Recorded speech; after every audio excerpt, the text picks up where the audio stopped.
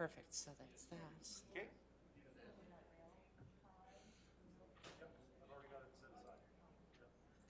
Well, you've always Sorry, heard not how verbal, scene. gestures and like just a smile is That's why I hate MS Teams. I hate it. I want to be in person with people. You know? Oh well. yeah, it's so much easier. Hopefully it'll be over soon. Yeah. I don't think so though. No. No. So now, is there?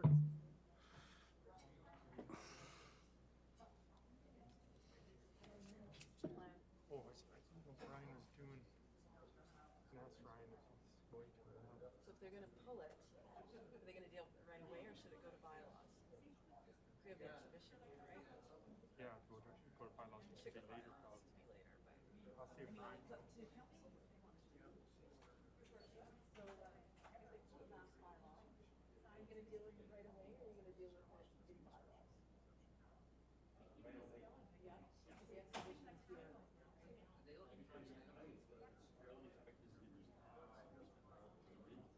If there's any amendments, then we'll have to deal with the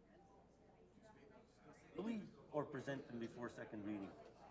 But usually it's consent for third reading, three readings. So we do second reading and amendments, then second reading, and then we would ask for consent for third reading. Mm-hmm. So I don't know how many amendments there are. At least 3. I've got. So that'll take a good hour, hour and a half. We probably should go To have all.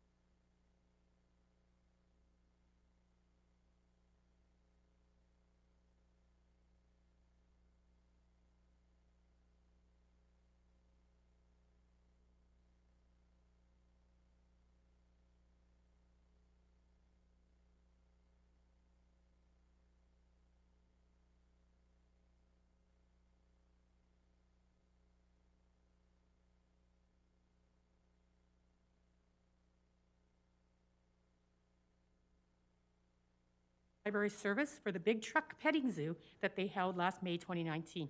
And I know they wanted to hold it again, couldn't this year, but hopefully in the future they'll have the petting zoo again. So congratulations to our library. Thank you. Councillor Higgin. Thank you, Mayor Spearman. I'd like to just give a bouquet out, and actually some of them are in the audience here today, to Exhibition Park. We know that we've been through some trialing times here with COVID lately, and I just want to give a huge shout out to them for, we're going to be continuing on with a Whoop Up Days, and it's going to be a different type of a Whoop Up Days, so please visit the website for Exhibition Park and see what exactly is happening next week. It's quite exciting. Thank you. Acting Mayor Parker. Thank you very much, Mr. Mayor. It's not so much a bouquet. Well, first of all, thank you to everyone in the community who is doing their best in wearing a mask when appropriate, especially in our city facilities. Also in our extended facilities, such as the soccer center, some of our other buildings throughout the community. I do have a question. It's kind of a do you know or kind of segment here, but to the city manager, the masks. Now, we're expected to wear the masks when we are in the hallway, the common area, but when members of council or members of staff or anything, they can take them off in their offices so long as they're by themselves. Am I correct? Yes, that's correct. So even though we have partitions here today, and some people may ask, why are you guys wearing masks if you have partitions? Is because obviously we're not in a box or a cube, and obviously it's leadership, and that's why we're wearing them in council chambers. Am I correct? Yes, that's correct. And if people obviously have an issue of claustrophobic or have medical issues, there's an expectation that they don't have to wear it. They just, when appropriate, if you can, wear the mask. Yes. Perfect. Thank you very much. And I want to thank the community because this is it's weird times we live in, but we all have to do our part. So thank you. Thank you. Councillor Miyashiro. Thank you, Mr. Spearman. I'd like to give a shout out to Dr. Vanessa McLean, who recently received an award from the Canadian Medical Association, the May Cohen Award for Women Mentors, in recognition of Dr. McLean's continuing practice of mentoring emerging physician leaders to develop leadership skills. Thank you. Councillor Campbell. Thank you, Your Worship. Just a quick shout out to, this has been a weird year, and I just want to, Lethbridge exhibition as well, but involved with the New West Theatre, who are doing their Live at the Drive-In. It's going to be happening at the exhibition. So, they were thinking outside the box. How can we have our summer music review? They can't do it at the 8th, so they managed to figure out a way to bring great entertainment, and maybe we can get away from it all, from all that stuff that's happening at the exhibition. That goes August 12th to the 16th. And also, hats off to Shakespeare in the Park, who pivoted to perform at Japanese Gardens this year instead of downtown. So that just, that's people are figuring to do things, and I just applaud that tenacity to get some things done. Yeah, kudos to people in the arts community. They've basically lost their physical audiences, and a lot of them have lost their income, and finding another way to do things. Yeah. Councillor Carlson. Thank you, Mayor Spearman. Two quick ones to follow up on Councillor Campbell. Shout out to the X and New West. I was fortunate enough to hear some of their sound check yesterday. If you like 50s and 60s music, you're going to love this show. They sounded awesome. That starts, I believe, Wednesday at the exhibition. And the second one, I think I gave council an update 2 weeks ago. Tourism Lethbridge, our new executive director, Jasmine Sangria, arrives in town today for her first day. I just want to say welcome to Lethbridge to Jasmine, and a heads up to our community, anyone involved in tourism or economy in general. We are going to be introducing Jasmine around to the various stakeholders and players.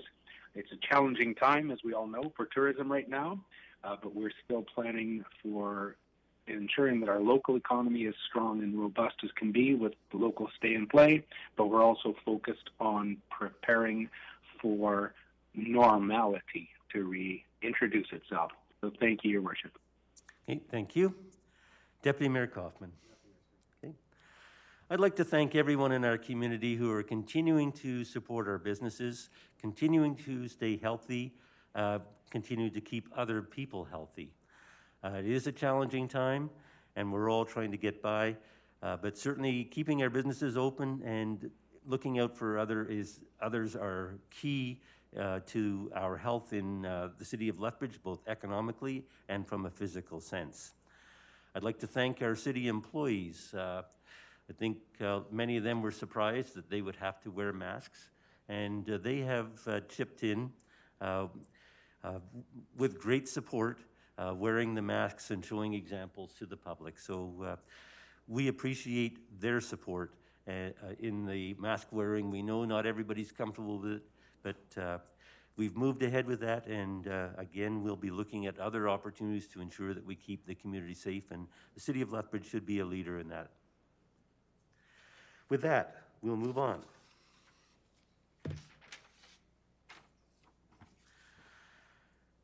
I have a resolution from Deputy Mayor Coffman. It's the consent agenda. Be it resolved that the minutes of the regular meeting of City Council held Monday, July the 27th, 2020 be approved, and that the mayor and the city clerk be authorized to sign the same. And further be it resolved that bylaw 6239, temporary mandatory mask face coverings bylaw, be given first reading. Deputy Mayor Coffman. Thank you, Mayor Spearman. As members of council in the community C, we have the first reading of bylaw 6239 on there, the temporary mandatory face coverings bylaw. Just a reminder to members of council in the community that second and third reading are currently scheduled for August the 24th, just in 2 weeks' time. And we would certainly encourage community feedback on this particular bylaw as well. Thank you. Councillor Miyashiro. Thank you, Mr. Chairman. I'd like to request the council to lift bylaw 6239 from the consent agenda and to have it put on the regular agenda. I will ask for a debate and vote on this today. You're asking for bylaw 6239 to be considered at today's meeting for second and third reading. That's correct. City Clerk, procedurally, what's the requirement to move second and third reading to today's meeting? It just requires a majority vote to pull an item from the consent agenda, and it would be placed under bylaws, so it would be heard later on today. Just a majority vote? Majority vote. Not a unanimous vote? Not a unanimous. That's not for all three. It's just for it to be removed, Mr. Mayor, not for all three readings. For all three readings, it has to be unanimous. So you can majority vote just to take it off and have it separate, but to have first, second, and third reading at one council meeting, it has to be unanimous for council to agree on that, for that to occur. Of the third reading, yes. Okay. Is there any debate? Yes, you can debate that. Okay. All right. For debate, Acting Mayor Parker. Actually, a question to the mover, to the deputy mayor, and just so for people, the community understands, when you pass and support first reading, it does not mean you endorse or support the bylaw in place. It just rather allows it to go to another reading for a possible discussion. And am I correct on that? Municipal Government Canada echoes provincial and federal process, so we have 3 readings for bylaws. First reading is generally they put it on the table, get it ready for second reading, and the process is debate. In Westminster parliamentary tradition, we support first reading because we encourage debate in our democratic process, so that's why it's done in consent agenda. We have had the practice here if a member is asked to have something lifted and taken outside consent agenda. We've usually approved that as well. Thank you very much. Are there any other questions from councillors? Okay, I have a question. We've received some suggestions for bylaw improvements from our community. There could be additional suggestions. I think the purpose of delaying for 2 weeks is to give the opportunity to members of the community to suggest improvements to the bylaw. I guess to the mover, what would be the process for hearing additional suggestions to the bylaw if we considered it and approved it today? Mayor Spearman, I understand what you're talking about. However, these legislations have passed in a number of communities in our province already. Our legislative team have looked, and operational team have looked at what has gone into those bylaws. There isn't fundamentally anything different that you can put in it that we can't tweak. As you know, the last time we voted or debated just to get the masking in city-owned facilities took us forever to do. We have a template, we have We have the knowledge of what needs to go in it. I don't think we need to wait 2 weeks or 3 weeks or however long it takes. I think we have the ability to do it today. Thank you. We need to do it today. Deputy Mayor Coffman? Thank you, Mr. Spearman. I'm just actually going to rise in a point of order that the motion in front of us is actually just to remove it from the consent agenda and not to get in debate on the process of what would happen in dealing all three. So Okay. if I can just remind members of council of that. Okay. Councillor Carlson?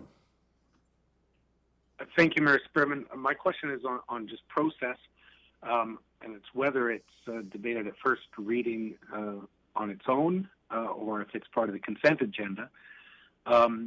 If we pass first reading today, is it necessary to wait 2 weeks, the full 2 weeks, to have second and third, or could something happen that a special council meeting comes up within those 2 weeks and it could be passed earlier? I'm just curious about process.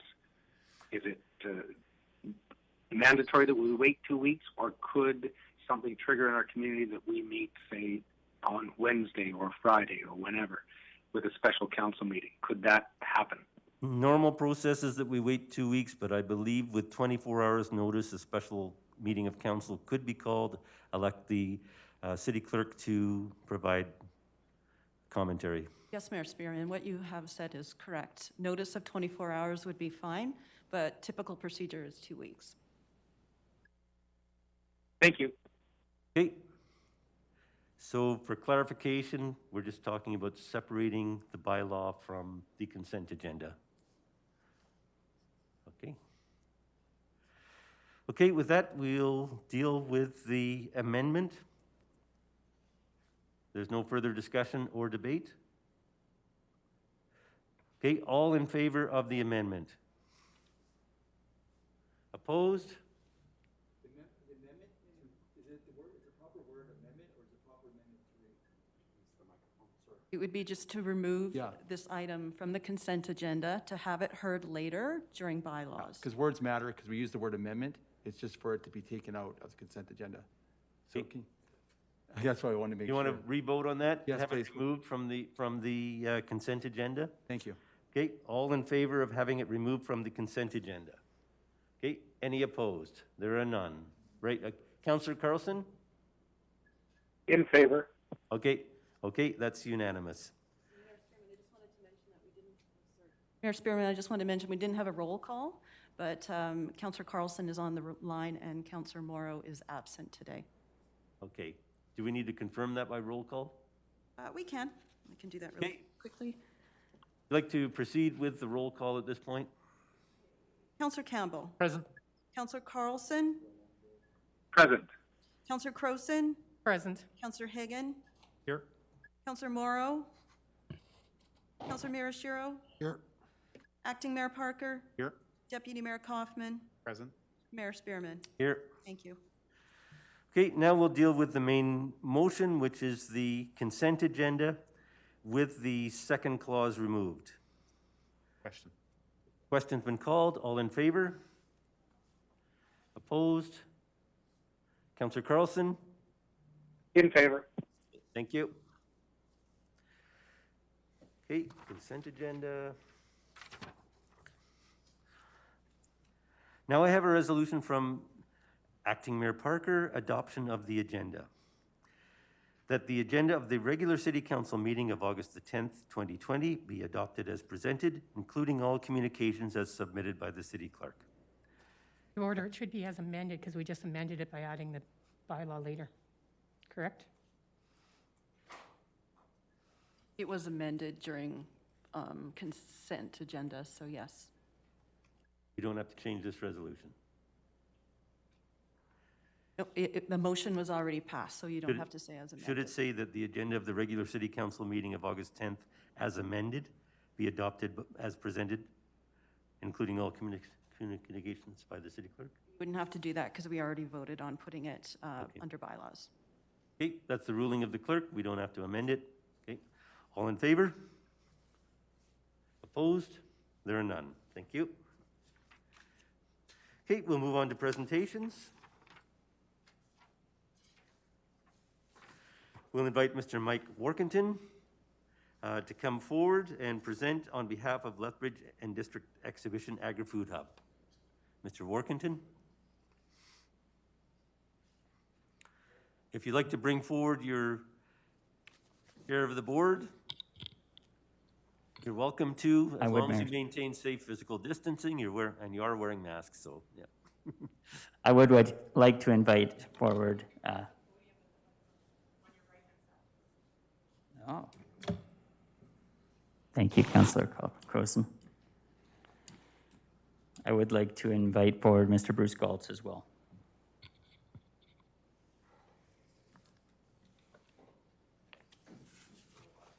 I think that one, I'm not sure.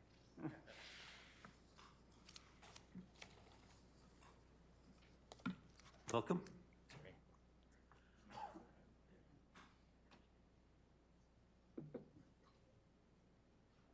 Your Worship, Mayor Spearman, and members of the City Council, thank you very much for allowing us to present today. I am Bruce Galtz, Chair of the Board for Lethbridge and District Exhibition Park, and we're very excited to present today a proposal for a new building, which I know many of you or all of you have seen before.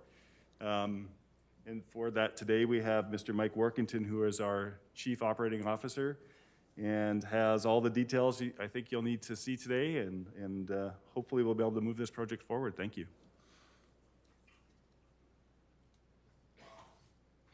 Thank you, Bruce. Okay.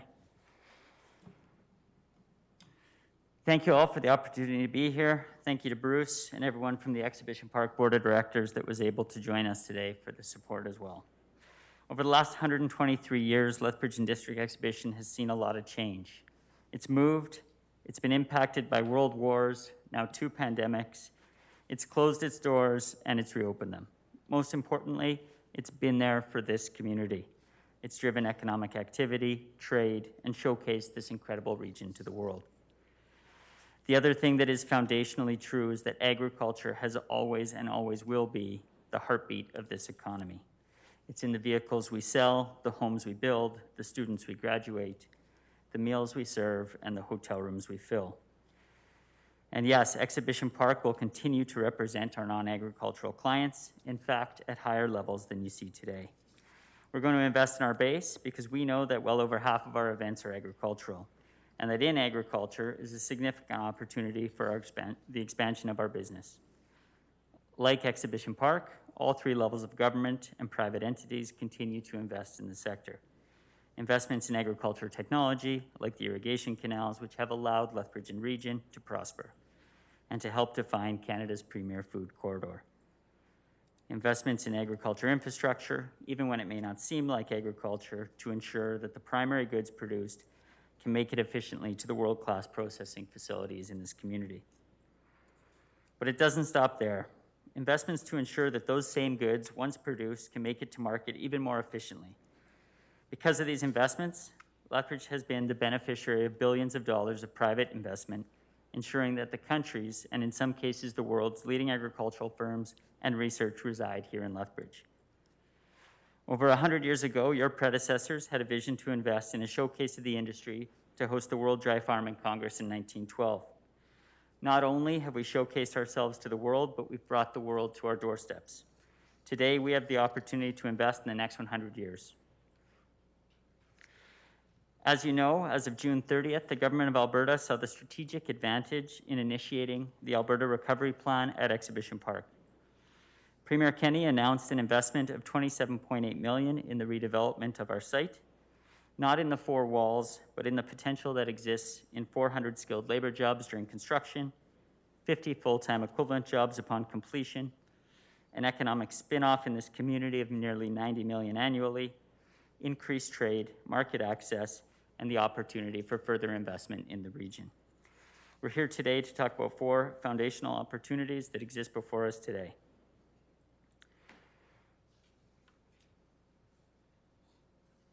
First, we will have skin in this game. We can do this because we continue to operate as a sustainable business, generating over $380 in positive net earnings annually over the last 5 years. Today, we are requesting a 30-year loan from the City of Lethbridge for $17.824 million. Further, we'd like to request that this loan be at an interest rate that is equal to the AFCA borrowing rate over 30 years, and that City Council waive the 0.25 administration fee on such a loan. What we cannot stress enough about this loan is that it is not tax supported. Exhibition Park understands the financial realities associated with this loan and has built an affordable financial model that allows for the continued sustainability of our organization. It has also built a capital replacement reserve, which is represented by 5% of our gross revenues annually. There is no requirement for additional annual operating support as well. I have with me here on the phone David Woodman, who is a partner in consulting services with MMP. MMP is one of the leading financial consulting firms in the country with operations coast to coast. David brings with him exceptional experience in the not-for-profit space. David can speak to the tremendous amount of detail that has been explored to build the financing model and to its affordability during the discussion period. Second, we ask that the City of Lethbridge acknowledge and execute a resolution passed on February 27, 2017, to commit $25 million towards this project. With the financial commitment previously listed from Lethbridge and District Exhibition, as well as the money previously committed from the Government of Alberta, we have met the conditions required for this resolution. Third.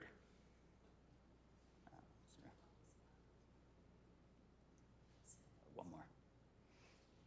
Thank you. 3, we ask that the City of Lethbridge grant a site lease to Lethbridge and District Exhibition for a term of 50 years with an expiry date of August 31st, 2070, with the mutual option to be extended for another 50 years with an expiry date of August 31st, 2120. This ask is directly related to the potential future investment in subleases. The financial model that we will discuss is dependent on $100,000 annually from outside investment. In order to attract any national brand, there is a minimum requirement for the site security length.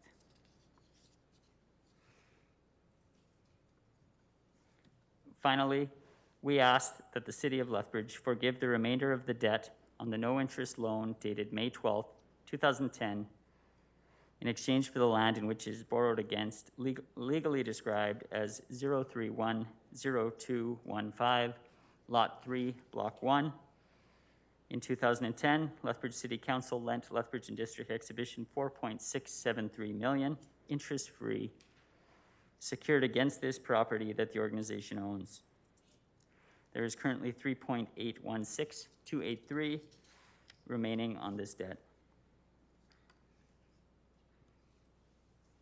To summarize, that the City of Lethbridge provide a 30-year loan for up to $17.824 million at an interest rate equal to the AFCA interest rate over 30 years, and waive the 0.25 administration fee. For these funds to be available for Lethbridge and District Exhibition by January 1st, 2022. There is no tax support required and no additional operating subsidy required on this loan.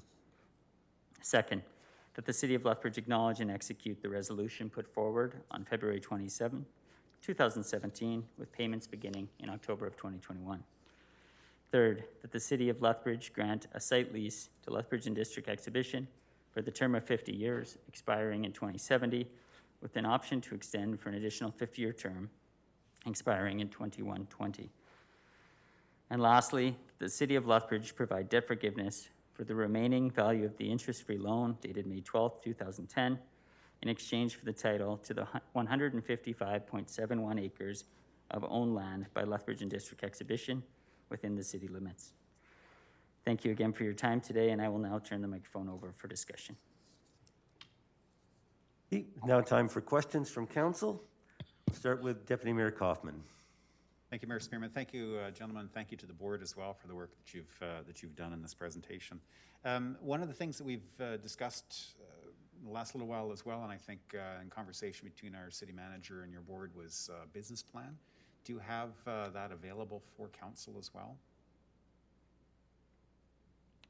We have Mr. David Woodman from MMP to discuss the financing plan, and that carries forward for the next 25 years. Okay. Okay, thank you for clarification on that. To the city manager designate, there's been a request, of course, for borrowing here. How are we on our borrowing capacity? What have we borrowed approximately to date, and what are we looking at for available room?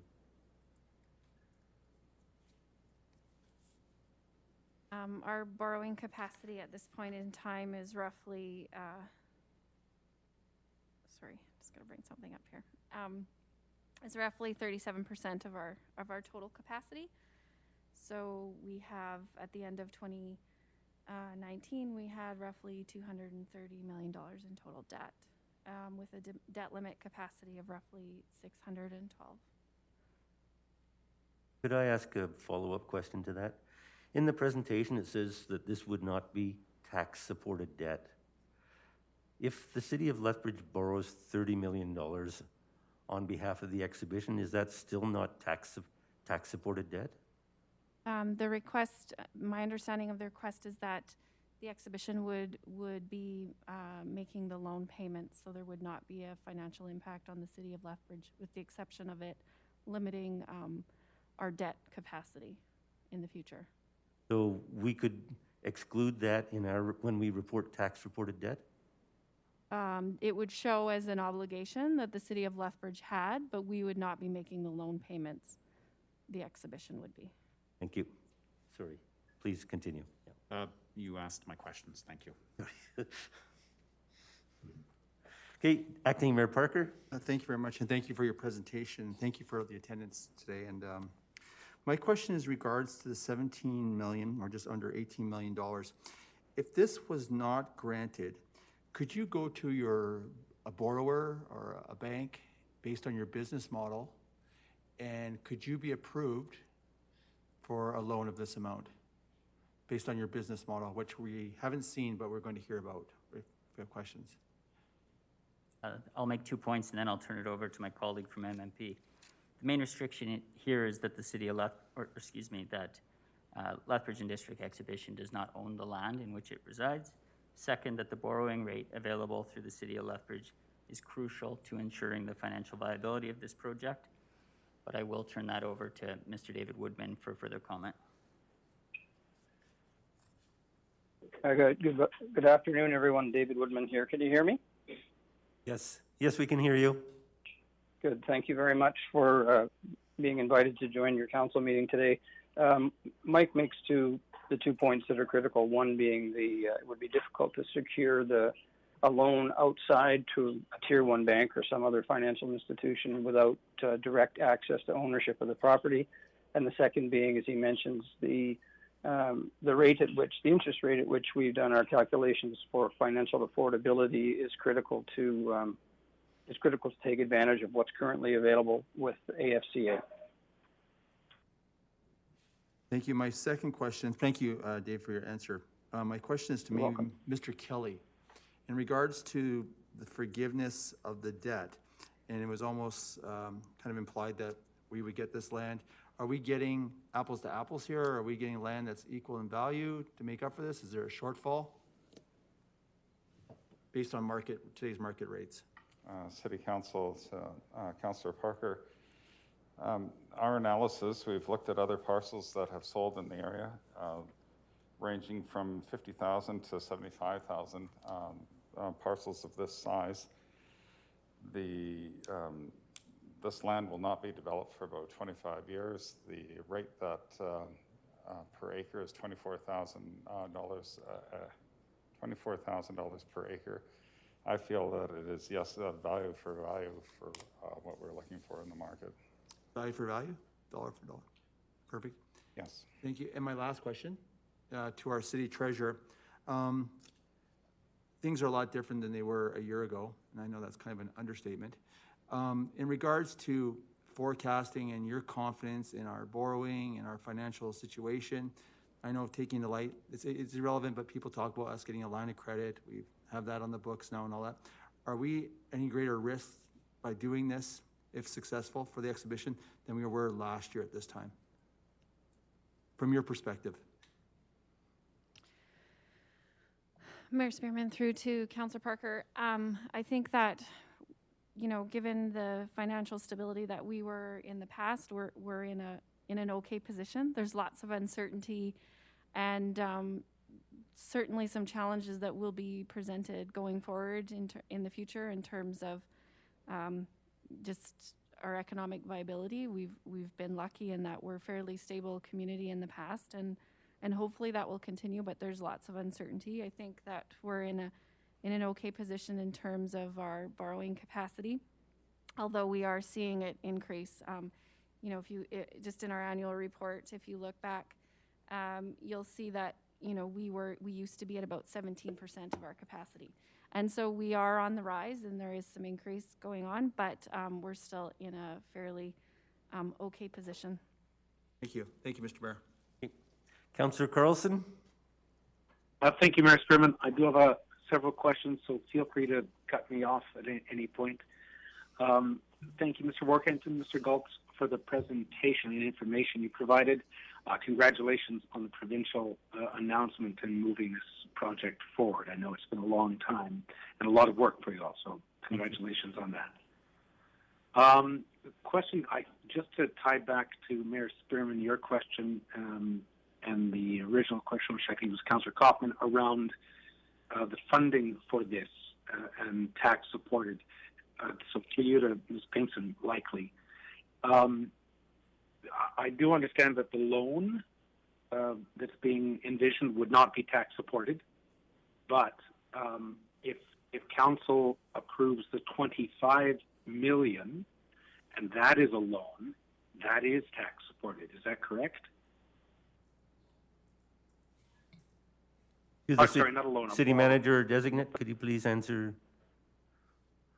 Mayor Spearman, through to Councillor Carlson, the $25 million ask from the exhibition would come from grant funding, assuming that's approved by the other levels of government, or other funding sources like reserves or our pay-as-you-go program.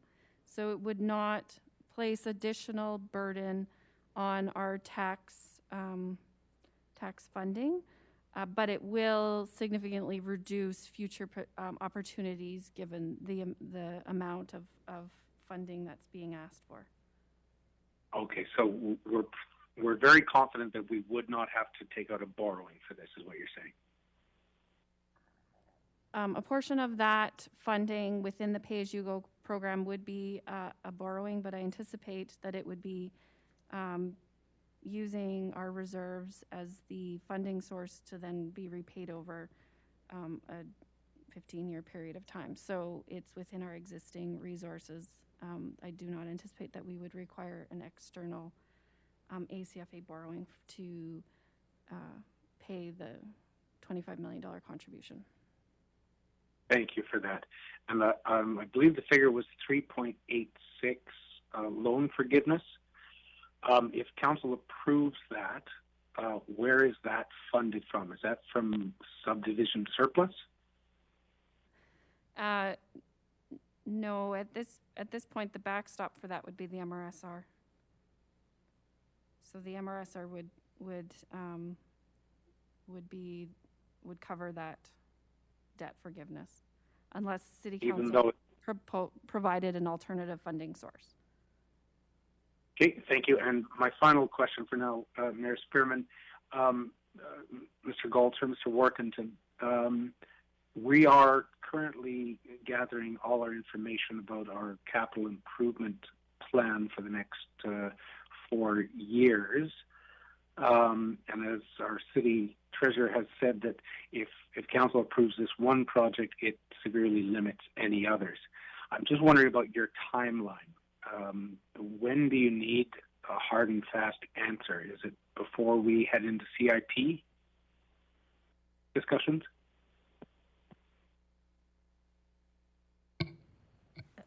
Thank you, Councillor Carlson. At this time, we do anticipate any delay in this would potentially hold up the project. Our current timeline is that we will finish our tender-ready drawings in the next few months. Throughout the first quarter of 2021, we would be tendering this project, and ideally we would be moving dirt by the beginning of Q2 in 2021. However, this specific money would not be required until Q4 of 2021, based on the request we put into the government of Alberta for how we would like payments on the money that that's already been committed to the project. Perfect. So even though you don't necessarily need the funds until Q4 of 2021, you do need certainty before the project begins, correct? That is correct. Thank you. Thank you, Mayor Spearman. Okay, Councillor Carlson. Thank you, Mayor Spearman. Thank you both for your presentation and for the work you've done. Can you describe for me your vision of what an agri-foods hub is? Because to the community, this is still a trade center. So what is an agri-foods hub and what benefit is it to the city of Lethbridge? Sure. So the element of the trade center is still there, and that's still a major component of our programming, as I've spoken to in the past. The agri-food hub is really the showcase piece on what exists today as the major industry, not just in Lethbridge, but in the region. As I mentioned earlier in my speech, Lethbridge has been the beneficiary of this industry for a long time. So this is the showcase piece. Some of the things we're currently working on are partnerships with the Lethbridge College, as well as some of the commodity groups in the area to showcase their individual products. We also have plans for some incubator space on to bring small agricultural businesses into the community up to market readiness, as well, push them out through our own distribution channels through things like our food suppliers as well as our partners. But the ability, one, to be a stepping stone for the students of the Lethbridge College out into the agriculture industry, but as well to actually be a potential applied research facility for things like the potato industry or the canola industry or the sugar beet growers here in southern Alberta is something we're newly exploring, but something that we see a significant advantage to southern Alberta in. Okay. So if you have all that, what research have you done on it, and what conversations have you had with stakeholders? I mean, it'd be nice if we could see the business plan, but what have you done to be able to prove this is going to work?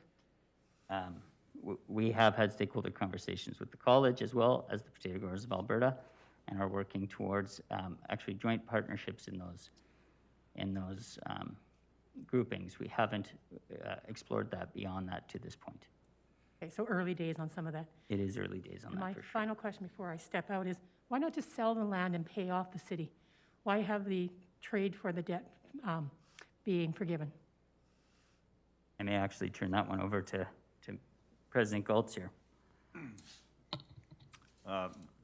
Thanks for the question, Belinda. I think it's about certainty more than anything else at this point for the project. It's important that we know that we've got the funding in place, even though we don't need it from the city right away, so that we know we can proceed forward. It works from the cash flow perspective of our organization, Lethbridge and the District Exhibition Park, for us to do that, even though it will come at a loss to the organization on the balance sheet. It's something that we can afford, and we've recognized that in our model. So it gives an advantage to the city. They get a piece of property that's arguably worth more than they're getting, in return. And it works for us because it allows us to bring certainty to the project, as well as allows us a better cash flow perspective in the short term. I'll step out right now, but I have more questions later. Okay, thank you. Councillor Hagan. Thank you, Mayor Spearman, and thank you very much for the presentation. I have a question for Ms. Pinkson. Debt capacity, we're talking about debt capacity and that we are at, can you repeat the percentage that we're at our currently what we're at for City of Lethbridge? Based on 2019, our percentage of debt limit used is roughly 37% of our total capacity. 37%. Now, do you know what other communities throughout Alberta, where they sit as far as their debt capacity? Are we sitting currently right now at the higher or at the lower of this? We're typically, we compare this, it's usually a year behind in terms of once the municipalities get their data in. So if we look at 2018, we're sitting right in the mid-range of, we're not on the low end and we're not on the high end. And the last question, you said 37, we're 37%? What would that put us to with the ask today? This roughly has about a 6% impact on the total debt. This would be about 6%. Thank you very much. Mayor Spearman, if I may, sorry, I Go just ahead. wanted to go back to the question about deadline. Yes. Just because given that there is a borrowing through ACFA and which would require us to do a borrowing bylaw for that specific request of the 17.8 million, that will place some pressure in terms of that borrowing bylaw needs to be in place before the shovel can go in the ground, so to speak, typically just to ensure, because it requires advertising, because it's a 30-year loan, and there's a process that needs to be followed for that. So that does put some pressure. Like, we would anticipate that if a decision was made today, we would be bringing back the borrowing bylaw in 2 weeks or shortly thereafter to ensure that that process is underway. So the borrowing bylaw would be coming to City Council 2 weeks from now or shortly thereafter? What's the deadline for that borrowing bylaw? It requires 3 readings. It requires advertising for 30 days, and then it requires that after the 3rd reading, there's an additional 30 days that ensures that there's no objection or that the bylaw isn't contested. So it usually, from start to finish, takes around 3 months to kind of get through. 3 months to go through the whole process. Okay, thank you. That's helpful information. Councillor Campbell. Thank you, Your Worship, and thanks for the presentation. And just for my own clarification, in my own mind, when we forgive a $3.8 million loan, and maybe Ms. Pinkston can give me the answer to that, what kind of an economic impact does that have on the city right now as it is, or does it have an impact? Mayor Spearman, through to Councillor Campbell, that will have a $3.8 million impact on a reserve or of some sort, because we will require an alternative funding source for that loan. Okay, thank you. Okay, I have a question for Mr. Kelly, perhaps the city treasurer. With respect to the 3.8 million, why is that not just a purchase of land from land development? Could I get an answer to that from Mr. Kelly? Mayor Spearman, that requires some sort of funding because that loan was initially used to fund the project, previous CIP project related to the exhibition back in 2014. And so that would require a replacement funding source. So whether that's a specific reserve, the MRSR, but that funding needs to be replaced because it's related to the project, the previous project that was constructed, and we use those dollars to build that, to make the enhancements at the exhibition at that time. So Lethbridge Land does not have 3.8 million in its current balance sheet? That would pose some pretty significant pressures on that cash flow, just given the economic condition of what's going on within the city. We would have to kind of look at that more closely. At this point, in the unaudited, it talks about that the MRSR is the backstop of those loans should the community groups default. And so that was just what we kind of considered. I haven't actually looked at the impact on the subdivision surplus, but I do know that it's going to be extremely tight for the next few years, that specific funding. Thank you. Deputy Mayor Coffman. Thank you, Mayor Spearman. Actually, just to follow up on that, then, if council were to approve the request to exchange the land for forgiveness, where would that land be held then? Was that in subdivision surplus? It would be land held for resale or potentially future development. I believe Mr. Kelly mentioned that it was 25 years out potentially as a development. So it would just be held as an asset until such time as it was developed or a decision was made about the land. Would it be held as an asset in RELD? That's correct. That's yeah. Clarification on. Thank you. And to the city manager designate, the request from Mr. Woodman, actually from the presentation, stated as well a rate comparable to ACFA. The provincial government has changed the structure. ACFA no longer exists or will no longer exist. Have you heard anything about the borrowing rates, the process, there going to be any changes on the part of the provincial government in terms of that standard? Mayor Spearman, through to Councillor Coffman, at this point, we're still dealing with the same individuals that we dealt with when ACFA was in existence. I think perhaps COVID has delayed that transition of whatever that looks like. So at this point, we continue to deal with same as usual, kind of, so to speak, and until we kind of hear otherwise, I don't envision that process will change too much from our perspective as the user of the funding, but at this point, it's kind of a wait and see. Okay, thank you. Final question in this round, Mayor Spearman, to Mr. Workington, if I could. You heard the conversation about the 3-month delay between council approving or first reading on a bylaw and approval and the authority to move forward. Does that impact things then in terms of construction in 2020? Does that create challenges for you in the project? Where that factors into the timeline is that would be right in line with the rezoning that would be required following this this presentation today, or any approval, as well as the development permit process. So it is my belief, and I may turn that over to my colleagues at City Administration to answer further, but it is my belief that that would be acceptable in our current timeline. So that's been factored into the timeline consideration. Excellent, thank you. Thank you, Mayor Spearman. I'll hop out. Councillor Carlson. Thank you, Mayor Spearman. Just to be clear, so that we understand this, if we agree to the 50-year lease, we would be having every next council for 50 years lose any right on subleases. That would be given to the exhibition, correct? That right?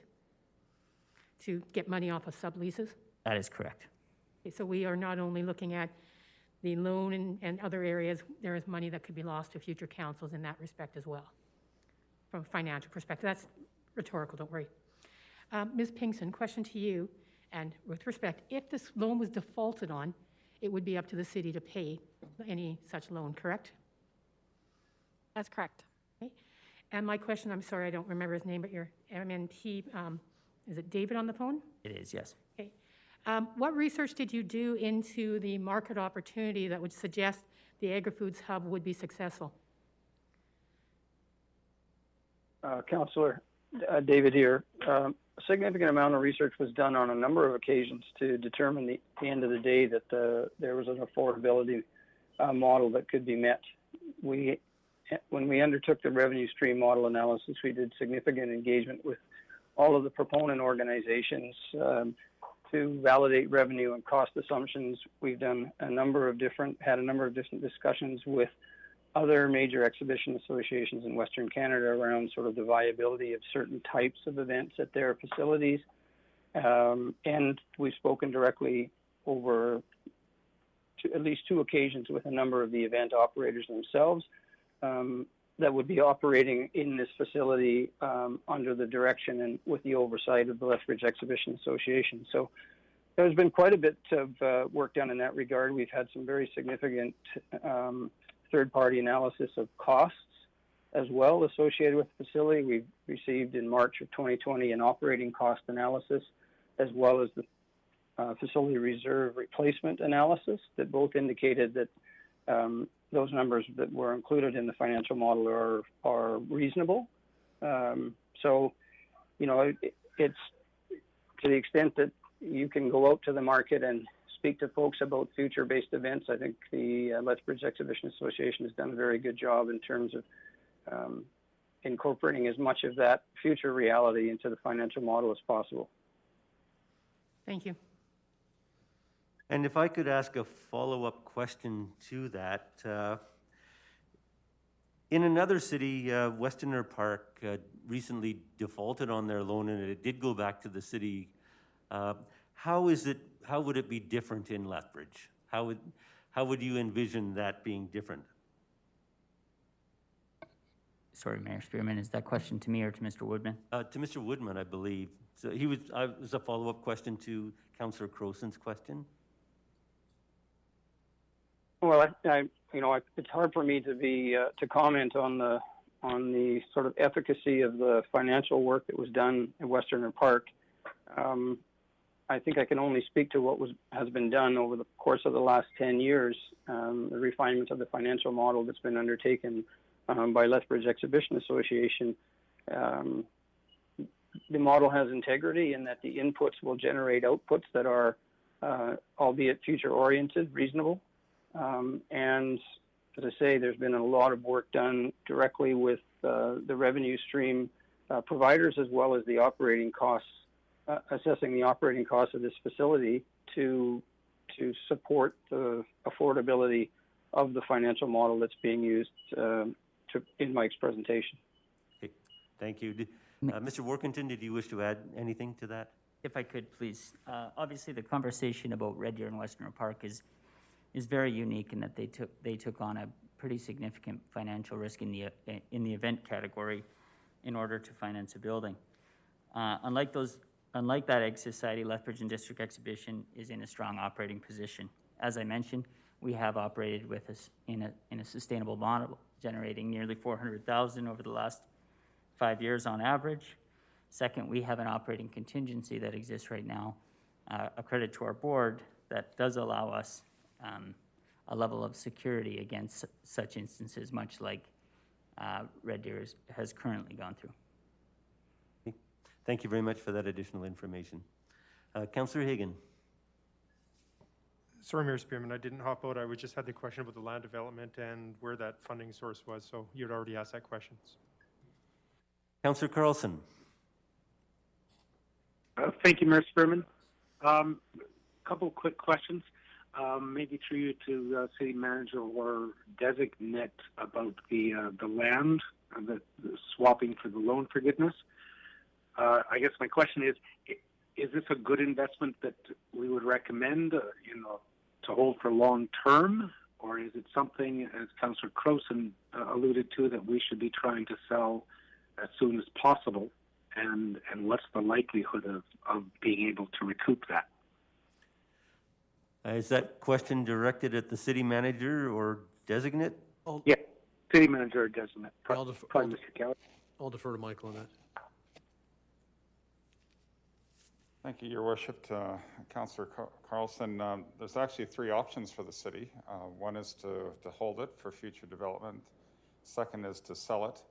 Or third is to swap it. And the city councils of the past have exercised all 3 options on different parcels of land. So there are a variety of options for you to consider. They are options for us to consider. I guess I'm asking if we've done our due diligence, and is this a good investment for the city? It's a fair price for the city. It will be a long-term hold. As we move forward, again, the options are still in play for the city to take into consideration. And again, I think this is fair value. Thank you for that. Further, I believe Councillor Crowson talked about the long-term lease. Sorry, Mayor Spearman, through you to probably City Manager or Designate again. I believe we have a sublease with Rocky Mountain Turf Club. How would this impact that, or would it at all? Okay. Currently, we have a lease with Lethbridge Exhibition Park. The Rocky Mountain Turf Club and any of the other entities that are inside the facility are subleases that are approved by the Exhibition Board, and those revenues go to help them with their operating cost. And if I could add to that, I would say, Councillor Carlson, this ask would not actually impact the relationship with the Rocky Mountain Turf Club. They are currently under sublease until 2023. It's obviously something that we would bring to their attention, but there's no material impact on any of the asks today on the approximately 35 acres that they sublease from us, nor the sublease itself. Excellent. Thank you for that. And final question, if I may, Your Worship. I believe Ms. Pinkson said that this process for the borrowing bylaw would take approximately 3 months, I think is what I heard. Yes. And my question is to Mr. Workington or Mr. Galtz. Hearing that to get this borrowing in place, it's going to take us 3 months. A, does that impact your timeline at all? And B, because this is a fairly large ask that will impact pretty much all of our upcoming capital budget deliberations. Would a further 2-week soak or ponder time for council impact that at all either? Thank you. As I said, I think that aligns with our current schedule, so I think that could be worked into our existing construction schedule. The 2-week piece would not impact our existing construction schedule at this point in time. Okay. Thank you, gentlemen. Appreciate that. Deputy Mayor Coffman. Thank you, Mayor Spearman. Just for clarification, a couple of statements to the through the city manager to the treasurer. You said that the borrowing of the $17 million would be approximately a 6% impact on borrowing. Should City Council approve this project, the $17 million will approximately be 6% of the debt that we would have borrowed. Okay, thank you. Debt rose over the last couple of years in significant part because of the ATV Center, correct? The borrowing on the ATV Center? Correct, yeah. How much was that? Do you remember? Just ballpark. I believe it was $65 million. Thank you. Forgive me, the land that the exhibition owns that you're proposing for swap, that is outside city limits, is it not? Or is it just inside? It is just inside.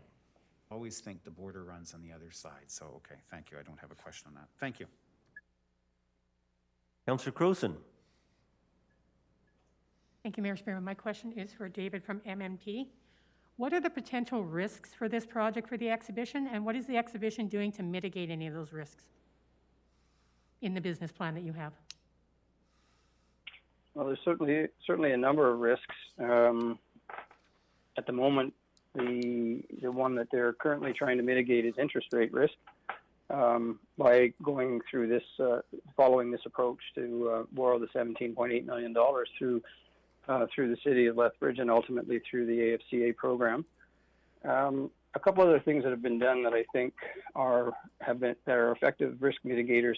On the revenue side, for example, what we are doing is we're anticipating that, notwithstanding the current situation around COVID and its challenges on gatherings, et cetera, we've incorporated into the final financial model recently a ramp-up period where we see at the onset of actual operations of the facility, the best that we'll be able to do, for want of a better word, in terms of net operating income would be equivalent to what was done in 2018 at the exhibition park. So we're not anticipating that. We're effectively anticipating that the implications of COVID is going to be a 3-year implication on Lethbridge Exhibition's operation. When we start up with a long 3-year ramp-up period where we ramp up our operations to a steady state in 2025, and that the financial model that's been developed is really looks out to 2025 as we start to actually generate the net operating income required to manage the debt. And the second thing that we've done in terms of managing risk is on the operating cost side of the equation, and that I mentioned that earlier, ma'am, regarding the independent assessments we've had by technical experts on the actual operating costs of the facility itself, so the base financial operating costs. As well, we've had a look at the facility replacement reserve.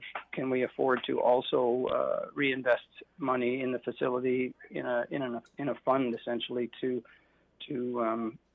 avoid any sort of major unforeseen instances of large additional capital costs being required down the road? Lastly but not least, the board of Lethbridge Exhibition has quite rightly and very prudently indicated that a facility reserve is also required of 5% of revenue, and that is incorporated into the financial model through its life cycle. So there are risks without a doubt. Any investment you make in new capital infrastructure has risks, but I think the Lethbridge Exhibition has done a very good job of trying to identify what those risks can be and do their best to mitigate them given the information they currently have. Thank you. You're welcome. Thank you. I'm not sure who the next question should be for. It's my question. I'll start with Mr. Workington, and then I may have to ask the city manager or the city solicitor for confirmation. But if a bank provided a loan for $17 million, they would be looking for regular annual updates as to the health status of the organization, right? Would you be willing, and should we incorporate in our loan conditions a requirement that you report annually back to City Council on the financial status of Lethbridge Exhibition and your continuing ability to make the loan payments? Is that something you'd be willing to commit to? At first, I would say that there is a council-appointed board member on the Exhibition Park Board of Directors. Currently, Councillor Higgin is there.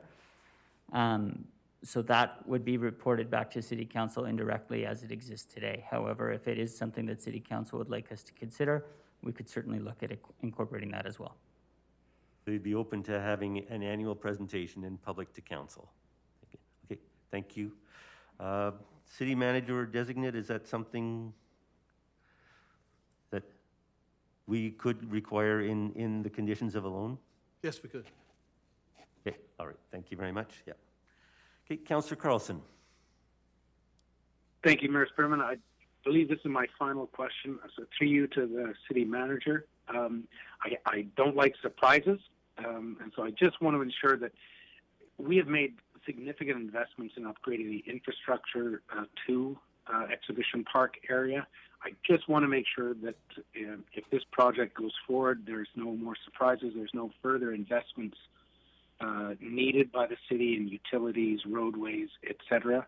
We have done all that we needed to do to get this project ready. Ask the Director of Infrastructure Services to respond to that. Yeah, in conjunction, the city in conjunction with the exhibition has over the last few years positioned this property in the context of its master plan, the exhibition's master plan in this particular project. So all the major trunk sewers, water mains, and transportation network has been upgraded in the last 5 to 10 years in order to support the development that's being proposed right now. There is one caveat but it is frankly the responsibility of the exhibition in the context of their project to deal with stormwater management. So there is some additional design work that they need to sort through to satisfy the city's requirements in terms of connecting to our storm system. But again, that's a design condition specific to this development, which would not be any different than any other private development in the community. So we haven't seen what that looks like yet, but we'll be involved in the approvals process to confirm that the stormwater management plan is to our satisfaction. Thank you. Appreciate that comfort. If I could add to that, Councillor, Mayor Spearman. What I will say to that is that we have engaged MPE Engineering, and they are currently underway on a stormwater management plan for the site, which will be part of the rezoning as well as the development permit process. So further to that, you're undertaking a new financial commitment with this new building. The existing buildings, for the most part, will stay in place. That's correct. So this new building will be built in front of the existing buildings. And what about ongoing maintenance to 60-year-old buildings? Is that included in your financial plan? So I can speak to that directly. In our current plan, this building will, yes, be built to the west of the existing structures at Exhibition Park. The two buildings that are proposed to stay in our business plan are Heritage Hall as a shared event space and a built heritage space within the community of Lethbridge. And the West Pavilion, the former soccer pavilion, will be actually converted to a storage space and workshop space in a back-of-house capacity for Lethbridge and District Exhibition. A feasibility study was conducted on the remaining three halls, the North, South, and Main Pavilion of Exhibition Park, and it was deemed not feasible to move forward with maintaining those 3 pavilions on site. And I can turn it over to Mr. Woodman from MMP, who conducted that feasibility study, to speak about the details. To not maintain them, so they would be demolished? That is included in the capital of 70.5 for the total project cost, the demolition of those 3 pavilions. That is correct. Okay. Thank you. Okay, and then who is responsible for the parking lot? Is that the City of Lethbridge or is that Lethbridge Exhibition? Who maintains the parking lot out there? That is Lethbridge Exhibition. That is Exhibition Park. Okay, and that looks like a significant liability at this point, if I could put it politely. What's the plan for the parking lot? So in conjunction with the conversation about feasibility of the existing pavilions, we are undertaking a parking analysis as part of the development permit process as required from the City of Lethbridge to be able to indicate the number of parking spots. MPE Engineering is currently undertaking parking, stormwater, as well as traffic impact on the site and what that may represent for the future, but it will be part of the rezoning as well as the development permit process. Okay, all right, thank you. Are there any further questions from council? Councillor Campbell. Thank you. Just kind of get flashed in my mind here, there was talk about recovering from what's gone on at the exhibition this year with COVID. Can you give me a sense of what the impact was? I mean, obviously, Move Up Days for the most part has been canceled and all of the other things that we're used to. How big of an impact has that been? And do you plan to, going forward, if this should happen again, are you able to deal with that? So the first thing I would say is obviously COVID-19 has had a significant impact on the short-term cash situation and our ability to generate revenue. We have, as was alluded to in some of the bouquets, we have been able to generate revenue through some creative means this summer that wouldn't normally be on our books. However, but what I would say is that from a cash health standpoint, and I'd ask Bruce if he has anything to add to that to join me, but from a cash health standpoint, I would say that we have been able to maintain a relatively healthy situation. We have gone through a procedure of some temporary layoffs with some of our staff in order to help maintain that cash health. However, we are currently working on a back-to-work strategy for our employees, but I will ask for further comment from Bruce on the overall financial health of the organization. Yes, thanks, Mike. And obviously, this would be a big concern for the board as well. What's the financial health of the organization during something as dramatic as this? And it has led to a significant number of layoffs, which is unfortunate. But I think that Mike Workington and John Yagos, who is our controller, have done a great job of managing it as well, to recognize Rudy's contribution prior to that. And the result is at this point that they're financially positive so far this year, and anticipate that to be the case through the rest of the year. And again, I mean, it may be early to be thinking about it, but another impact like this, is there strategies in place for dealing with it again if it hits one more time? Yeah, and what I would say, it is early. We have just been given the go-ahead from AHS as recently as last week to move back into some of our trade show, obviously in a safe and healthy way. So we do have a resumption of business here in the fall, which is nice. To that, there's definitely been strategies and protocols that have been put in place on a go-forward basis should this come up again. Also in their infancy, obviously, as we adapt to the ever-changing world that we're currently living. Great, thank you. Okay, I see no further questions from council. It's 2:52. Council prepared to go forward with debate at this point? Resolution and debate? We have a bio break after the debate. Okay, at this point, I'm presenting the resolution. I'll ask Deputy Mayor Coffman to read it.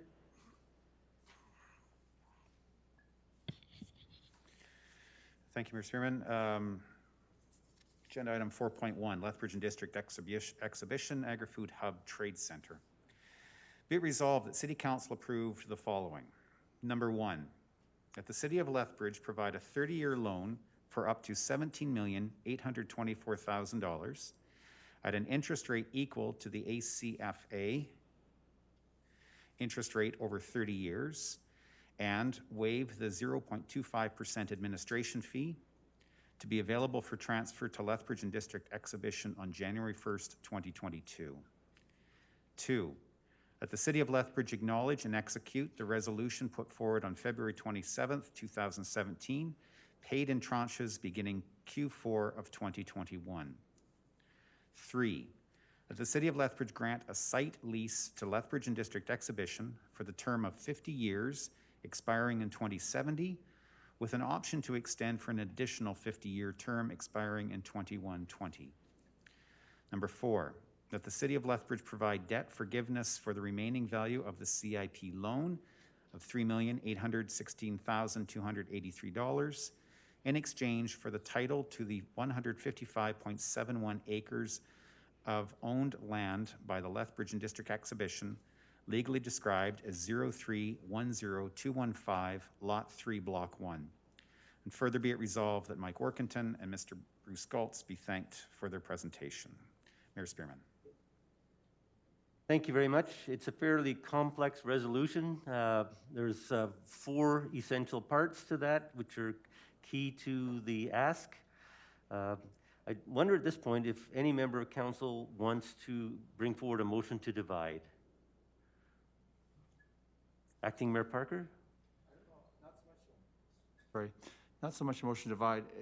From what I heard, there wasn't a sense of urgency. Would you treat this more as a notice of motion possibly and give us 2 weeks to ponder it, to what was requested here, so we could get feedback for our constituents and all that, because this request, we had a lot of questions, gives us an opportunity to digest what we heard. So I would make a motion rather for postponement for 2 weeks to reconsideration in 2 weeks. Okay, we have a motion to postpone then, put forward by Councillor Parker. Councillor Parker, is there a seconder for that motion? Carlson.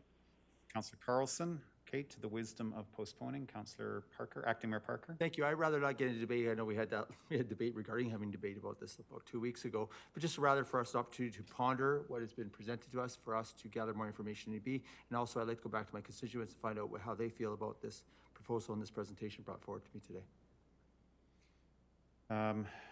Just remind me if you could please, Madam Clerk, motion to postpone debatable.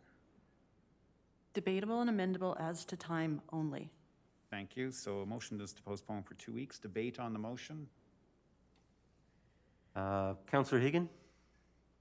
It's a question. Is that part of debate then, City Clerk? A question of clarification is different than debate. Correct. You know, a question of clarification. I would just, if I could, to the mover. We were speaking with Ms. Pinkston, and there's this process is a 3-month process, and it fits kind of in line with currently what Exhibition has requested. Is that going to have any change? And is it possible to ask Exhibition if that makes it, if that timeline is that okay with my colleagues? If I could ask that question, or is that something that's outside of this? For a point of clarification, you may ask that question, yes. Would extending 2 weeks cause any concern, or is it a timeline? Will it fit in with that timeline, or is that going to be putting it tight? We do have work ongoing, but that is acceptable by Exhibition Park.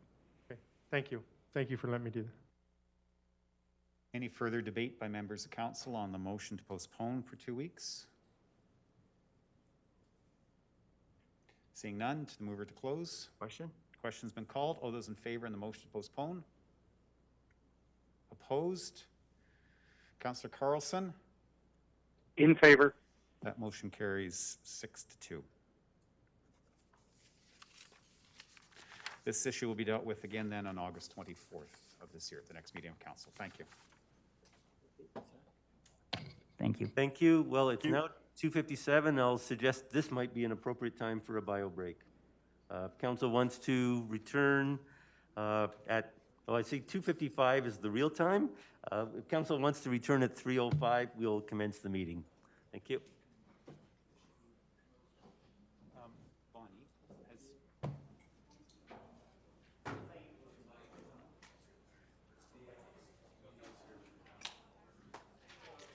Just wanted to make sure you had chosen one on the next resolution. Okay.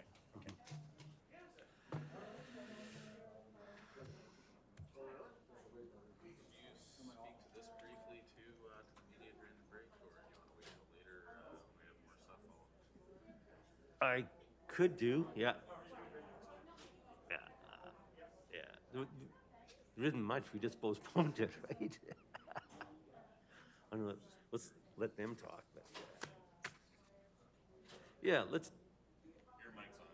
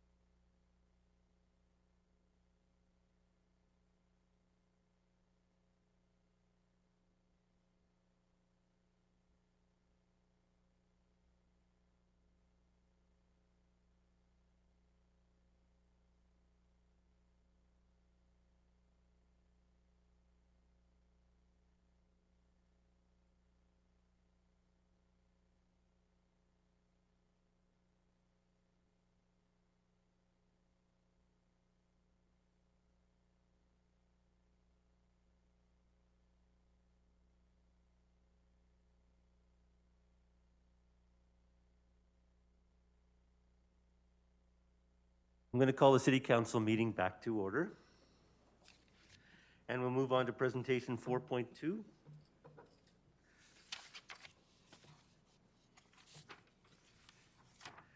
I'm going to invite Ms. Robin James, Chief Administrative Officer, Lethbridge Housing Authority, to present to us on Lethbridge Housing Authority Ministerial Order change requests.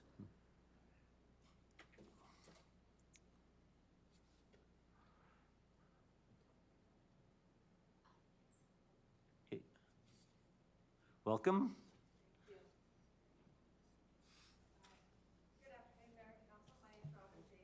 CEO for Lethbridge Housing Authority, and I'm here to tell you a little bit about what we do and what we're asking from you. So Lethbridge Housing Authority built Phase 1 in 1974.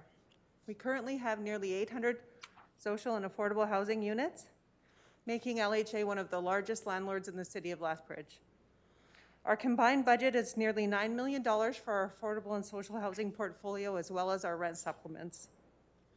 We serve 2,700 Albertans through various programs throughout the city of Lethbridge and southern Alberta.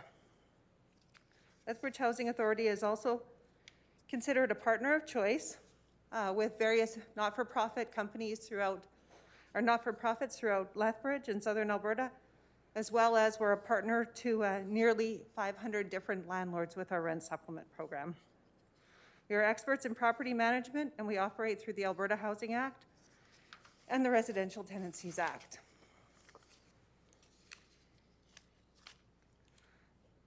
We recognize that the City of Lethbridge excels at research, needs assessments, and compiling of facts and stats.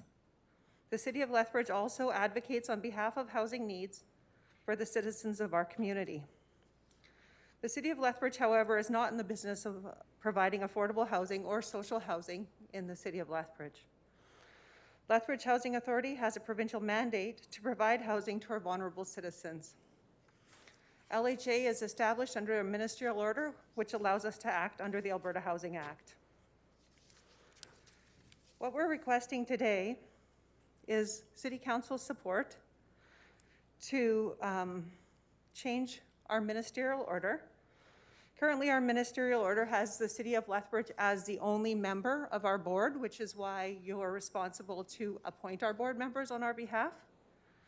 What we're requesting today is that you support us in having the City of Lethbridge removed as our only board member, and it being amended to one member designated by the Municipal Council, which is currently what you have, and the remaining 8 members shall be appointed by the Lethbridge Housing Authority in accordance with the order and Lethbridge Housing Authority's bylaws.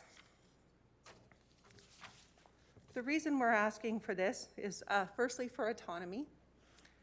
The Board of Directors understands the governance of the housing management body and is responsible for creating the overall vision and direction of the Housing Authority. Since the Board of Directors creates our vision of our organization, they're better equipped at selecting additional board members that falls within our skills matrix that is required for LHA to be successful in serving our most vulnerable populations in Lethbridge. The second reason we're asking for this is transparency. It will allow clarity for the citizens of Lethbridge that LHA is not a committee of council, and it will continue to provide transparency. We will continue to provide transparency to the City Council as you're able to continue to appoint one member of council to sit on the LHA board. So really that part won't change. Lethbridge Housing is accountable. Sorry, I have to just breathe for a minute. I'm one of those people that get anxiety with masks on for whatever reason. Sorry. LHA is accountable to its clients, tenants, partners, and the Government of Alberta. All of our reporting is to the Minister of Seniors and Housing, currently Minister Josephine Pon. And then our last couple slides here are just a few bullets on kind of for information for council. So LHA is one of those boards that you do appoint our members to, but we are not a committee of council. The Alberta government provides all of our operational funding in the housing management body. So the City of Lethbridge does not provide any operational funding whatsoever for the housing management body. All the assets within LHA are owned by Alberta Social Housing Corporation or LHA ourselves. The City of Lethbridge doesn't own any of our assets. Removing the City of Lethbridge as the only member of the HMB will not change the current municipal representation on the board, and it will allow us to execute our vision.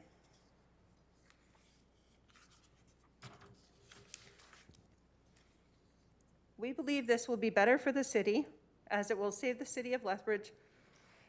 There'll be cost savings in advertising and recruiting for our board, time savings for many members of council each year, as they will not be required to interview potential board members. And lastly, it complies with the recommendation number 2 in the governance review that Western Management Consultants has presented to City Council in 2019.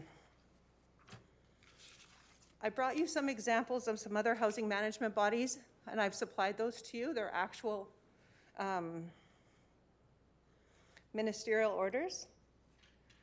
So just to name a few, Trinity Foundation of Calgary is the homeless provider, housing and homeless provider of some of the most vulnerable in the city of Calgary. Trinity, their only member of their board is their board. Capital Region Housing, which is the comparable to Lethbridge Housing, but in Edmonton. So they supply all the housing non-lodge. They are also the only member of their ministerial order. They appoint, because of the size of Edmonton, they appoint 2 members from the City of Edmonton, from the Municipal Council. And the remainder are also done by their board. And last but not least, my last example was the City of Medicine Hat that we're all familiar with because we're such a close neighbor. The City of Medicine Hat has a ministerial order that allows for the City of Medicine Hat and the board to be members jointly together. They have 1 elected member on their board, 1 employee of the City of Medicine Hat, and then the rest of the members are appointed through the board.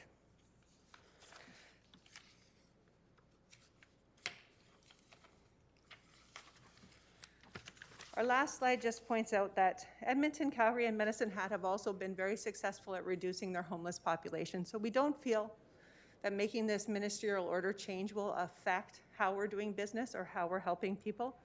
We've seen it actually be successful in other communities. So we request today your support in removing the City of Lethbridge as the only member of our ministerial order. Okay, we'll start with, thank you for your presentation. We'll start with questions from council. Deputy Mayor Coffman.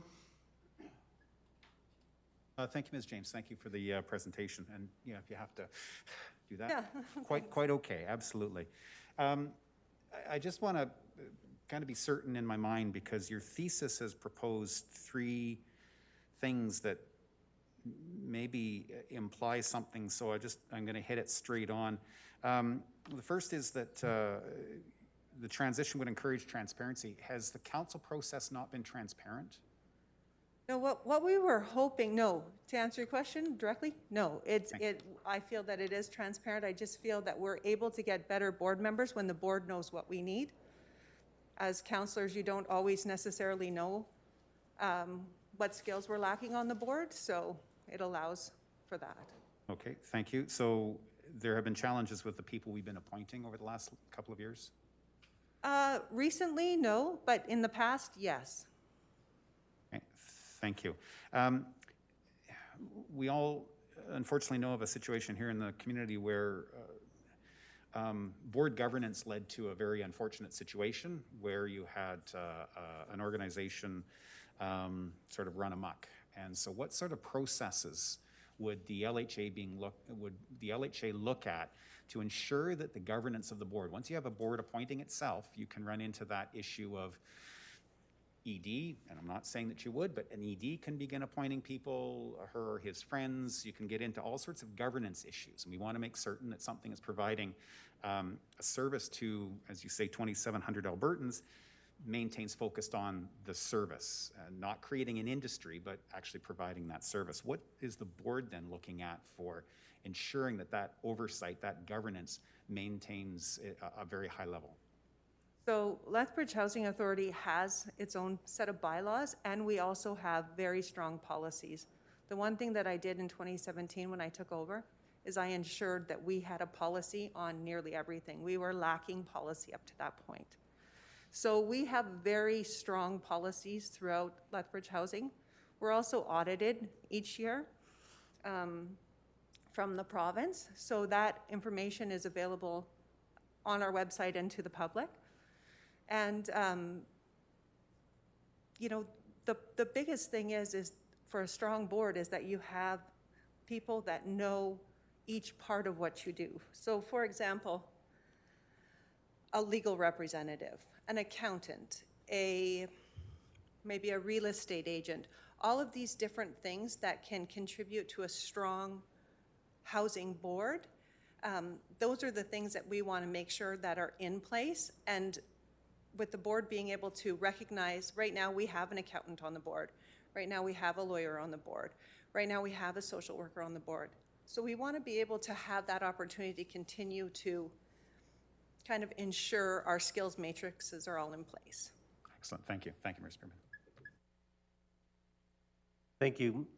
In the past, I've had the opportunity to interview some candidates for your board prior to the when you were a CEO. What I found disturbing, as one question I asked is why are you applying? And I was told by the applicants that they had been asked by the executive director of the organization to apply. Do you believe it's appropriate? And should there be something in your bylaws governing the executive director inviting candidates to apply? So no, I don't believe it's appropriate for the executive director to choose their own bosses. I feel like the board needs to be in charge of that. It has to be coming through the board. So similar to how the downtown BRZ is, right now, I'm also on that board. Right now, when we're recruiting for other members, we are actually actively as board members recruiting. Our executive director isn't recruiting, we're recruiting, going, what do we need for BRZ to be successful? So we could add to our bylaw to ensure that, I mean, we do have strong bylaws, and I provided you with our business plan when I brought that forward. But we would ensure that the board is the end-all be-all of deciding who's on the board. So you'd be prepared to amend your bylaws to include a proviso that board recruitment's the exclusive responsibility of the board? So I can't speak on behalf of the board, Mayor Spearman, but yes, I don't feel that that would be an unreasonable request in any way. Thank you. Councillor Carlson. Thank you, Mayor Spearman. Thank you, Ms. James, for the presentation. My question is fairly similar, I think, to Councillor Coffman and Mayor Spearman's. I've had lots of experience with different types of boards. One of the challenges I've found with self-perpetuating boards is that they can become insular and non-responsive to the needs of their constituents.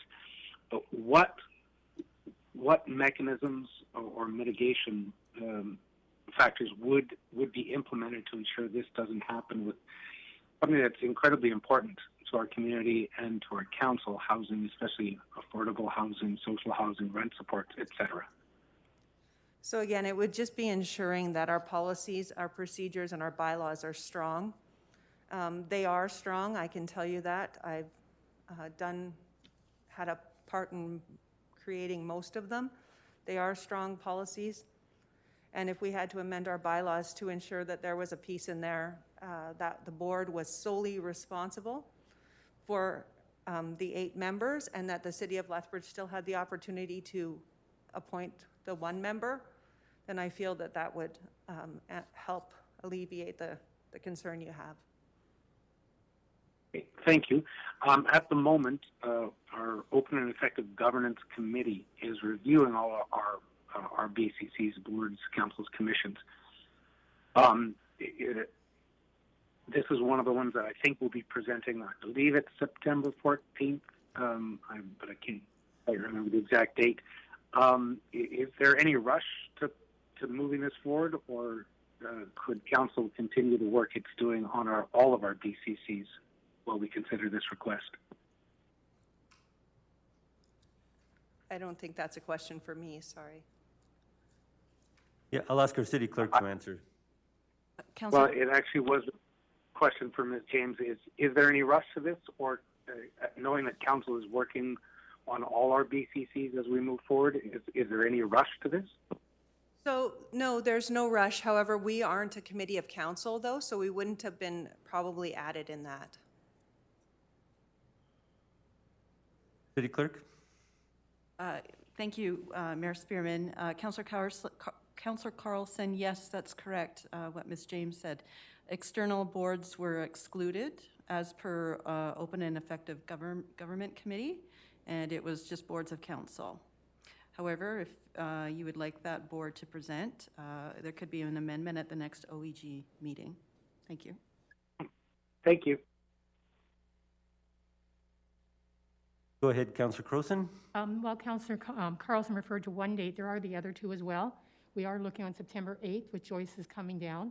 And on that date, we are looking at what appointments we're making for council members on various things, where we should be, where we shouldn't be, if we're going to SBCs. So there will be a fluid discussion among council members about this that we will be having already. So this will be discussed among council on the September 8th with Joyce in the room. So for clarification, if I could, maybe to members of the OEG, what's being requested here is a change to the ministerial order. The change in representation from council remains the same. How does that affect what we're discussing today? It can certainly be part of the entire conversation because we're looking at, if we change SPCs, what committee should we have is part of the discussion. That's the 21st discussion, which one should exist at all from our perspective. But on the 8th, we're looking at which ones we should be on and how they should be structured. So we can certainly include this as part of the conversation in a much more holistic and comprehensive manner than looking at one appointment by itself. Because this is what we're working on with the governance review. This is what OEG has been working on for the last 6 months. So the request is to change the ministerial order. Probably no other committee has that request. No, but we also have how we are with the Police Act, and which has its own act as well. We're looking at the Police Commission as well. We are looking at the Library Board, which has an act as well. So we are looking at things far beyond just all of our own committees under OEG. It is a comprehensive review that we're actually conducting.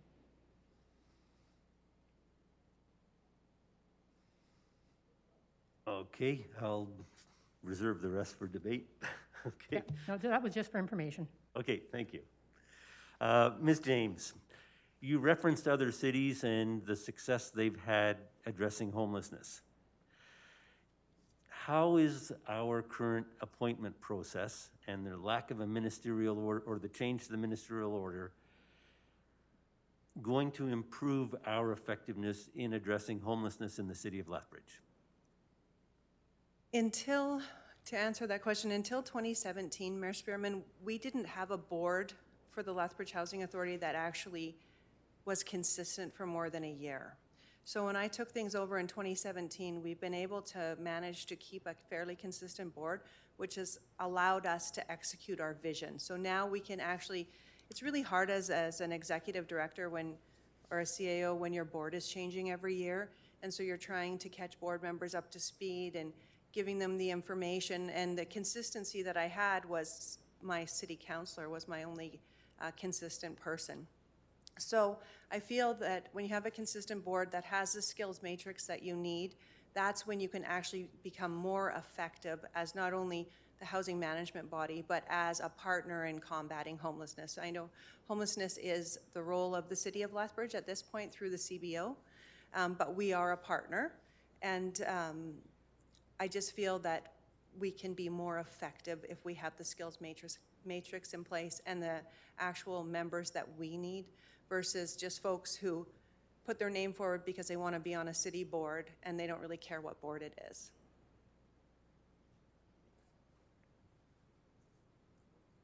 Hey, the city of Lethbridge approved a housing strategy last year. And I'm just struggling at this point who can answer the question, but you're a partner within that housing strategy, okay? And specifically within your business plan, are you assisting with, or are you independently applying for projects to support housing? I know in the past there was the London Road project. That there's been. Do you have specific projects that you are advancing? Are there a series of them? What numbers of citizens or clients could be accommodated? If how many projects do you have, and how many clients do you anticipate accommodating over and beyond what you do now? So we're working very closely with your Community Social Development Department to ensure that we are applying for projects that actually meet the needs based on your needs assessment and your community well-being assessment. So we're aligning ourselves with you in what we're asking for. We've currently asked for a project that we've been working very diligently with Marty Thompson on, and also speaking with land development. So we have been working very hard to ensure that our requests reflect what your needs assessment says, because that's the strength of having the city as a partner. The city is very, very good at getting that analytical part done, doing all of those needs assessments, doing all that research, and really, in some ways, on our behalf. So it strengthens our asks when we go to the province. So that's the way we've done it. We've got a request in right now for 64 senior self-contained cottages on some property. And if we are able to get that funding in place, we've already got seed money from the feds. So if we're able to get the province on board, we have money promised from the city of Lethbridge from the London Road project, of course. So then we have all three levels of government, and then we're able to start repurposing some of our high-rises that no longer work for seniors self-contained anymore, and actually start hitting that secondary need of social housing for 18 to 64-year-olds that require light care. So like a concierge type model is what we're looking at. So we're aligned with your strategies. Thank you. Okay, I see no further questions from council. So we move on to debate. I have a resolution from Councillor Higgin.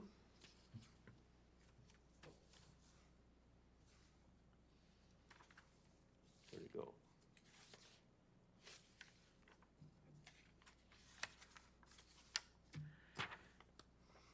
We'll ask our presenter to take a seat in the audience while we deal with the resolution. Thank you. Operational, nope, that's not it. 4.2.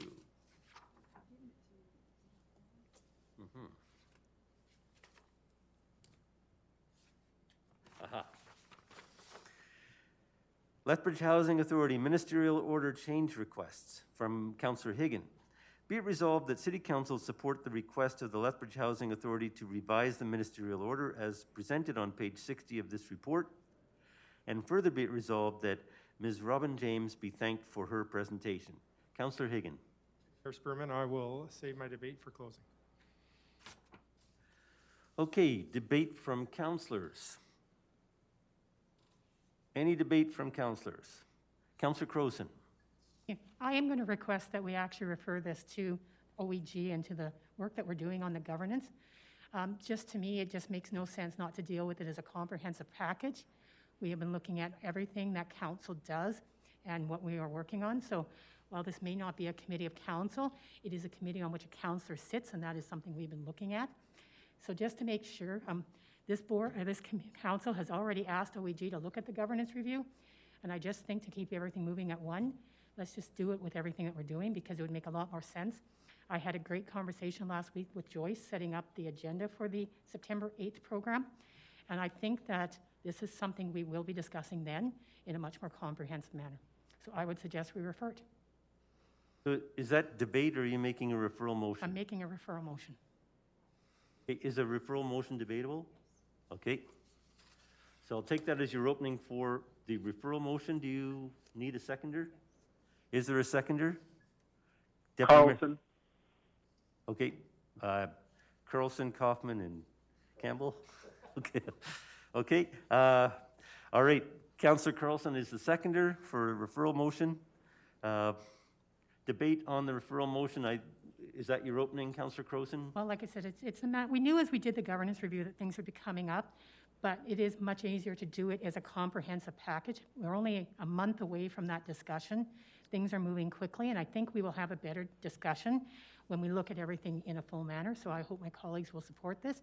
We've heard that a delay is not going to be a major issue, and I just think we'll make a better decision with all the information on the table. Okay. Deputy Mayor Coffman? Thank you, Mayor Spearman. Actually, just a question to the mover, if I may. Would we be inviting Ms. James and/or board representatives of Housing Authority to that meeting? The meeting is designed just for council, but we have their information from their presentation that would be used for making decisions. Okay. Because, of course, we have lots of committees who probably don't want us there. Okay. Thank you very much. Councillor Hagan? I think right now we are getting into micromanaging everything. We're trying to, as council, we know how busy we've been lately. We've been looking at different committees. This is not a committee of council. And so, I mean, I can go on and on. I'll leave it at that, as it's not a committee of council. We're trying to micromanage a group that is actually answers to the provincial government, not to the city of Lethbridge. For that reason, I will not be supporting this. Any further debate on the referral motion? I see none. I'll ask the mover to close. I could make some comment about bringing forward resolutions on things outside our jurisdiction, but I won't. I'll just call the question. Question's been called. All in favor of the referral motion? Opposed? 1, 2, 3. Councillor Carlson? In favor.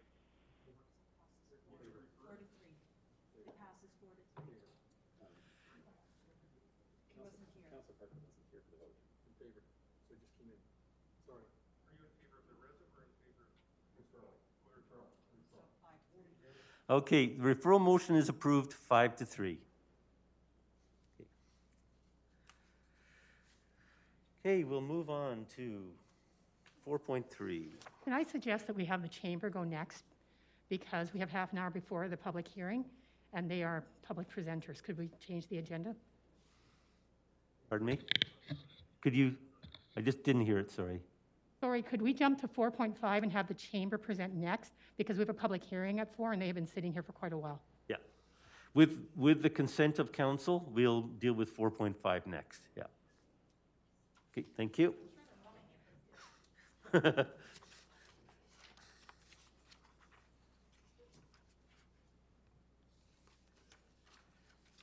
Good. So we'll invite Noreen Shatur Mohammed, Policy and Direct Communications Analyst, Lethbridge Chamber of Commerce, to speak to us about the economics of childcare. And I see Cindy DeVos is here as well. Welcome. Thank you very much for moving us in the agenda. I really appreciate that. And it's wonderful to see everyone today. Thank you very much for your time, as usual. The Lethbridge Chamber is here to present our recommendations as outlined in our policy titled The Economics of Childcare. Our experience with the Spanish influenza of 1919 holds wisdom for us today. As illness rates amongst Albertans rose, the more difficult it was for the economy to rebound. Today, we are seeing eerie parallels to the past pandemic when women and their children made more vulnerable by the public health crisis. That is why Alberta's swift response to COVID-19 has been so critical. As we move through the phases of relaunch, we can now look to longer-term economic recovery efforts. The Lethbridge Chamber believes a strong economic recovery strategy must focus on removing barriers to participation in the workforce. This means taking steps to ensure a robust childcare sector. Geez, it is hard on here, isn't it? The funding delivery of early childhood education and care in Canada represents a partnership with the various levels of government. The provinces retain the primary responsibility for funding and delivering of services, while the federal government plays a supporting role through transfers and covers a portion of service costs. The Lethbridge Chamber is encouraged by the steps taken by the federal and provincial governments to provide essential financing to the childcare sector as it reflects best practices for economic recovery. On June 5th, the Prime Minister announced a Safe Start transfer of $14 billion to be negotiated with the provinces and territories in key areas, including childcare. Provincially, the government of Alberta announced on May that it would offer up to $17.8 million in grants to childcare centres and approved family day homes through a three-phased approach as part of Alberta's relaunch strategy. The first phase would see facilities receive an immediate one-time grant to cover 25% of overhead costs like rent and utilities. After reopening, childcare centres could apply to receive a grant for cleaning and sanitation supplies as part of phase 2 of the approach. In the third phase, childcare centres could potentially receive a third grant to offset deferred bills and to address unforeseen operational issues. Most recently, on July 23rd, under a renegotiated bilateral agreement with the federal government, it was announced that the Alberta government would receive $45 million to assist in the delivery of affordable and accessible childcare. This investment will ensure tens of thousands of parents, especially women and single parents, that they could re-enter the workforce.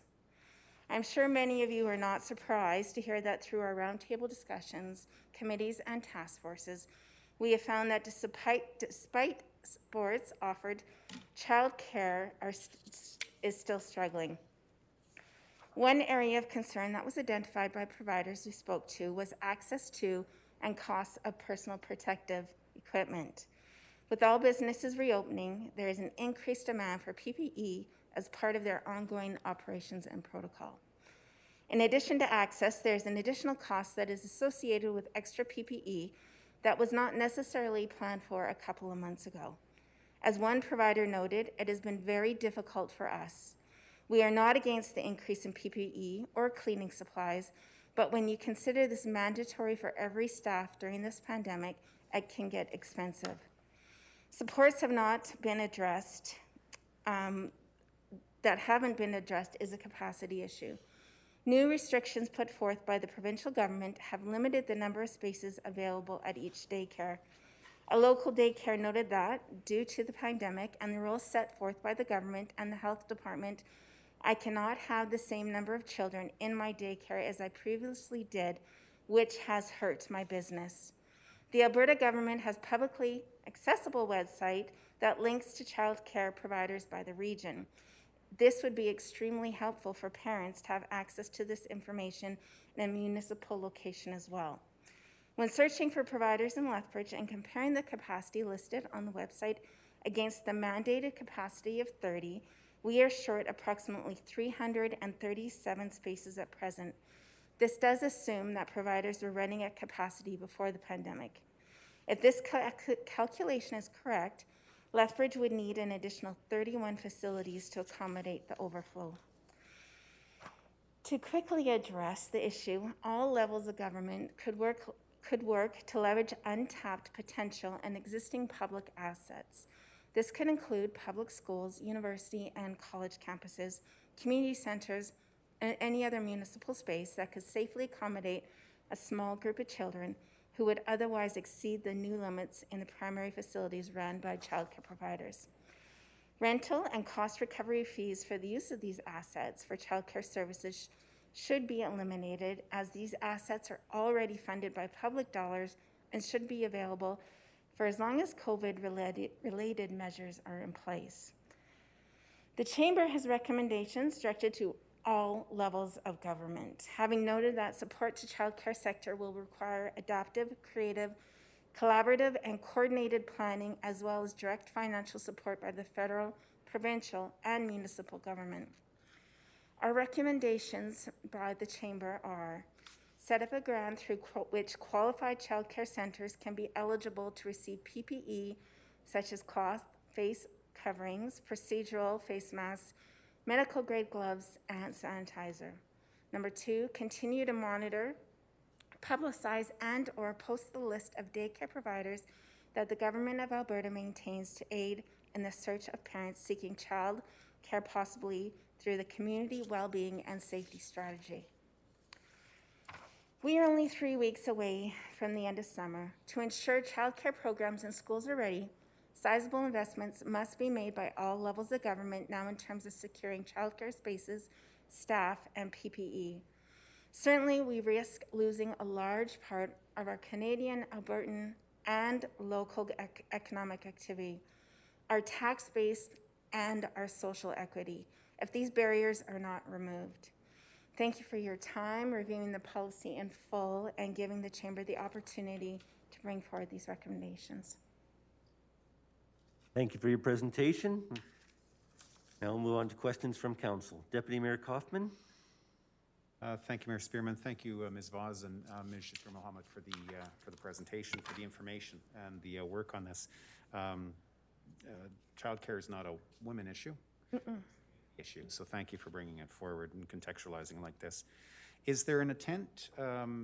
You've given us some criteria, certainly in Appendix B. Is there an intent to focus this on income? You know, we say we're all in this together. The reality is we're not. We're all situated differently. And there may be some people who have greater need based on family organization, based on the number of children, based on income, things of that nature. Is there an intent to focus it on that, or is it basically access equitable across the board?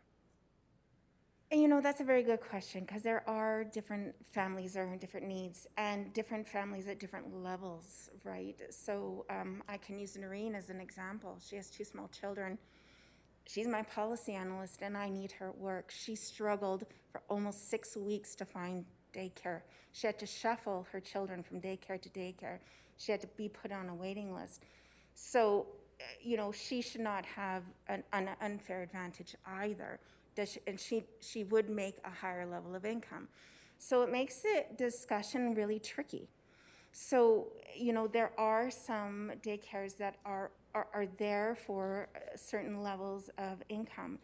And there was the new program that was put forth by Community Services on how do we get people into day programs and things like that. And it was all based on income. I think that's really, really important. And I think that could be used in daycares. On the other hand, we have private daycare providers, and where they're falling, there's gaps because they can only bring so many people in. They have to pay their staff, and not all the grants have been available for them. So a huge portion of the private sector is really suffering, and we are seeing a lot of them not being able to go back to that full capacity that they were beforehand. So I'd hate to see an inequality there between public versus private type childcare settings. Okay, thank you. Thank you for that. It helps that Noreen's kids are adorable, so that makes it easier. Yes. Would there be an increased need then for childcare workers if we were to move ahead with this model?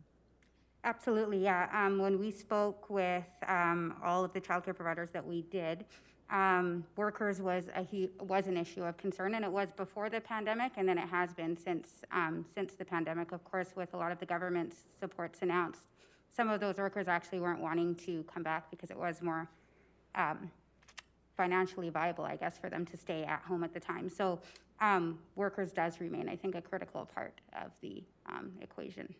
Okay, thank you. Final question, the city manager or designate. There would be an element or aspect of operationalization of this internally. Do we have the capacity to, I'm not sure if we're helping to administer, or are we the ones who, maybe just clarification, are you asking us to administer the city portion, or is it about passing it back to you or somebody else to administer the city component of it?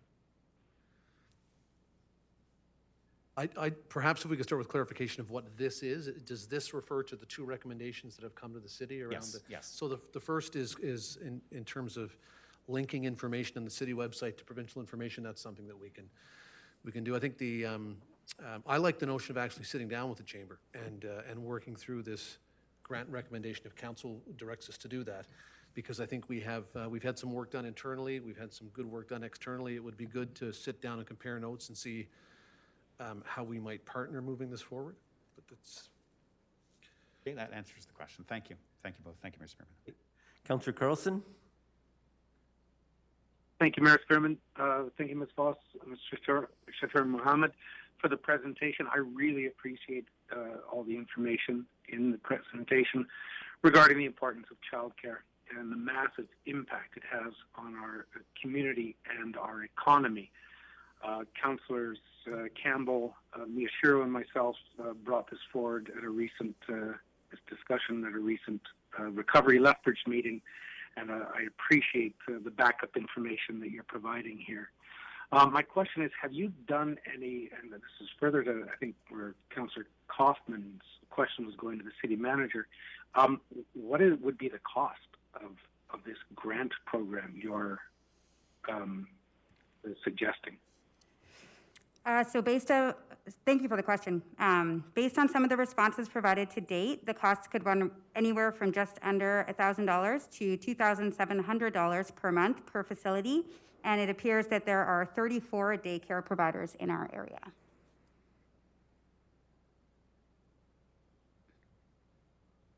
Oh, I'm sorry, I didn't quite do the math quick enough or write anything down. That you're looking at, I'm guessing, between a $70,000 and $100,000 a month grant. Is that my math correct? No. Well, I shouldn't say no. And I think that's where it would be great for us to sit down and have that further conversation, because in our conversations, there's some that say fall under the nonprofit umbrella who have been able to access grants. So, you know, they're fine with their PPE and their sanitation requirements. It's those that have fallen through the cracks that would need this help. And there'd have to be a strict guideline put into place, right? There would have to be some rules and an application process. So, you know, when you hear about that $1,000 a month, if $1,000 a month for even say, let's say 50%, and this could be short term because the province is stepping in and doing some things, but we're not at stage 3 yet. So until some of that happens, there isn't that flow of provincial money. Once that flow comes in, this won't be required. It's just that short-term fix. Thank you. Further to that, would it be more helpful, because I'm sure you're well aware, the municipality is not flush with cash at the moment. Would it be helpful for us to get on board with any advocacy work you're doing to either the province or the feds, who I know have put money forward, if they've missed filling all the gaps or the cracks, as you're saying? Could we be more effective reaching out to those other orders of government and saying, folks, you forgot about group XYZ. How do we fix that? Would that be helpful? Absolutely. Okay. I'll ask City Manager, did you want to provide clarification on Councillor Carlson's previous point? Thank you. Thank you, Your Worship. Yes, I'd just add that we've been working to try and understand the provincial grants, the federal money that has been earmarked for childcare, and I don't think what any of us have right now, or certainly we don't, is a good sense of where that gap might be. So, as mentioned, if the money is already there, it's dedicated, and it's going to arrive, but it's a matter of short term, that might be one type of problem. If there are folks that have slipped through the cracks and there are gaps, that's another type of problem. But we don't have a good sense yet, at least in the city staff, of what problem it is we're trying to solve. So I think it would be a really good step if we could sit down with the chamber and compare notes. And then see what the best way is to support this going forward. And I do think that to Councillor Carlson's question or recommendation, that advocacy is clearly a part of it. It's beyond that we're not quite clear what that looks like yet. Thank you. Mayor Spearman? Yes? Mayor Spearman, Carlson here. Just for clarity, if I can, through you, the city manager, because we don't really have any parameters or possible costs or funding sources for this, I was contemplating referring it back to Recovery Lethbridge. Are you contemplating more refer it to the city manager to do further work with the chamber? I'm suggesting that work with the chamber could be in support of Recovery Lethbridge. Okay, so if I do refer this back to Recovery Lethbridge, that would enable us to do the collaboration and further work on it, correct? Yes. Thank you. Councillor Miyashiro? Thank you, Mayor Spearman. Thank you very much for bringing this forward. As Councillor Carlson said, childcare isn't spoken about in economic terms enough, especially in relation to the COVID pandemic. And we have a group of community organizations that have been having this chat since March, Laurie. And we've been pretty adamant about the discussion about needing support for childcare in order for the economy to get back on its feet. In your background slides, I think it was the second one, and just some clarification, you spoke about $63 million worth of childcare dollars that were coming into Alberta. 45 million from the federal government and 17.8 from the province. Can you clarify what that money's for, and if that much money's coming through? Do you know if any money's come through yet? I'll let Noreen speak to that.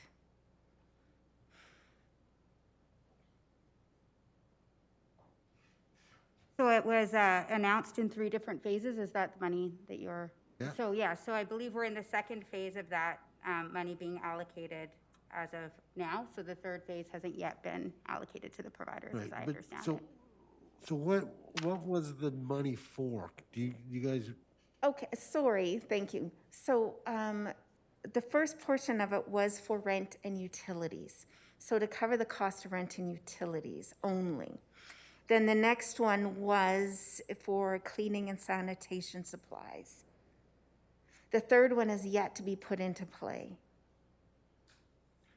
So it was kind of that phase report where we could get your rent utilities, either, most of them were all deferred, they weren't relieved, it was deferred, and then into the cleaning supplies.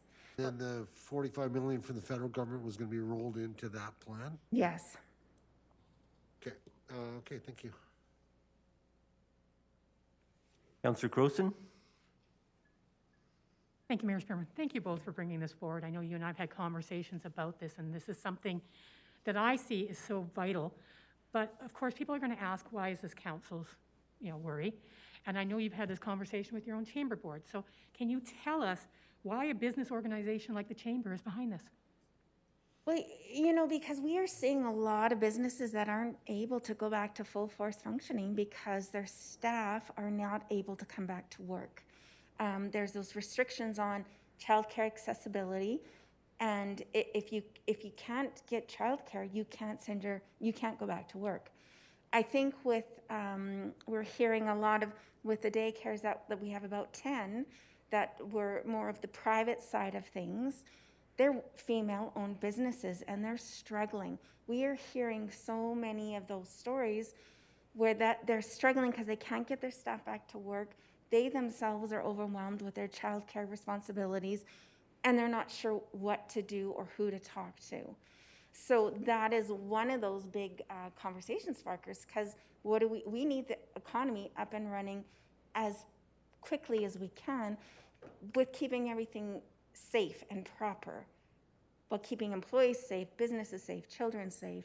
With September coming and the unknown of school, I think that's one thing that's really holding us back as well, because that accessibility of, the 6-year-olds to about the 12-year-olds, that is a huge portion of the population that can't get back to work right now. And we are going to see a huge gap in our potential, a generation gap of potential workers that we might lose from our workforce. Like, I couldn't imagine with Noreen gone. Like, it'd be very, very difficult. And that's one little example. And we are hearing hundreds of them. And this problem is compounded in Lethbridge. If the post-secondary students come back, we need every worker back into the workforce if we're going to keep Lethbridge going. Right. Thank you so much again for all your work on this. Okay, are there any further questions from council? I see none, so I'll ask our presenters to take a seat in the audience while we deal with the resolution. Thank you for your time today. I have a resolution from Councillor Carlson, Economics of Childcare. Be it resolved that City Council receive the report for information, and further be it resolved that Noreen Chatter Mohammed be thanked for her presentation, and Cindy DeVos, and be it resolved that the following clauses be referred to the Recovery Lethbridge Committee of Council for discussion and recommendations to return to Council no later than October 5th, 2020. 1.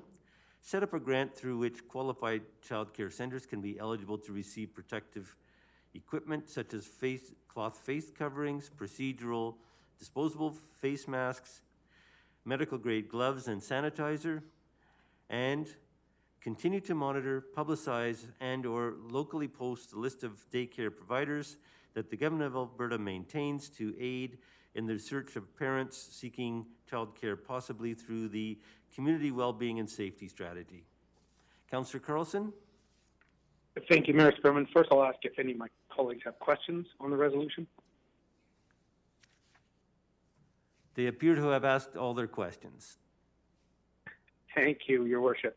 Thank you both again for the presentation. Hope my colleagues will support this as we did discuss the community, social, and well-being leg of our recovery committee has been talking about this and have brought some information, some recommendations forward to the full committee. I think this report will help strengthen those discussions we're having and hopefully clarify for those members of our colleagues that weren't clear about the impacts of child care on our community and the economy. But before we proceed with any proposed granting process, I think it's incumbent on us to have the fuller discussion on what the costs could or could possibly be and where we would find the dollars to fund that. So this is just asking for a little bit of time to discuss it and debate it and try and find workable solutions. The city manager said that it's a good idea to sit down and chat with the chamber about this a bit more, flesh it out. So I just ask for my colleagues' support. The October 5th is a far out date. I'm trusting that this could come back much speedier. Okay, any debate from councillors? I see none. I took that as your opening. And I'll call for the vote. Question's been called. All in favor? Any opposed? Okay, that is unanimous. With that, we will convene at this point to the public hearing.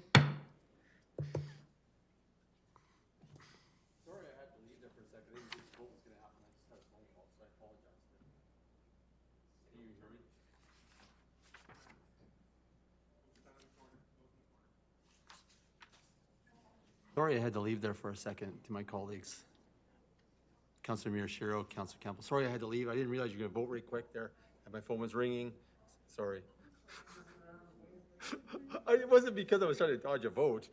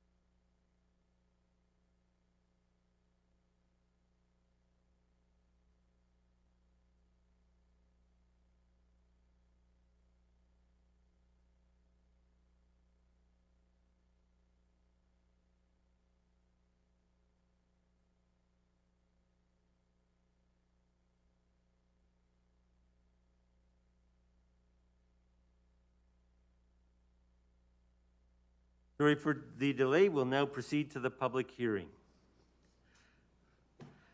I call to order the public hearing for bylaw 6225, Land Use Bylaw Amendment re 710 Lillian Parry Place North, 711 Lillian Parry Place North, 967 40th Avenue North, 971 40th Avenue North, 975 40th Avenue North, 979 40th Avenue North, 983 40th Avenue North, Legacy Ridge 3.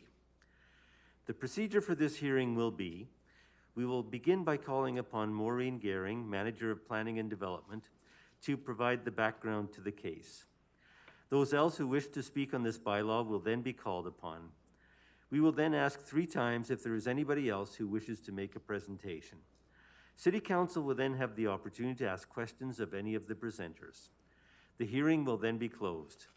Consideration of second and third reading will be made by City Council immediately following the public hearing.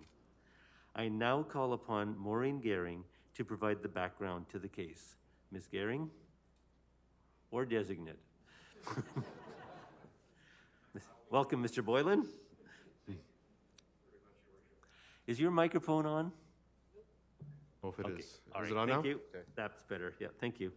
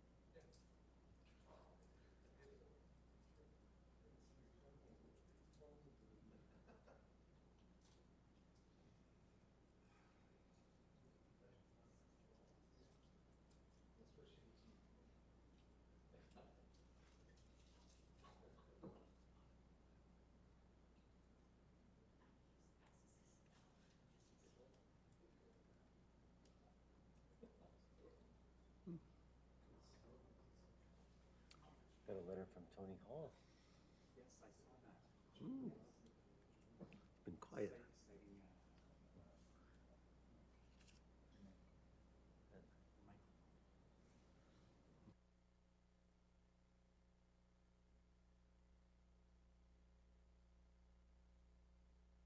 Mayor Spearman, Councillor Carlson here. Welcome. Are you up to date? Did you hear the presentation? I have not heard anything since you asked Mr. Boylan to turn his mic on. Yeah, we have a technical delay. We're just waiting for the presentation to appear on the screen. No worries. If it helps, I had to download the agenda packet. Find it.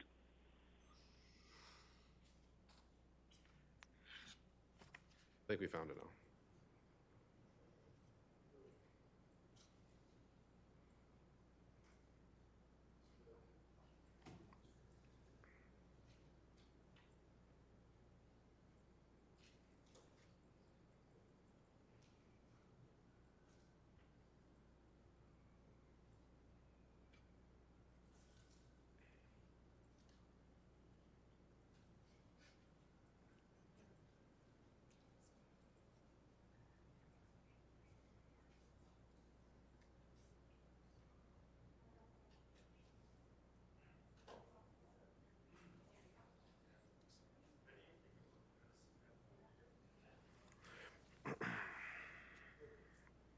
All right, I think we're ready to go.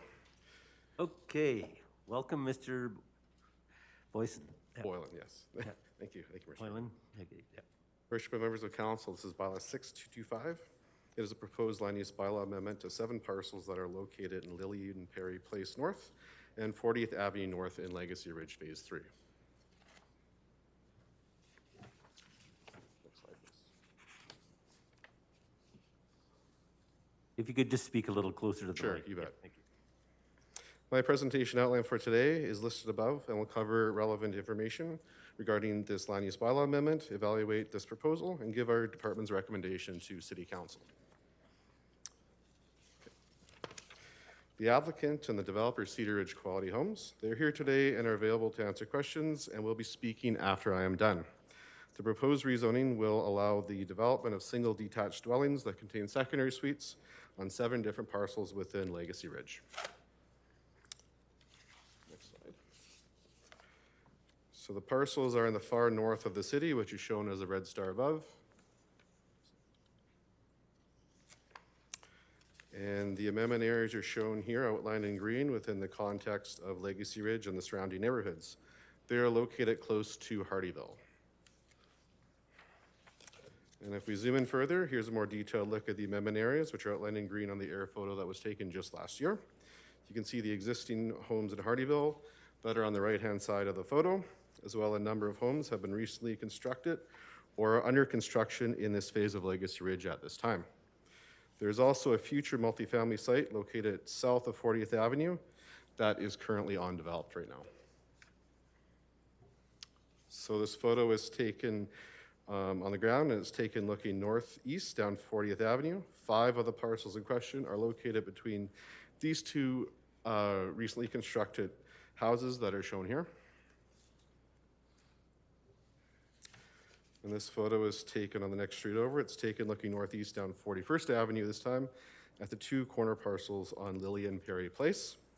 One of these will be next to the existing house on the left of the image, and the other will be located on the opposite side or the opposite corner of Lily and Perry Place. So listed here are the relevant planning documents to this proposed rezoning. This demonstrates previous planning work that has been done to date and how the proposed rezoning needs to comply with the overarching planning documents. So the red arrow here corresponds to the amendment area, which was originally shown as low density residential in the original approved Hardyville, Legacy Ridge, and Uplands ASP from the early 2000s. However, this ASP was amended in 2013, and it removed the planned land use concepts for Legacy Ridge and Uplands, as these areas had been zoned already and were developed or undergoing development at this time and had outline plans in place.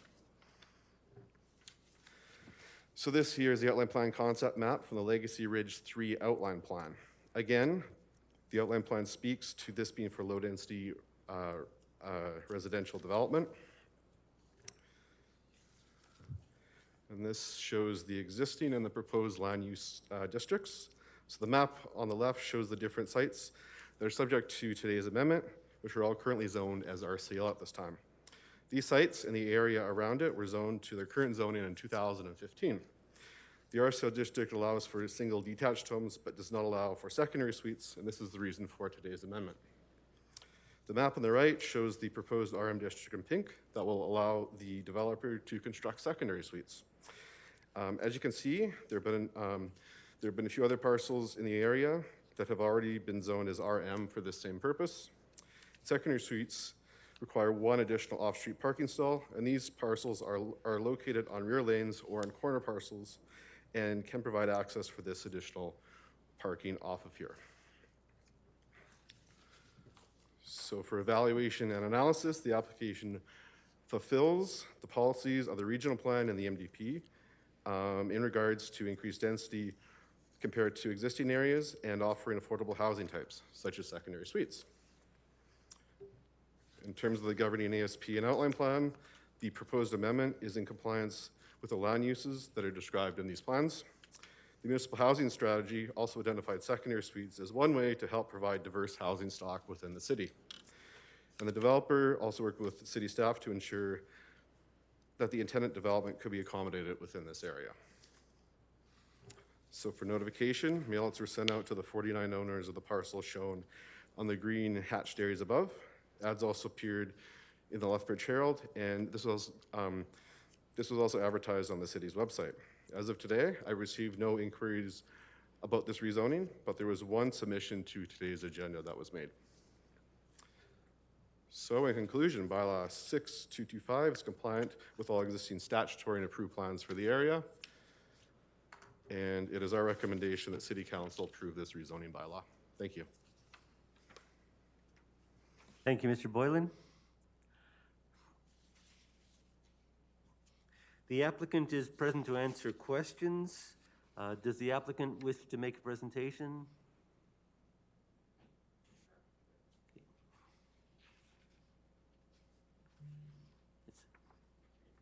Worship, members of council, good to be back here. Glad to see everyone's keeping safe and doing well. Sorry, Lonnie Hoy with Cedar Ridge Homes, sorry, Ryan. I won't run the whole gamut. I've been up here a few times talking about Sweeter Homes, and I think we've kind of beat that to death. We've talked about it quite a bit. So just a couple of things. These lots were sitting empty here for, I think, about 3 or 4 years. Some of them are owned by Melcor Developments, a couple of them that I owned. And we kind of looked at it, and I sat down with them and tried to pick out the best lots that we thought would work the best for this. Hasn't been a lot of movement up there. We still have a lot of need for this type of housing, and we figured these ones would kind of work the best. They back to Hardyville on the one side there. There's a lot of multifamily around there, and it's kind of a good buffer to some of the single-family houses that we're building up there as well. So I'll just make that comment, and also just wanted to say thank you. I read actually the recommendations in for the municipal housing strategy from council last week there. And I just wanted to thank you guys for putting that together, because it's hugely useful to us as builders to get that information. I think I read through it about 2 or 3 times. And if you don't hear it from anybody else from us in the building community, I just wanted to say how appreciative we are for having that. It helps us a lot. So, and I'm here for any questions. So that's about it. Thank you very much. Is there any member of the public that wishes to make a presentation on this matter? For the second time, is there any member of the public that wishes to make a presentation on this matter? For the third and final time, is there any member of the public that wishes to make a presentation on this matter? I see none, so it's now time for council to ask questions of any of the presenters. Deputy Mayor Coffman. Thank you, Mayor Spearman. Not certain where to direct this. Just curious as to the other 2 RM rezonings. Mr. Hoy, are those yours as well?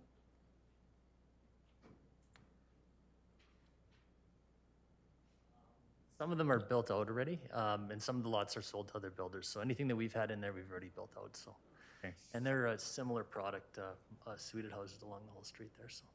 Excellent. Okay, thank you. Mr. Boylan, do you have numbers then as to what we've got in terms of suited properties in that area?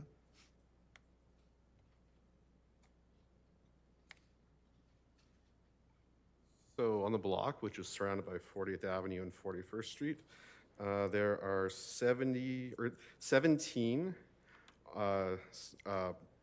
parcel zoned RM, which secondary suites can occur on. Right now, I believe there's one constructed dwelling unit on 40th Avenue that is that has a secondary suite in it. There's only two houses on the block though so far, and then behind it, I don't think there's any on that other block behind it there. Okay, thank you. We received a letter from Mr. and Mrs. Spitzig. Of course, parking is the big thing to be addressed. Again, I don't know if it's you, Mr. Boylan, or maybe Mr. Hoy, in terms of addressing the ongoing parking questions or concerns. Perhaps first, if you don't mind, Mr. Boylan, then Mr. Hoy, in terms of mitigation factors. Sure. So parcels containing secondary suites, they're required to have 3 off-street parking stalls. Single detached dwellings on their own without secondary suites are only required to have 2 off-street parking stalls, which seems to help. Thank you, but if the home is built as a single family, then converted, is, the requirement is still to create that extra spot? It's still 3, yes. Provided Correct. there's an application. Okay, thank you.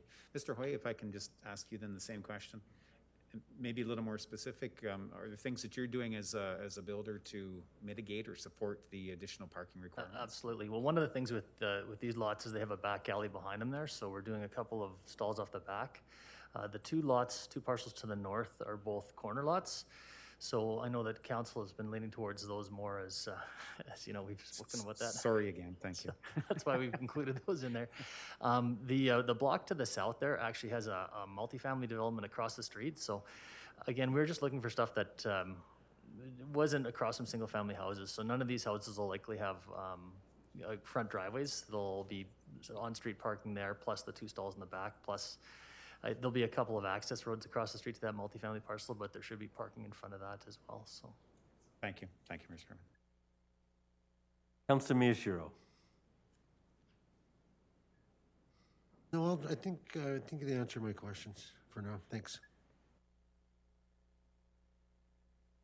Are there any further questions from council?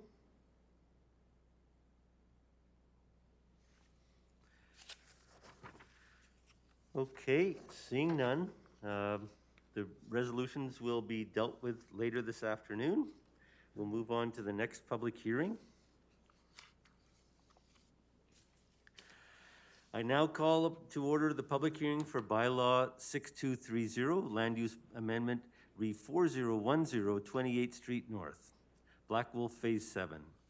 The procedure for this hearing will be, we will be calling upon Maureen Gehring, Manager of Planning and Development, to provide the background to the case. Those else who wish to speak to this bylaw will then be called upon. We will then ask 3 times if there is anybody else who wishes to make a presentation. City Council will then have the opportunity to ask questions of any of the presenters.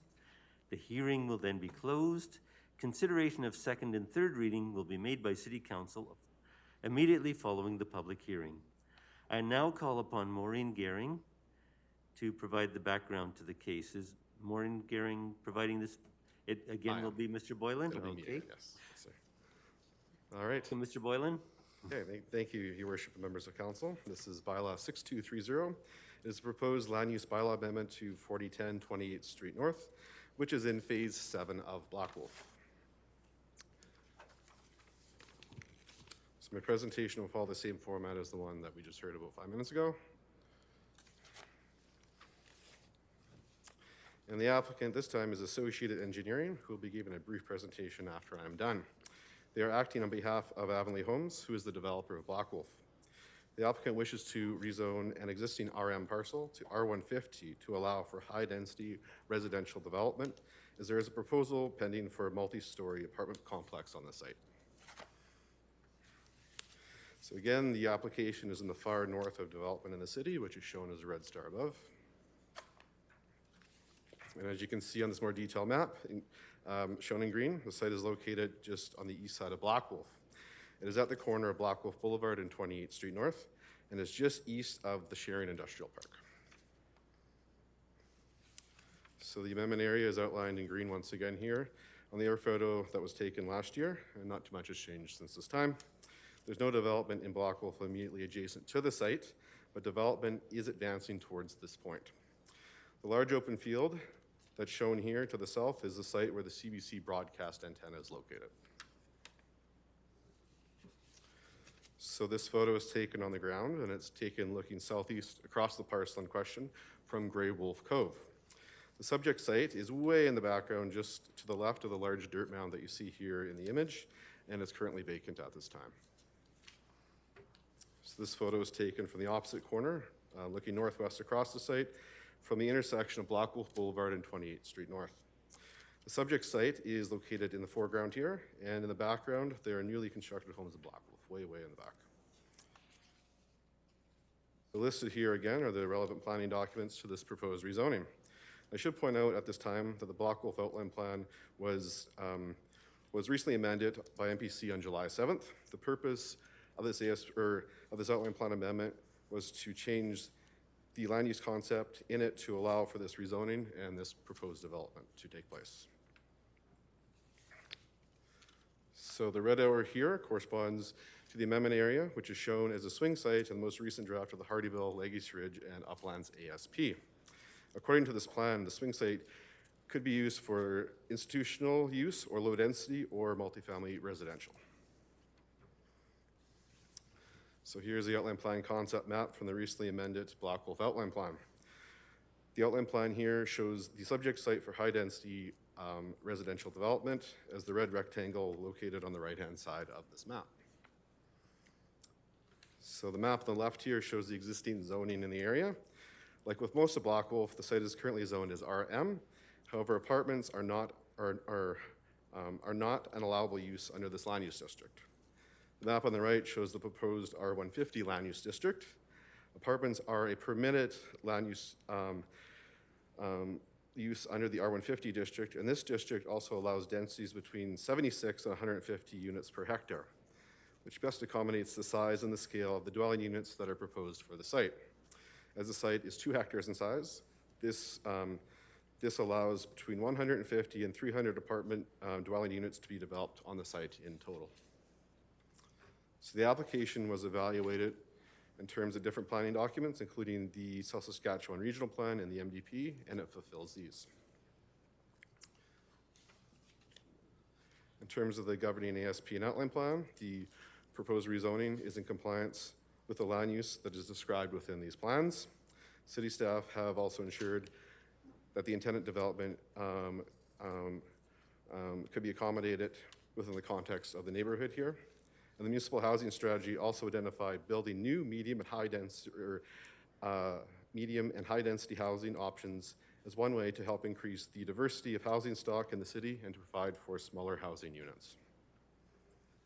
So for notification, mailouts are sent to the owners of the parcels in the green hatched area shown above, and these were the same people that were notified of the outline plan amendment as well. Ads also appeared in the Lethbridge Herald and on the city's website. And the applicant also conducted public consultation as part of the outline plan amendment process, and I've received no inquiries from the public at this time. So in conclusion, Bylaw 6230 is compliant with all existing statutory and approved plans for the area, and it's our recommendation that City Council approve this rezoning bylaw. Thank you. Thank you, Mr. Boylan. I think it was mentioned that the applicant is present and would like to make a presentation. You have 5 minutes to make a presentation. Please introduce yourself. Hello, I'm Adam McDonald. I'm Senior Engineer with Associate Engineering at Lethbridge and representing Avonlea Homes. Thank you. So we are representing Avonlea Homes in this rezoning. We're asking for a zoning change to a site located at the northwest corner of 28th Street North and Black Wolf Boulevard. The site itself will change, as Tyson mentioned, from RM to R150 to support a multifamily development. Why? The intention is to support that multifamily housing in the Black Wolf neighborhood and to create more choice in housing in North Lethbridge. We feel that the site is ideal for this simply because of its location and the transition between the commercial industrial uses in the sharing industrial park through to this multifamily site and then into single family residential and the park spaces that are adjacent. The site itself is in proximity to higher order roadways to allow for better access. 28th Street South North is an industrial or arterial roadway servicing Black Wolf and the industrial park. Black Wolf Boulevard is a major collector roadway that will have a future transit stop. The location of this site at the perimeter of the development minimizes the impact to traffic in interior areas of the neighborhood.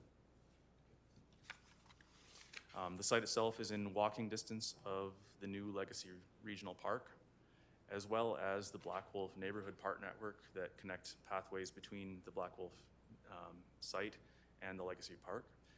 That also includes the Grey Wolf Park that is currently under construction. During the outline plan process, the impact to water, sanitary, and stormwater management systems were assessed, including future development to the south in the CBC sites, and it was all found to be within, to provide enough capacity to intensify this development. With that, I'll thank you for your consideration, and I'm available to answer any questions. Thank you.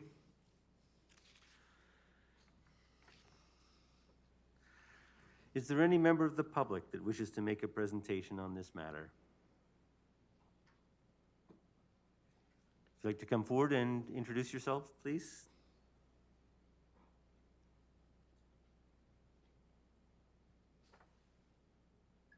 My name is Marvin Cross. I have no presentation. I just want to speak out as a part of the public. I live across that area. I don't know, it got mentioned that they said what is this? They Notified? send out notice. I don't know. There's 3 houses live in that area. And there's only 2 houses got notice about that change. And I don't know. But you didn't receive a notice? I did get the notice, but one of my neighbor didn't get that. But that's one lie, okay? But I don't know. I just want to speak out. Okay, but he's not here to complain or mention that No. he didn't get the notice. Okay. I was waiting for him, but he's supposed to show up. But secondly, if you want get some audience, I think a better timing is a good thing to consider. I think because most of the people are working around 4 o'clock too. I know it's, I don't know. I'm just speaking out myself here. So I think I just bought my house there. I can see my house when they show up the picture.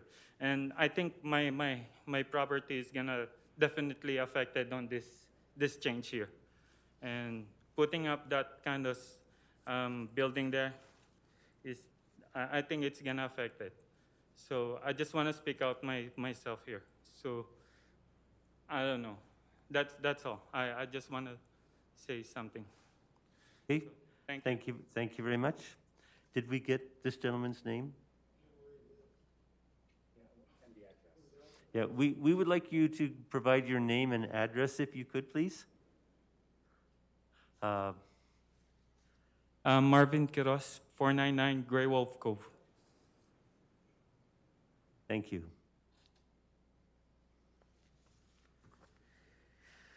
Okay, it's now time for council to ask questions of the presenters. So starting with Councillor Carlson.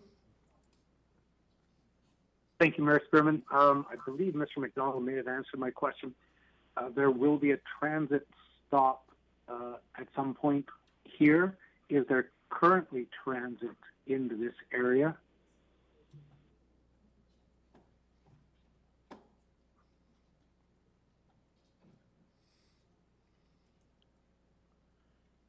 Mayor Spearman to Alderman Carlson, from what I know, there is a future stop. I don't know where the current transit stops are. Thank you. Maybe I'll ask our administration if we know. Is transit currently being provided into Black Wolf?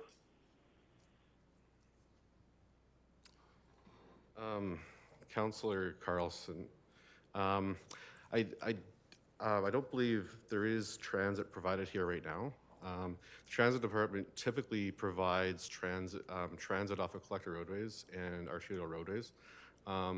This is located at the intersection of Black Wolf Boulevard, which is a collector roadway, and 28th Street North, which is an arterial roadway. So I would expect there would be transit provided near this site. Okay, thank you. But we don't know where the nearest transit stop is at present. I don't know offhand myself. Okay, thank you. Acting Mayor Parker. My question was to that gentleman, is he still here or did he leave? Okay. believe he left. Just so I understand, his concern, he just didn't like the development. He didn't give more details. He just didn't think the size of the development was too dense. That's all I took from that. Okay, I thought he was behind you, Mr. Bowen, so I guess he's gone. Okay. I believe he lived on Grey Wolf. Yeah, I knew. I just was trying to understand his concern. His first concern was the timing of the meeting, and then the second one was the notification process. But yeah, I was just trying to dig a little deeper into regards to his concern regarding the development. But he's gone, so it's irrelevant. Thank you.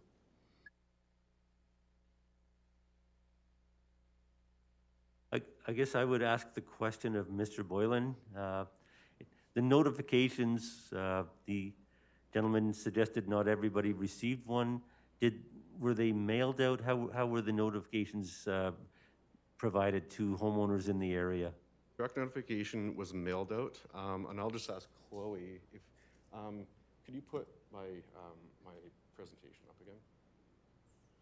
And there's a map on my presentation that shows who got notified. Now the circulation area it gets sent to is 60 meters. 60 meters in the land use bylaw. I typically send it out beyond this to 100 meters, and in this case, it was even further because it went to every single parcel that was notified in the outline plan amendment as well too. So the 100-meter setback is that kind of light green bubble, and the hatched areas, which are the lined green areas, that's all the parcels that were notified of this. And for addresses, we send out addresses.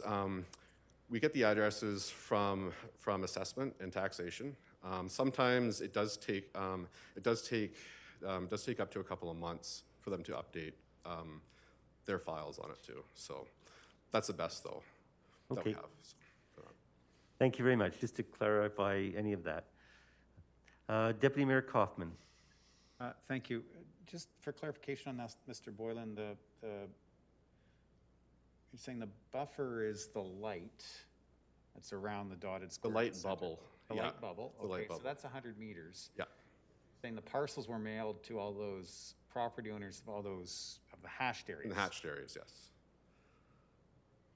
Okay. You've skipped a couple of places in order to send things, and I'm just wondering what motivates that skip. If you look at Terrace North, even elements of Links Road, I mean, it just so theoretically yeah. it should be a much larger concentric circle if you're sending things out, but it just looks like you've jumped some things. So some of these parcels are fairly small, and some of them are comparatively large. Like the parcel or the furthest north parcel is about a half a quarter section of or a half section of land. So it's fairly large. There's numerous unsubdivided parcels in here too, and they kind of take on strange alignments and things like that in there. So it's possible you might have a parcel touching it or like very close to it, but that also extends all the way around as well too. Okay, thank you. Is Grey Wolf Cove, is that the cul-de-sac and to the northwest of the property? Is that where Grey Wolf Cove is? Yes, I believe it's that one. It's that one cul-de-sac that's just to the north, northwest of the site. Okay, so chances are the property he's referring to is the corner lot. It might be one of those ones. Doesn't yeah. look like it's been hashtagged. Yeah. Thank you. Question the city manager designate, do we have the underground infrastructure capacity for this, or are we going to have to go back in? I know that when we were deliberating rezoning many years ago on the west side, there was talk about the infrastructure put in place could handle it. I'm just wanting to make sure this was originally not zoned R150. So do we have the infrastructure capacity to deal with this, or are we going back in to make adjustments?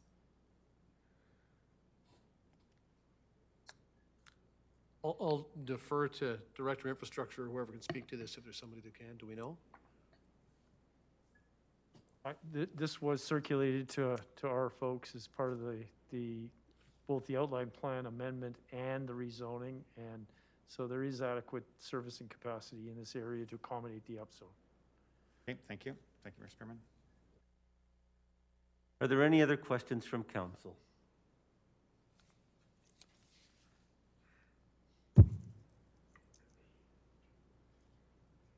Hearing none, I now declare the public hearing closed. This matter may be decided later this afternoon following the public hearing.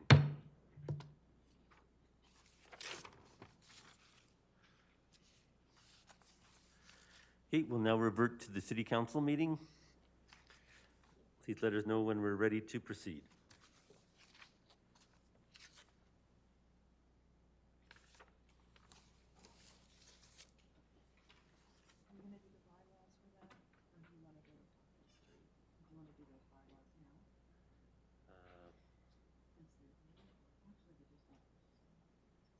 Percentages have all left, doesn't matter.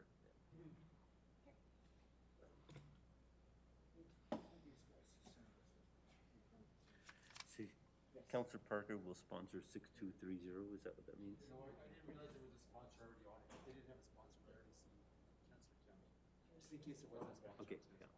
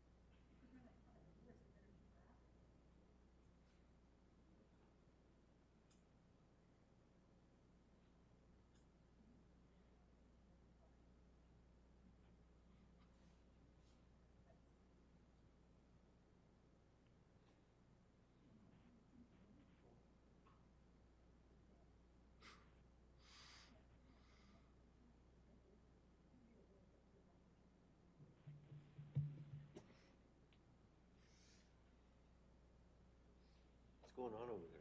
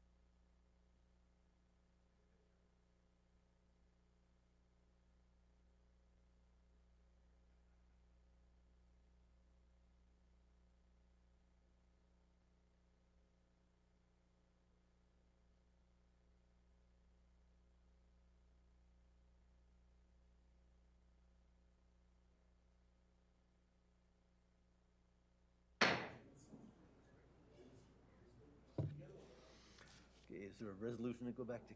Okay. Those that I gave you. Oh, to go back, sorry. Yeah. Mhm. Sorry. Okay, I now have a resolution from Councillor Higgin. Be it resolved that we now reconvene to the regular meeting of City Council. Question. Question's been called. All in favor? Any opposed? There are none.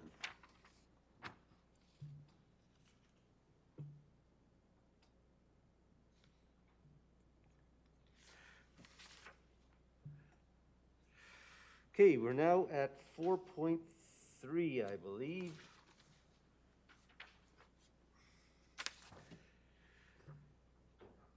We have a resolution from Deputy Mayor Coffman, Operational Review Implementation Plan. Did the city manager want to make a presentation at this point? If I might just quickly, Your Worship, remind everybody about the two plans that are on the agenda here. The first is the Operational Review Implementation Plan. And the purpose of presenting this plan today is to seek council approval to go forward and implement that plan. And the aim of the plan is recognizing that we now have north of 80 individual recommendations on the operational review or from the operational review process, is to enable us to prioritize those recommendations, assign resources to those recommendations or opportunities that are of a higher priority, and also enhance reporting and accountability, or transparency rather, both to council and to the public. And the last thing I would mention, that this plan will evolve over time. And as we encounter challenges or opportunities with implementing individual recommendations, or we receive additional guidance from council, we'll update the plan and we'll move forward. But we thought it was important to put all of this work into one plan so that we're all speaking off the same sheet of music. Are there questions from council? I've had this presented previously. I see no questions. So I'll move forward with the resolution. From Deputy Mayor Coffman, Operational Review Implementation Plan, be it resolved that City Council approve the Operational Review Implementation Plan as presented in Attachment 1, and further be it resolved that the City Manager be thanked for his presentation. Councillor Coffman. Thank you, Mayor Spearman. Yes, on behalf of council, I'd like to thank the CAO and his staff for the work on this. As stated, of course, this makes it a very transparent, a very followable process, so members of council can understand at a very quick glance where we are in the operational reviews. These reviews have the potential of translating into a significant amount of savings for the organization and therefore for our taxpayers. So onward and upward as this process continues, and I know that City Council is looking forward to some of the recommendations coming forward, as well as a report back on the actionable items that are occurring within administration. If there's no debate, I'll call the question. Okay, any debate? Question's been called. All in favor? Any opposed? I see none. So now we'll move on to 4.4. Council Work Plan. A resolution for 4.4.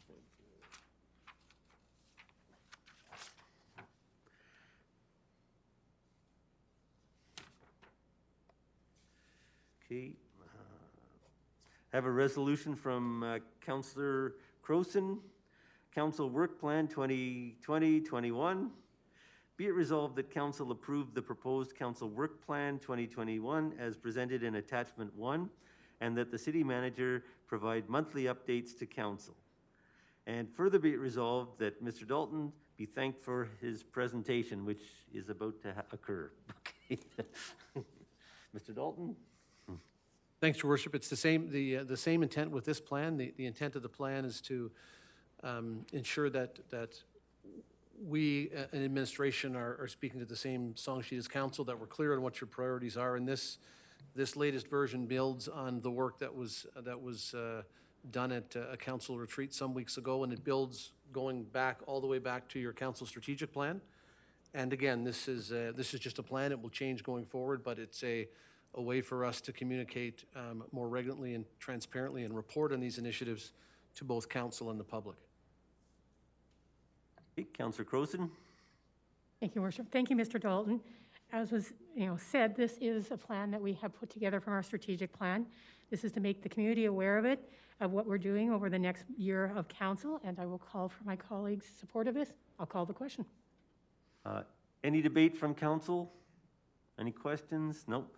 Okay, question's been called. All in favor? Any opposed? There are none. Thank you. At this moment, can I respectfully request we jump to 5.2? That way Ms. Harrison's one is up and she can go home afterwards, and I'll still be here. Okay. All right, we'll move to submission 5.2 unless there are objections from council. Okay, moved by Councillor Coffman, temporary changes to policy CC 56, fee assistance policy, that council approve the temporary amendments to policy CC 56, fee assistance policy as presented in the attachment.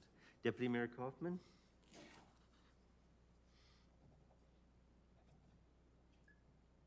Thank you, Mayor Spearman. As part of the Economic Recovery Lethbridge Subcommittee on Sustainability, one of the things that we undertook was to call upon our city staff to find out what they are doing within their budgets to help support the community through certain initiatives. Ms. Harassim actually came and presented to us on behalf of Recreation Culture. And in her presentation, she identified that one of the things that they were looking at was some of the changes, the way that some of the changes have been affecting eligibility criteria, such as CERB. What is being, the challenge that she was finding is with programs being offline, the applications, of course, were not occurring. So now that some of the application processes, some of the things are back online, people are starting to apply, but within her budget, she has a pocket of funds that actually could be reallocated or redistributed in a different manner. What was identified during that meeting was actually the reality that it does require a policy change to policy CC 56.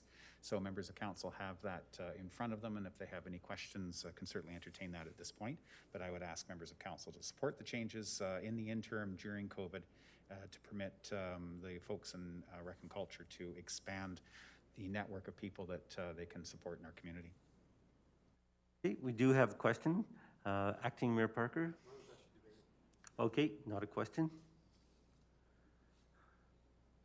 Okay, any questions from council? I see none. We will move on to debate. Debate is opened. So Councillor Acting Mayor Parker. Thank you very much. I just wanted to thank the committee, the subcommittee of economic recovery. I do believe Councillor Coffman, you are the chair of that. And it's good to see some action items coming out of these committees. It shows you that all this time and effort is well worth it. And I think this is a very worthy program. And I want to thank the committee and thank Ms. Harassment for putting it together for us as well. So I will for sure be supporting this. Thank you. Councillor Miyashiro. Thank you, Mr. Spearman. I just want to echo what Councillor Parker just said. Thank you for bringing this up, and thank you for Ms. Harrison for pulling the information together for council. I will fully support this. Thank you. See no other councillors in the queue for debate. I'll ask Councillor Coffman to close. Thank you, Mayor Spearman. Thank you to my colleagues. And yes, kudos to all of our staff that have been looking at how COVID has been impacting the people that they serve, whether it be in Rec and Culture, it can be in planning, it can be in facilities. And our staff have actually been diving deep to make certain that they are continuing to provide service as needed, or to shift to transition within their budgets, within their parameters, their policies, to help support the community in any way that they can. So we were very pleased to have the presentation from these leaders within the city organization, and are very happy to see the work that they've been doing, and call for council support on this particular policy change. Thank you. Question has been called. All in favor? Are any opposed? I hear none. It's unanimous. Thank you. Now go to 5.1. Have a resolution from Councillor Carlson, parking in the downtown. Be it received that City Council received this report for information. Councillor Carlson. Thank you, Worship. This is for information, as you said, not only for us, but for the public as well, because it will impact them at the same time. And this is related to parking in the downtown. So just to give the background, sorry, there's a bit of a strange loop here. This came forward from the Economic Working Group based on recommendations from the community, went to the larger Recovery Committee, then Council. Then Council referred it back to the Recovery Committee, who received information from admin, who are now bringing it back to Council to close the loop. So in case people have been following along, it's been a fun little, and now we're going to park it. And we are actually recommending no action at this time, which means for the public, parking will be enforced in the downtown again effective September 1st. And this is just for going back to regular parking in the downtown. One of the things we're aware is other communities who also temporarily paused their enforcement during COVID have brought it back. Warning tickets will initially be sent out over the last 2 months, or 2 weeks of August, so people are aware. But from council's perspective, no action will be taken because this has always been at an operational level. And so I'm sharing this with my colleagues for information so you can share it with the public so that hopefully people will start paying again by September 1st and not get tickets, and just so that people are aware. So unless there's questions or any debate on this, I will call for the question. There are people in the queue, starting with Deputy Mayor Coffman. Thank you, Mayor Spearman. It's parking, so there will be questions. And you can give them to Mr. Hawkins because he tells it better than I do. To the city manager or designate, certainly that is short-term. Are there any long-term plans then in terms of further enforcement a little further out that we're looking at right now?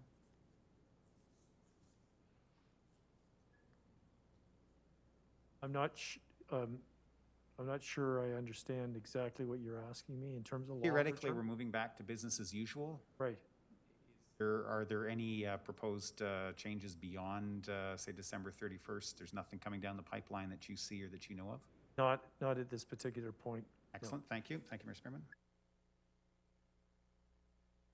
Councillor Parker? Mine's debate. Mine's debate. Debate?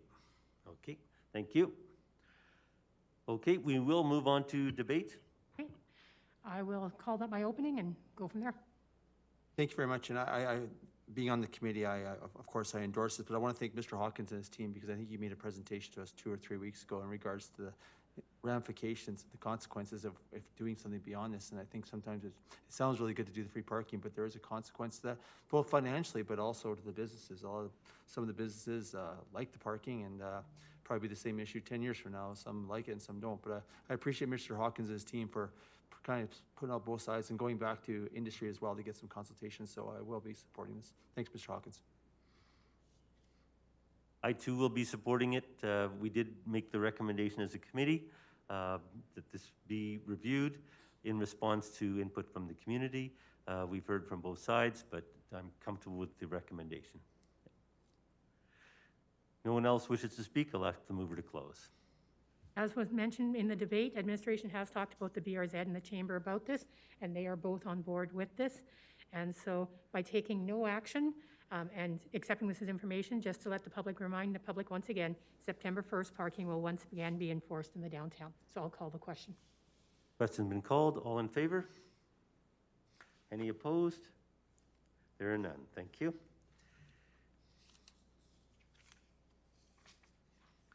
Okay, 5.3. Continuation of engagement and advocacy support. Report back from Open and Effective Government Committee from Councillor Carlson.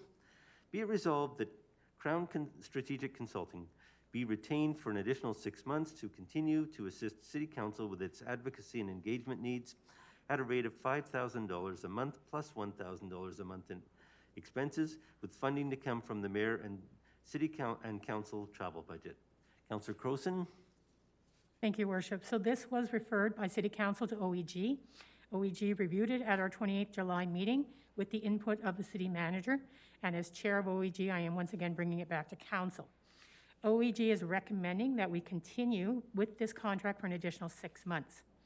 One of the discussions we had at OEG, and one of the things we know, is that many other communities our size have a full-time staff who performs this function, and so this is often at the administrative level and then supporting council. So OEG asked City Manager Dalton to provide an overview of what assistance, work, and expertise has been provided by this contract over the first 6 months, and that has been attached in Attachment 3. OEG, as I said, supported the continuation of this contract. We don't want to go into the much larger expense of a full-time staff, but it was felt that the expertise provided balances and complements the skills that our administration have and that council requires at this time. And that's what people need to realize. Engagement and advocacy happens at both the 2 levels. At the admin operational level, which this is, if we had this as a position, we'd be getting this assistance from city staff.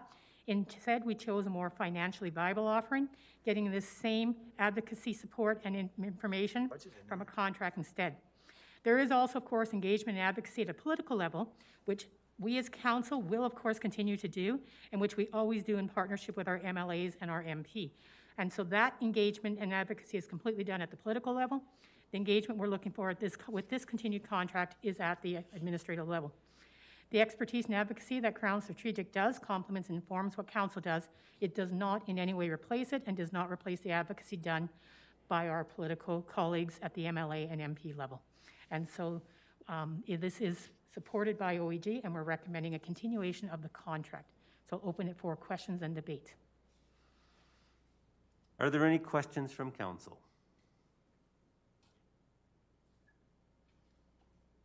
Acting Mayor Parker. Thank you very much, and thank you, Councillor Cross, for bringing this forward here. I'm just looking in the package here. Was there going to be a budget? Is the budget in here of how much money has been spent? I know how much we have estimated, but I think we talked to OEG regarding getting some hard numbers of how much money exactly was spent. Did want to know how much money had been spent on the travel. We knew we had spent $5,000 a month. We did not have the travel numbers, and you're right. I forgot to make sure that was in the package that I brought forward. That's no problem. I thought I reported when this was first raised for renewal, $28,000 was the total expense to date. And the reason why I asked that was we were in different times right now, and so there was less traveling occurring. We were doing things via, please help me. Electronic conferencing, Zoom, meetings. Zoom and other ways, Teams. So I was just wondering if there was a change in cost. And so. There's, I think, one trip, so the travel costs are minimal. Yeah. You have an update on that information as well. Okay, go ahead.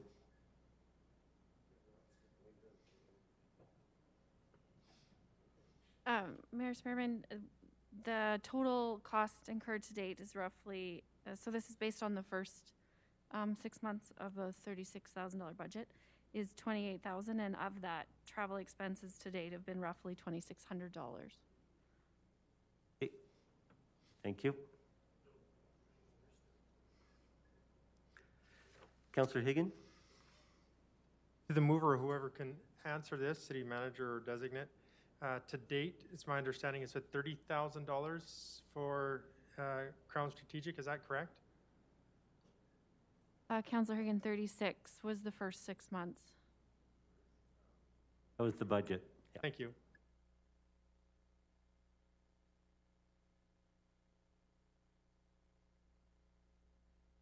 Are there any further questions from council? I may just say here, Mr. Mayor, I'm so sorry about this. I got to find something here.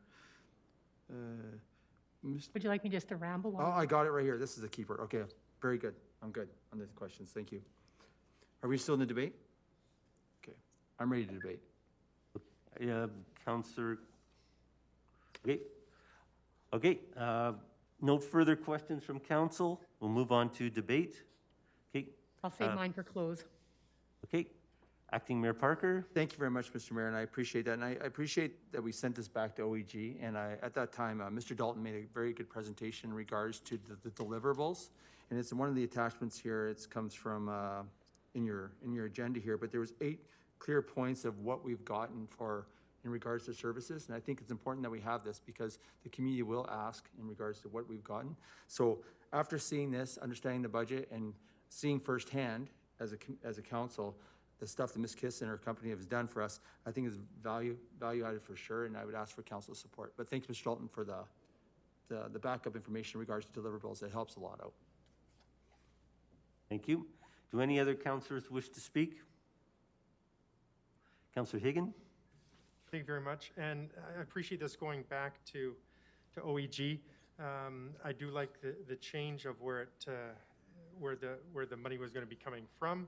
The travel is we don't have that, but there is just no way that I've seen from what I've read through this that $36,000 in 6 months has brought us back that much of benefit. I don't think what we've got for that we can't get from our MLAs or through our MPs, that this has been all beneficial. So for that reason, I will not be supporting this resolution. Any further debate? Okay, I find the information very helpful. I do think it's helpful to get inside strategy. I hope one day council has somebody on a full-time basis. I find in various issues that I'm dealing with, other cities our size have somebody on staff helping to advise council and administration on issues, and we're lacking that. It was recommended that we have that position from Western Management Consultants, and this is an interim measure. We're dealing with a lot of new issues, very challenging issues, and change in government, and I think it's appropriate to have additional support. So I will be supporting this recommendation. If no one else wishes to debate, I'll ask them over to close. So as I did forgot to say, this is coming from our travel budget. And when we, as council, use our conference and travel budget, we are doing that political advocacy quite often. We are going to conferences, we're talking to fellow colleagues, and we're doing it that work. We're just simply redirecting our budget until that other level of advocacy at more of an administrative level. I am conflicted about this one, I'll be honest. We're having difficulties during these financial times. One of the things we have to do is get our own financial house in order. But several times already in my 3 years here on council, we have missed significant grants. We have not got the money that our community needs to get the services and things we do need. And if we get one grant, the money we're spending on this contract is so minimal in comparison to the money we can get from those grants. This in no way stops or in any way abrogates the political advocacy that is done by our MLA and by our MPs. This does not stop the advocacy we do. This is supplementing it with more administrative expertise and advocacy without having a full-time staff who would have pension and benefits and everything else. And while I am conflicted, I believe this is a good decision for council to continue for the next 6 months. The worst decision made by businesses or groups during economic downturn is to stop things like marketing, stop things like promoting, because in the end, you're basically shooting yourself in the foot because you're not doing the work you need to. So I'll ask my colleagues to support this, and I'll call the question. Okay, question's been called. All in favor? Opposed? That motion carries. Thank you.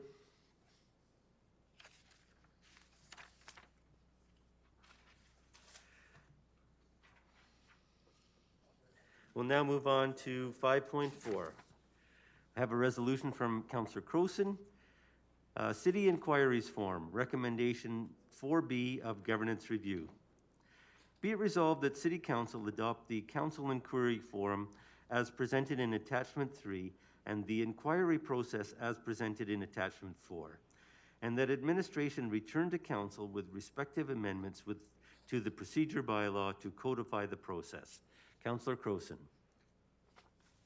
Thank you, Mayor Spearman. I am now bringing you what you all love, paperwork, because you're all going to have documents to fill out. So what we are asking here from OEG again is that we adopt the council inquiry form and the inquiry process. What we will be doing is making sure that there's also amendments to the procedure bylaw. From very early on my time here on council, I've heard from colleagues and staff, and they've raised concerns about our inquiry process. As part of the governance review, OEG has been working on it and now bringing forward these recommendations, which you'll see in Attachments 3 and Attachments 4. With a written inquiry form and with the process, we will have better record keeping for ourselves, for administration, and for the public. The answers will be part of the record and anybody can review them. This will also permit administration to have time for thoughtful answers so that we get the best possible information. And it ensures, as per the MGA, that all council receives the same information from the city manager. It also makes the process much more clear. For example, if your question is known in advance, so known in advance of a council meeting, please submit it in writing in advance, and then you would have the written answer brought to the council meeting and kept in the records. If you wish to ask a verbal or a question here at a meeting, you would then ask the verbal question, but the form would be filled out afterwards, and the response in writing would be given at the next meeting. So you would not get a response at that meeting, but it would come back, and the city clerk would then display it or read it, and it'd be part of the consent agenda. One of the things I like about what has come forward from the city clerk and from OEG is this is nothing new. This is actually an old practice of the city of Lethbridge, but it has fallen by the wayside, and we're looking to bring it back with more consistency and better information. Without this, we have potential information gaps. Not all members of council have the same information.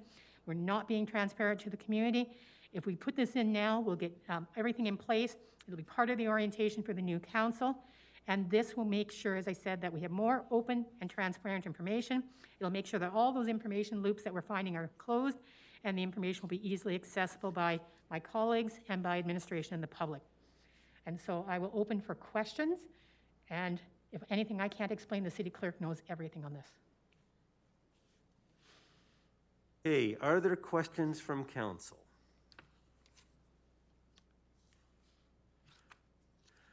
So this was a procedure of council previously, and we've gotten away from it with verbal inquiries? Yes, we're actually just bringing something back that will support better governance of council. But like I said, it is paperwork, which I know nobody loves, but it is essential paperwork. This might be a You can always get staff to do your paperwork. okay. You think it'll take some of the politics out of the inquiries? I think nothing will take politics out of what we do because that's who we are, but it will make sure that we get better strategic answers. It will make better use of the city manager and the rest of the administration's time, and it will make sure that the records are better kept. And effective implementation date, what are we looking at? I will ask the city clerk if she has an idea how long it'll take us to make the changes in the bylaw, et cetera. We could come back with amendments to the procedure bylaw quickly, but we are aiming to have the procedure bylaw back at the organizational meeting on November 2nd. So whatever council desires, we can do. Maybe selfishly, but I would suggest the sooner the better. We're coming into an election year. I think that we want to make sure we have professional inquiries and try to maintain decorum at council meetings as much as possible. So I would encourage the sooner the better. It would be nice to see an implementation date on the resolution, but would the committee look at meeting sooner and coming back sooner? The subcommittee that's working on the new procedure bylaw is meeting tomorrow. We basically have a cleaned up version that then has to go through the city solicitor, which we're hoping you'll have in a month. So depending on meeting schedules and how quickly, with even the new one, we might have something there. And with the old one, the changes should be quick. So while, the work falls on the staff, of course, I think we could try to get it faster. Okay, thank you. Any further questions, Councillor Campbell?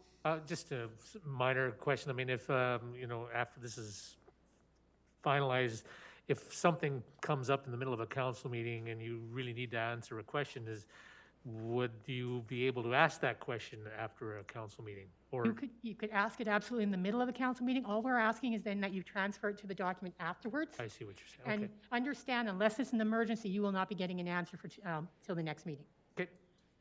Again, nothing can stop the emergency situations. Nothing can stop us from doing the job we have to do. But we are a group that is supposed to be making long-term decisions for 100 years. A lot of the questions we ask do not need immediate response. Gotcha. Thanks. Thank you very much.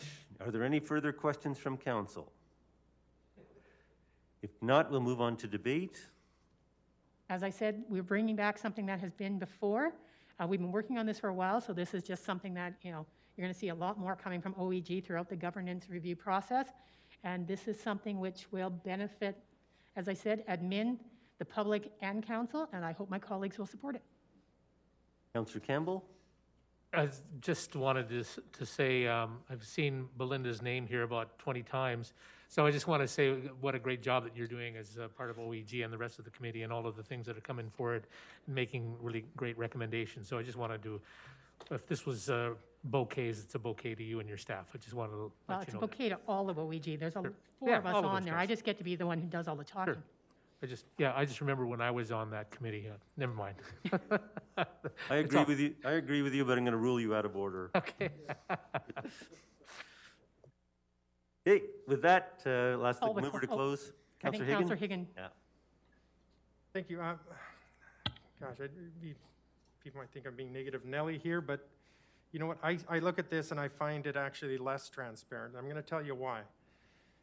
Just had a reaction from some of my council members here, and we know exactly why this is in front of us. The main reason why it's in front of us is what's happened over some inquiries over the past, because we've obviously heard a few comments during this question debate period. If any councillor wants to come and ask a question of our city manager at any time, to me, that's transparency. We bring it up, and obviously not at any given time will Mr. City Manager have a reply to it, and that's fine, it can come back. But to have it written down, passed in, it's going to be coming out. The question will be there. If I can't answer it right now, I'll get back to you, that's fine. as far as being more transparent this way with writing it, it's going to be on record. And so for that reason, there's just zero way I'll be supporting this. Okay, take that as your debate. Deputy Mayor Coffman. Thank you, Mayor Spearman. If you're familiar with the Latin phrase post hoc ergo propter hoc, after it, therefore because of it, I think you should just be rest assured that OEG has actually been talking about this for quite some time. It is something that's come out of the governance review. The events of last meeting was coincidental to the timing. This has absolutely nothing to do, and I can reassure you time and again, this has nothing to do with that. This is very much about, if we're going to be putting forward a line of questioning, it's about creating that paper trail so we can report back. It also doesn't preclude anybody from actually asking a question during a council meeting. You can still ask the verbal question. There just should be no expectation, excuse me, there should be no expectation on the part of council that we'll actually receive a response at that meeting. In my mind, sitting here far too many years, there's never been an expectation that there will be a response at that meeting. But it is about providing that information for the community. We get asked questions. On a personal level, my response to the mayor's statement about politics, what we do is political. So every moment here of every second of every meeting, whether it's the first day after an election or the first meeting or the meeting right in front of election, is political. We use all of it for political purposes, not just inquiries. So I like the process. It was in place way back when in my first term on council, and I have no issues with going back to it. I will still ask my verbal questions first because when I get here I remember, and then I'll do some heavy writing after the meeting. So I will support the motion. I too will support the motion. I think it will support decorum, and I think it's fair to administration to give them notice, and I think we get better responses when they've been well researched, and if the answers are in writing, they can always be referred to. I find we're getting questions over and over again from constituents, and it'd be great to be able to refer back to the first time the question was asked, and here's the answer that was given on the, so we do see those multiple responses.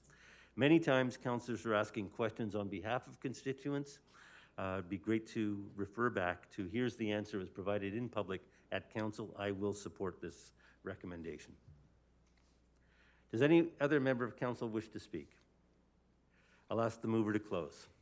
Thank you. As Councillor Coffman said, we've been working on this for several months, and things are just now progressing out. We have seen this in a lot of other communities. I know, speaking with the city clerk and others, this is quite normal in every other community, that inquiries are written down. They have seen the advantage of it. We have seen the advantage from past records as well. So this simply is a governance issue, and this is a better way, in my mind, of doing this, and I'll ask my colleagues to support this new process, or this new old process. So I'll call the question. Question's been called. All in favor? Opposed? That motion carries. Thank you.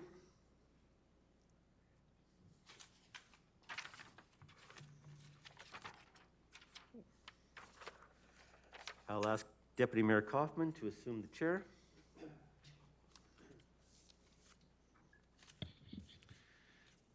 Thank you, Mayor Spearman. Official business resolution, ambulance dispatch, item 6.1. Whereas the City of Lethbridge operates an efficient and effective integrated fire and ambulance system, and whereas an integrated service with dually trained paramedics has resulted in many lives saved, and whereas the City of Lethbridge believes that an integrated service results in shorter response time and reduced overall costs of EMS response, and whereas the City of Lethbridge provides ambulance dispatch service to other communities in southwest Alberta with the benefit of knowledge of local geography, therefore be it resolved that Lethbridge City Council reaffirm its commitment to preserving EMS response operated by the City of Lethbridge, and further be it resolved that Council formally invite the public to share their input on this matter with their with their respective member of Legislative Assembly and with City Council as well. Mayor Spearman. This is a long-standing issue in the City of Lethbridge, and it's come to the city several times. We've advocated with our provincial partners to retain Ambulance dispatch in our respective cities, we were successful back in 2014. It's unfortunate that this issue has resurfaced. It came about as a recommendation from the Ernst & Young study. Ernst & Young did not consult with the municipalities who were affected. We could have provided information to Ernst & Young about how we were subsidizing EMS dispatch and response in our respective cities, which would have offset the $6 million that the province expects to save. So we were told that we would be consulted before the recommendation went forward, and unfortunately we were notified last Tuesday that the province has decided to go ahead. We do have a meeting scheduled with the Minister of Health in early September, and we think it's important that the community speak up and that council speak up to say that local EMS dispatch has benefited patients in the city of Lethbridge and the community around us for years now, and that we continue to believe that EMS dispatch located in the city of Lethbridge is the best model. 3 other cities will be doing the same thing, and we need to have a coordinated approach. So we do want to continue to collaborate with the mayors and councils in the other cities. We want to invite our communities to tell their stories and write to MLAs and certainly copy their councils. We certainly want to inform people about the benefits of local EMS dispatch on our city webpage and provide that information. And we want to make sure that other communities that are served by our EMS dispatch are invited to express their views as well about what they believe about consolidation. A real concern would be that having a provincial consolidation of EMS dispatch would result in less transparency and less accountability. We're always free distributing our information about the effectiveness of our EMS dispatch and response to patients, and we don't see the same at the provincial level. We want to make sure that we're always maintaining an effective ambulance response to patients in need, and sometimes 29% of the time, it's a fire apparatus that's attending first, providing life-saving medical first aid to patients. So we believe it's important to maintain EMS dispatch and integrated service from the city of Lethbridge, and I'd ask my councillors to provide their support. Thank you, Mayor Spearman. I do have an amendment, however, we'll entertain questions on this first. Councillor Carlson. Thank you, Deputy Mayor, and thank you, Mayor Spearman, for bringing this forward. I know it's caused quite a stir in the community. My inbox is filling up with concern, so thank you for taking prompt action. Question around this, it ties back into an earlier resolution about our advocacy person. I think this might be a way to try and demonstrate to the community how that position is utilized. I think there's some misunderstanding, not just in the community, but even amongst council on how that position or that contracted position works and how it can benefit us as opposed to using our MLAs. And I'm wondering, is this something that would be an appropriate use of that contract position? Mayor Spearman. I think that's appropriate. I think both are. I think it's important to have our MLA on board as well. We'll be communicating regularly with our MLAs, and I believe getting advocacy advice as to how we might best be effective is important. Recognizing the other 3 cities have advocacy staff, in-house. We're the only city that doesn't have it. Councillor Campbell. Thank you. Oh, sorry. Nope, that's fine. Thank you, Deputy Mayor. Councillor Campbell. Thank you. Yeah, I think this is really important, and I was just going to ask the question when you say inviting the public to share their input. What's your thought? I mean, I was thinking that this could be within communications. Are people to have a dedicated spot on our website or whatever to make it really simple to get that information out, so that it's not going. It'd be an easier way of compiling all that information. Just a thought. Is that something the challenge, of course, is when people have medical situations that's highly personal. Okay. But those who have been positively affected by timely response and by our fire department equipment and staff attending first, if they're able to tell their stories their firsthand stories to their MLAs and to us in confidence, to give some idea of the degree of community support for this. There have been individuals who've already volunteered to tell their stories and how that benefited them. So that's the information that I think our MLA should hear, is how individuals in the city of Lethbridge personally benefited from the existing system, which is under impending threat of going away at the end of this year. Yeah, yeah, I was just looking at something really simple. Here's a spot, give your input at this spot, and then that's sent to... It's a balance between personal privacy and advocacy that we need. Yep, thanks. Thank you. Any additional questions for the mover? Okay, seeing none, I'll just turn it back to Mayor Spearman then for the amendment. Okay, we have an amendment from Deputy Mayor Coffman. Further be it resolved that City Council instruct the City Manager to investigate the legal, financial, and operational viability of the City of Lethbridge continuing to provide integrated EMS service for our community instead of Alberta Health Service providing this function. Deputy Mayor Coffman. Sorry, thank you, Mayor Spearman. Just looking at what's on the screen in terms of that last operative. Yeah, okay, sorry, there we go. Thank you. Members of Council, this is just an exploration of options and opportunities for us. We have an integrated service. We know that about 30% of our calls that come into 911 for emergency service are responded to by our pumper trucks. The fact that we have staff that are cross-trained, they are firefighters and EMS. One of the communities calls them fire medics, I think is how they phrase that. I think it's an excellent way of identifying them. This is about exploring what opportunities, what options we have. It's asking the city manager to bring that information back to council. The clock is ticking. We've received notice. We have 180 days once notice is provided, so we're down to about 174, 173 days for the contract to expire. So this is very much about getting information back to council if there are other options for us. Okay. Councillor Higgin. Thank you. Question for the move of the amendment.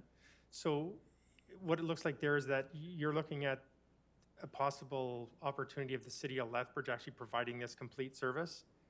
And have you looked at all what any costs are, or just before? I mean, we're going to be sending off the city manager, but we're talking millions, right?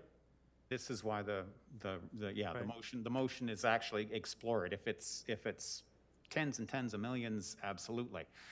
Based on what we receive from Alberta Health Services in terms of support, financial support for our current provision of EMS services, the fact that we're doing operational reviews, there may be an opportunity, but there's many moving parts to this, so it's really about having all the information before us. We're able to do our own then. We would just, that is a possibility that will be obviously looked into by the city manager. That's what you're... Yeah, there are, as I understand it, some private service model.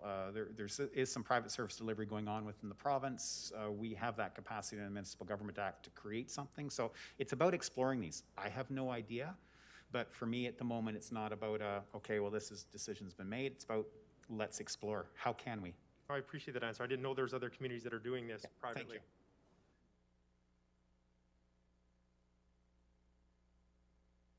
Any further questions on the amendment?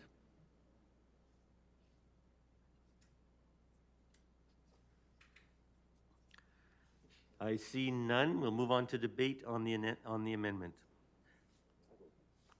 Okay. The mover says he's opened. Any further debate on the amendment? Okay, I'll ask the mover to close. Thank you very much. This is exploration only. what can be done, what can't be done. It's about informing council to make sure that we have all the information in front of us. Would ask my colleagues to support. Call for the question. Okay, question's been called. All in favor of the amendment? Any opposed? There are none. Now back to the main motion as amended. Thank you, Mayor Spearman. We will now open to debate on the main motion as amended. Mayor Spearman, did you want to open? I think I've, in my introduction, provided most of the information. I think this is an important issue for our community, and I think we provide an excellent service at the City of Lethbridge.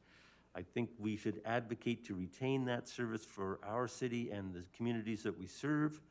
And with that, I'll call that my opening. Thank you. Other members of council debate?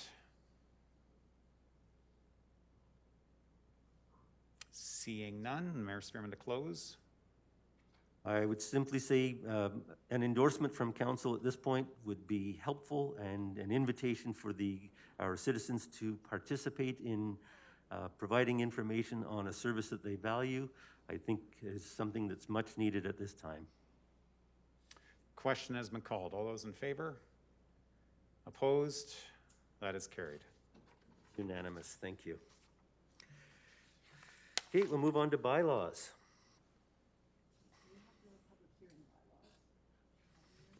I used to have them. Okay.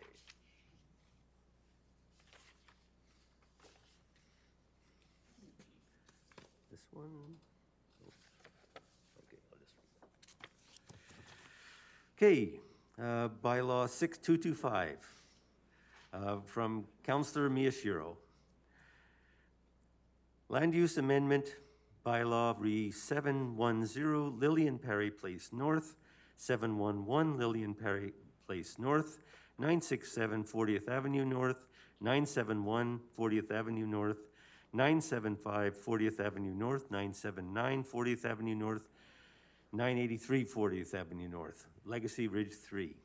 For second reading, be it resolved that bylaw 6225, amendment to bylaw 5700, the land use bylaw, be given second reading. Councillor Miyashiro. Thank you, Mayor Spearman. We just had the public hearing on these properties. In looking at this block last week, there are some tight lots on the Hardyville side of on 41st and 40th. However, with the developers saying that they're looking at off-street parking on the back lanes, I believe that will alleviate the parking issues that were addressed by the one person who sent in a concern about these properties. So I'd ask for support. Okay. Any questions from council? Debate? Okay. All in favor? Any opposed? There are none. Thank you. And for third reading, be it resolved that bylaw 6225, amendment to bylaw 5700, City of Lethbridge land use bylaw be given third reading, and the mayor and the city clerk be authorized to sign and seal the same. Councillor Miyashiro. Question. Okay, question's been called. All in favor? Any opposed? Or none?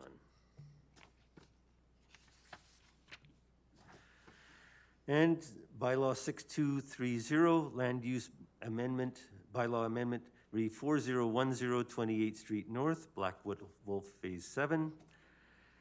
From Councillor Campbell, for second reading, be it resolved that bylaw 6230, land use bylaw amendment re 4010 28th Street North, Black Wolf Phase 7, be given second reading. Councillor Campbell. This is, of course, we've just seen this. The proposed high-density residential land use district will allow for multi-unit residential development, and that's one of the goals of the municipal housing strategy implementation plan. It's to encourage and support the development of a diverse housing stock and identify building new medium and high-density housing options in appropriate locations as one way to help achieve this, and I believe this helps achieve that. I will ask for my colleagues' support. Are there any questions from council? Mover has opened. Councillor Miyashiro. Okay, no, it's debate. He's opened, so Yeah. Thank go you. ahead. So I'd really like to support this and hope that council passes this bylaw amendment for this property. There are very few large multifamily dwellings close to our industrial parks.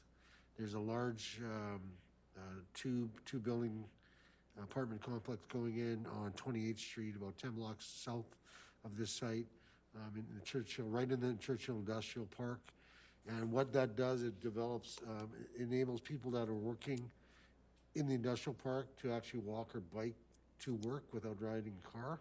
And this could lead to the same thing in the sharing, right across the street from the sharing industrial park and commercial park, could allow people that are working in the industrial park and Cavendish, perhaps even Cavendish Farms, to live there and walk or bike to work. So I hope council does support this. Okay, very good. Councillor Campbell, would you like to close? Call the question. Question's been called. All in favor? Any opposed? There are none. Thank you.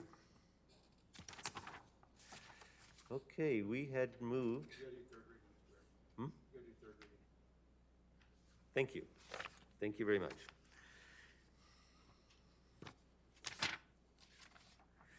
Third reading. Be it resolved that bylaw 6230, land use amendment re 4010 28th Street North, Black Wolf Phase 7, be given third reading and the mayor and the city clerk be authorized to sign and seal the same. Councillor Campbell? Question. Question's been called. All in favor? Any opposed? There are none. Thank you. Okay.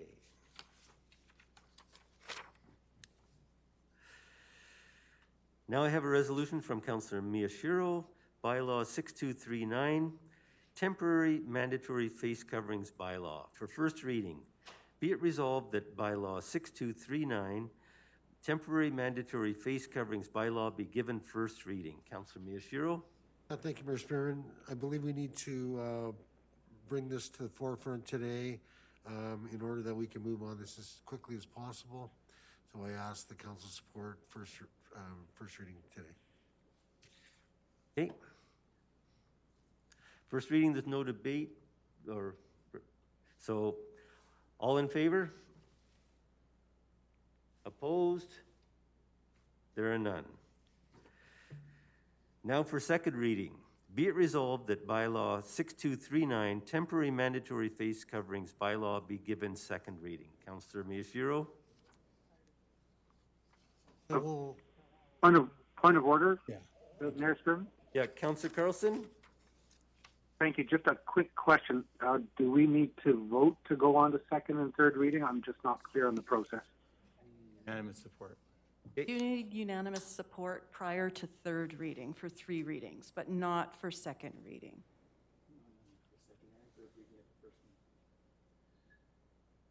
I do believe that if you're going to proceed first reading you can do, but if you proceed to second and third reading, you need unanimous support under the MGA. Am I correct on that or not? No, it's 3 readings in one sitting. We'll ask the city solicitor to provide. Yes, you need unanimous approval to do all 3 readings in one sitting, but the most logical way to do that is as outlined by the city clerk. It would be prior to third reading. So it's possible to do second reading today? Don't need unanimity to do first and second, but you need unanimity to do first, second, and third. And what would be our requirement to do second reading at this stage? Would it be majority vote? Unless there's something contrary that I'm unaware of in the procedure bylaw that I... Okay. Yeah. All right, so what we need is a motion to go forward with second reading at this stage. So moved by Councillor Miyashiro. Any debate? I see none. All in favor of second reading? Yes. Just a question on process. Councillor Carlson here, Your Worship. Yes? Only because I've never done it this way, and I know that some of my colleagues had contemplated some amendments possibly coming forward. Is that a possibility at third reading? Traditionally, we do that at second. I'm just curious. Yeah, I was just going to tell Mayor Spearman that amendments must be done prior to second. So they would have to be put on the floor now, any amendments. Thank you. Okay, I do have amendments. Other councillors may have amendments.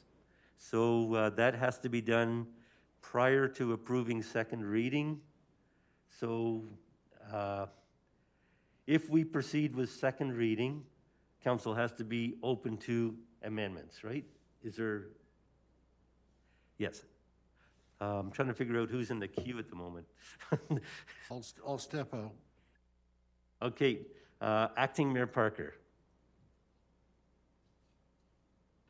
I was always under the impression if you do all three readings in a meeting, before you move to the second, there's a section under the MGA that has to be passed and voted on before, because it's usually a little sticky thing that's added onto the bylaw. What section is that in the MGA? Offhand, I don't know, but that is prior to third, not second.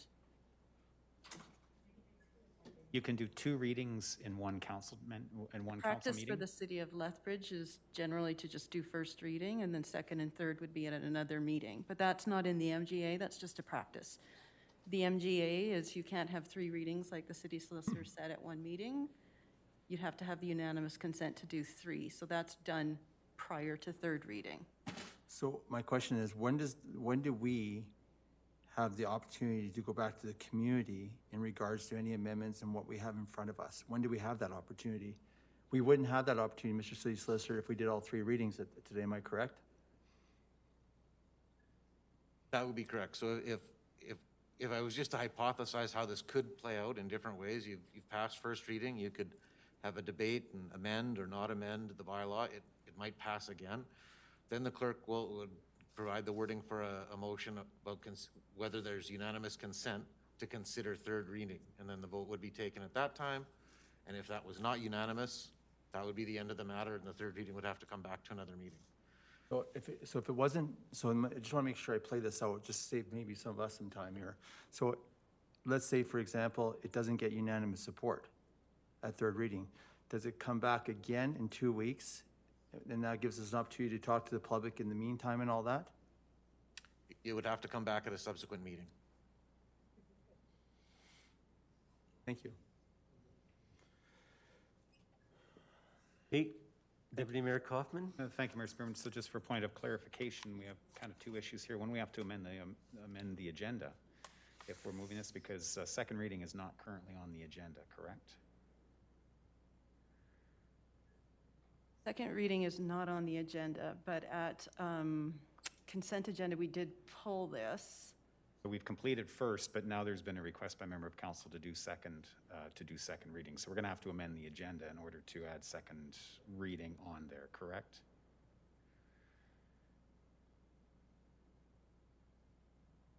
Do we want to take 5 minutes to figure this out? Okay. If that's okay, Mayor Spearman. Okay.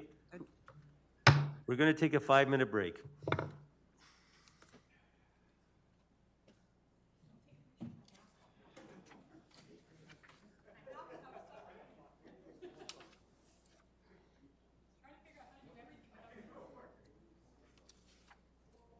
Section.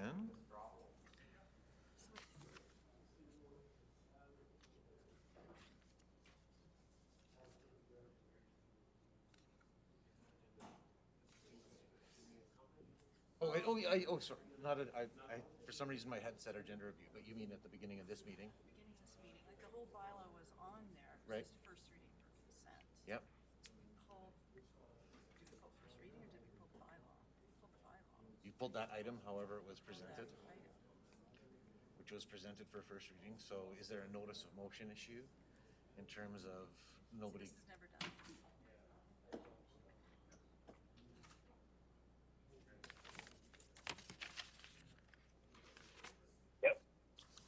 Somebody can make a motion. Mayor Spearman. Consider it for second reading. Can't they? Yep, we're on a break. Yep.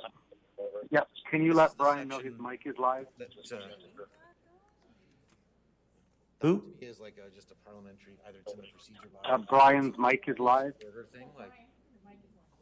Thank you.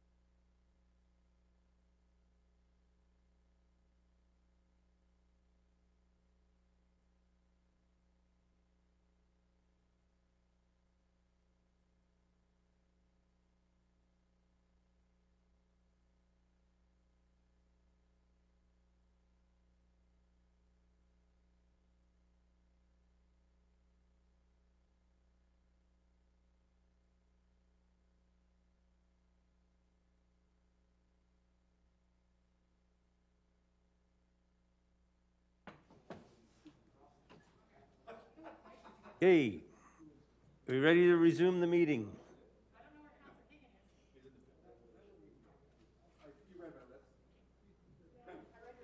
Yeah. Yeah, if you can find out he's upstairs, yeah. Just coming to look for you. Okay, we're ready to resume the meeting. And do we have an answer on procedure, please? Yes, thank you, Mayor Spearman, for allowing some time for me and the city solicitor, Lowen, to get together and discuss this. So we did look at the legislation. Procedure bylaw is silent on this, but we do allow, we will require a majority vote to add to the agenda and consider second reading. And of course, third reading would be a unanimous vote for third reading. So Councillor Miyashiro is prepared to make a motion to amend the agenda to include second reading at this stage. I am. So moved? So moved. Okay, I think everybody understands.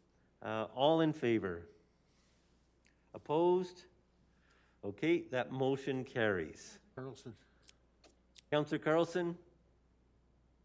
In favor. Okay, thank you. Okay, it's carried 6-2. So we'll proceed with second reading at this stage.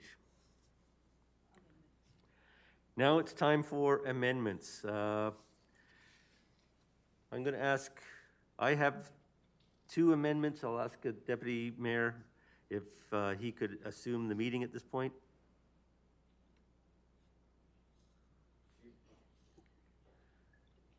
So on second reading, do we have any amendments? Yes.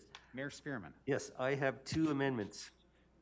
do you have them in writing or just for yourself at the moment? I just have them for myself, and I'll ask if there's a seconder.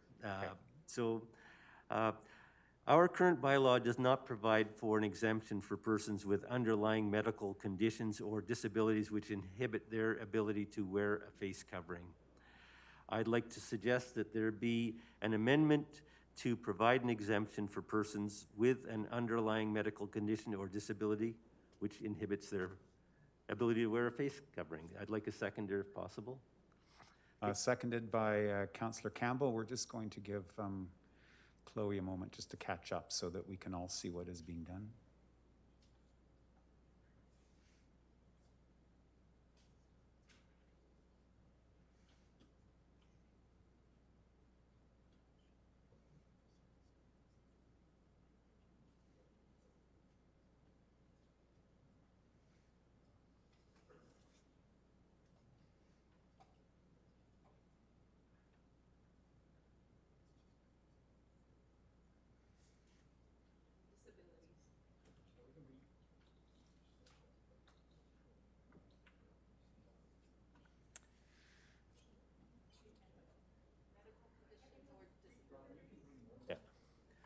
So, an exemption for persons with an underlying medical condition Members of council? or Members, disability. at the point of, can we just have some order here? Is there a point of clarification that's required? Sorry, I just had a conversation going on there. One moment, Mayor Spearman. Can I get the question for clarification? Okay, I was just asking the city solicitor that if, I mean, this game is a first reading. It's kind of, I've got questions, I got amendments. I don't have them down. I'm kind of caught off guard to be that all 3 readings in one sitting.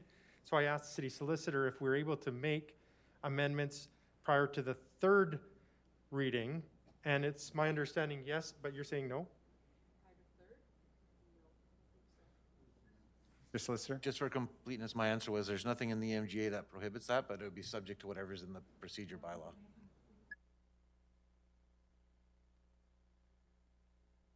Well, this is, again, the reason why, gosh, guys, we're flying off the seat of our pants here on a pretty serious bylaw here, and I'm concerned with the second reading.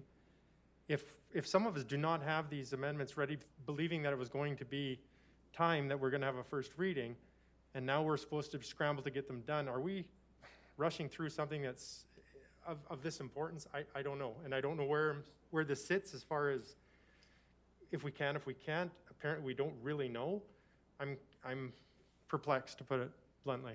Okay, so council has agreed by majority to move to second reading. Can I ask the city manager if you could, if I don't know who's left in the building at 6 p.m., but if there is somebody who can maybe find an answer on as solicitor states, there's nothing in the MJA that says you can't amend bylaw on third reading, but it has been practice. I don't believe that it is in our current procedure bylaw, so this may be an opportunity in this particular piece of legislation to exercise something differently. But if it can be, if an answer can be found somewhere and provided to council at the earliest possible convenience, that would be greatly appreciated. Do the city solicitor, city clerk wish to weigh in here in terms of, I'd be looking to those two for that? Okay, perhaps while they're looking, we'll continue on if members of council are okay with Mayor Spearman has the floor and we're dealing with the first amendment. We'll get a process understood here by all members of council in a short moment. For the expediency of time, we'll continue on. Mayor Spearman. The First Amendment should say, should include an exemption for persons with an underlying medical condition or disability which inhibits their ability to wear a face covering. I just want to ask a question. So under the disability, that would be autism, things like that? Because that was one of the concerns I had here. That would cover? My understanding is yes, it would. And this Okay. is a fairly common clause in other municipal bylaws. Because I know parents with autistic children have had a concern about this, but if that would cover that, I'd be fine with that. The other bylaws don't specify all the various different disabilities, but my understanding is that would be covered, yep. Okay, so is the wording as is on the screen, is the mover accept that? Exemptions for individuals with underlying medical conditions or disabilities which inhibit their ability to wear a face covering. Okay, the mover agrees with that wording. Thank you, and it's seconded by Councillor Campbell, I believe.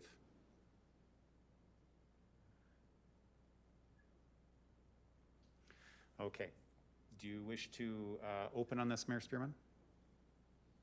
As I've said, other municipal bylaws include this exemption. I think it's a humane inclusion. It's unrealistic in some circumstances to require bylaws of some individuals.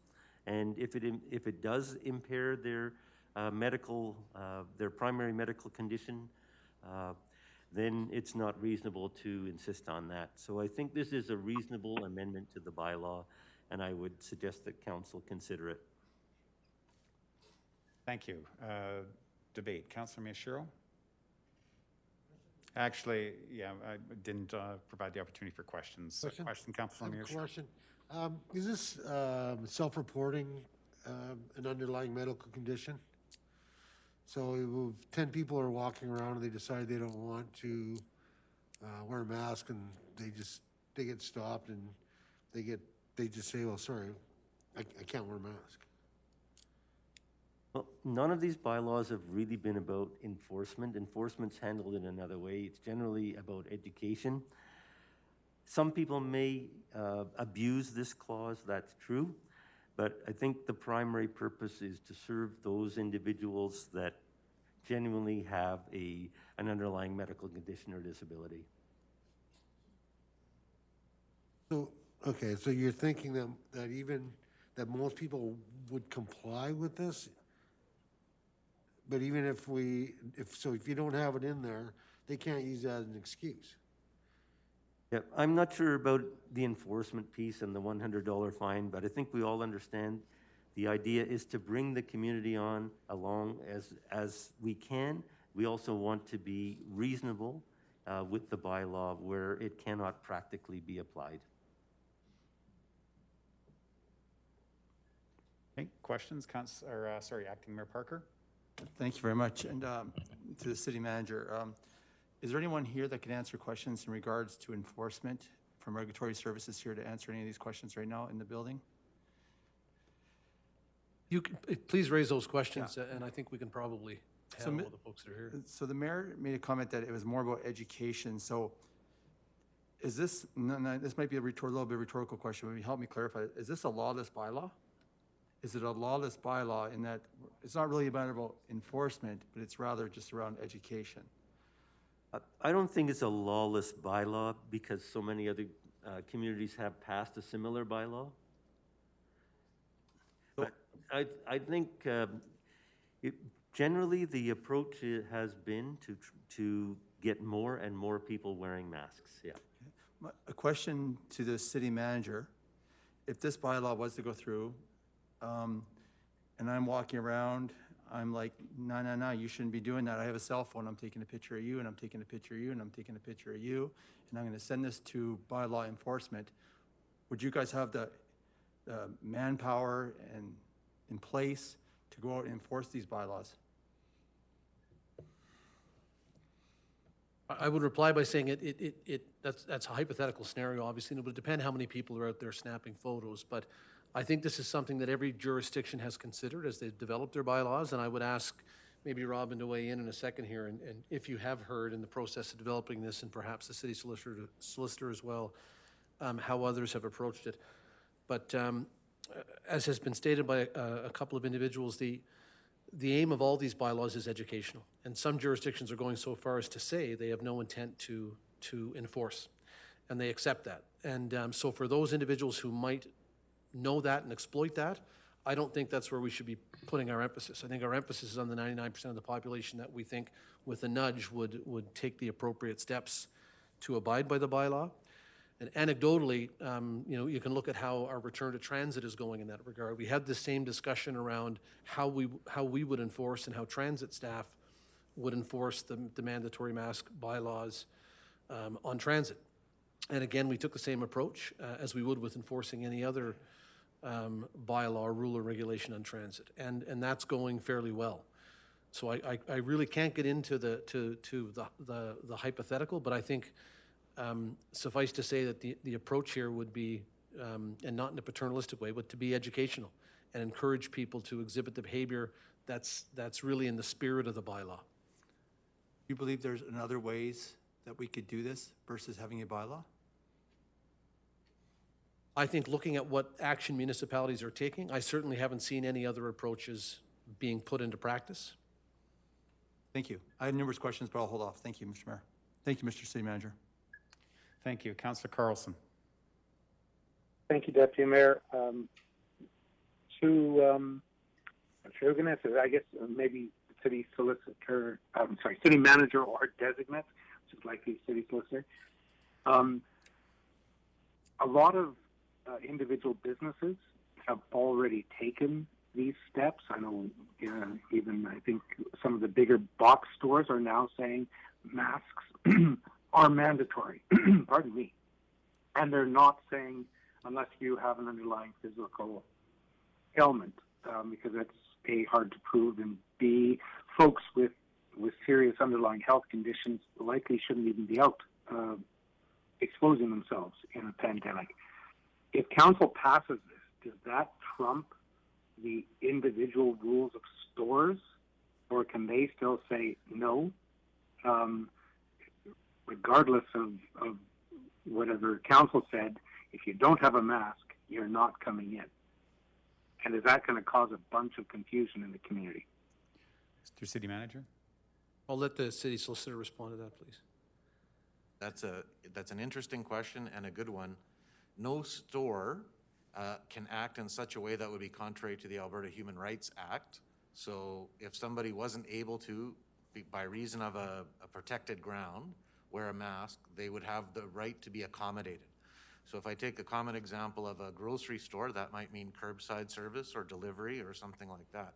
Of course, we're speaking hypotheticals, and there's a million different ways that could turn out differently. So can I call a point of order here? I think we're dealing with an amendment right now, and I think we're actually going through the whole bylaw. Correct me if I'm wrong. Yeah, absolutely. I was going to let the solicitor answer the question, but you're absolutely correct. We are actually Sorry to debating. interrupt. We're debating an amendment at the moment, Councillor Carlson. Your question Yes, and my question is about the amendment about certain folks not having to abide by the bylaw, claiming exemptions, and I'm asking if that trumps what local businesses are doing. Okay. So it's exactly on the amendment. I'm not certain that we caught the relationship there. You're saying if we create the exemption and somebody has a medical condition or an underlying disability, and they enter an establishment that currently has a policy in place that all people wear masks, does our bylaw trump the private enterprise? Especially if we don't have a list of actual exemptions, it's just whatever you say. Okay. In the context of that, Mr. Solicitor? The bylaw forms a minimum.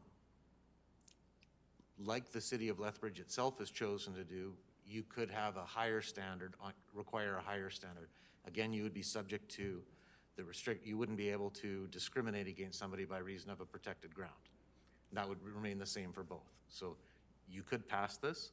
I would add that this language was considered specifically by administration and at the request or from the lens of diversity and inclusion rather than highlighting people's disabilities or medical conditions. The preferred language was to just refer to any protected ground under the Alberta Human Rights Act in the existing exemptions, but this would certainly make it more explicit. Okay, thank you. Thank you. Any further questions, Councillor Carlson? Nope, that's good. Thank you. Thank you. Councillor Higgin? No, I'm good. Okay, thank you. Any further questions from members of council on the amendment? Okay, seeing none, move into debate. Mayor Spearman, you've opened a couple of times. Any debate from members of council? Acting Mayor Parker. Thank you very much. And even though I do have lots of questions and concerns about the bylaw, but this really makes sense to have this this exemption within the bylaw. It makes sense, so I will be supporting it, just as part, of course. Thank you. A debate from any other members of council? Okay, seeing none, Mayor Spearman, to close debate on the amendment. I just ask for council's support. Question has been called. All those in favor of the amendment? Opposed? That is carried 7-1. No, we had one opposed. Mayor Spearman, you have another amendment? My second amendment is that businesses be required to have signage at the entrance to their business. Just let the screen catch up here. Councillor Higgin. Question on that, Mayor, to the mover is, so your businesses are going to have to pay for that expense then, is what you're saying, right? That's what they've done in other communities. Businesses are already doing it in Lethbridge, but the sign sometimes is not enough? No? Well, sometimes the sign simply says face masks are encouraged. Instead, it would say face masks are required. So they're already doing it, simply that the signage reflect the bylaw. Just a requirement from the business owners then to do this. Okay, thank you. Okay, before we get into further debate, is the language on the screen correct, Mayor Spearman, then? Businesses be required to have signage at their entrances notifying the public? Notifying the public of? The requirement to wear masks. The requirement to wear masks? Yeah. Okay, thank you. Do I have a seconder for that? Councillor Miyashiro seconded that. Again, the amendment states businesses be required to have signage at their entrances notifying the public of the requirement to wear masks. Questions of the mover on the amendment? Councillor Miyashiro. Thank you. The question to the city manager, if this passes, could your communication department mock up some signs that people could print off in their business, and then they can, that way they're consistent signs saying, please wear a mask as per bylaw 6235 or 6239, whatever bylaw number, 6239. Could they do that? Certainly. Okay, thank you. I have a question for the city manager or designate, but his designate's chatting with the city clerk at the moment to find out an answer. The question actually is, when we use the word businesses, we are then just referring to the business bylaw, so it's those businesses identified as such within the bylaw. Is that not correct?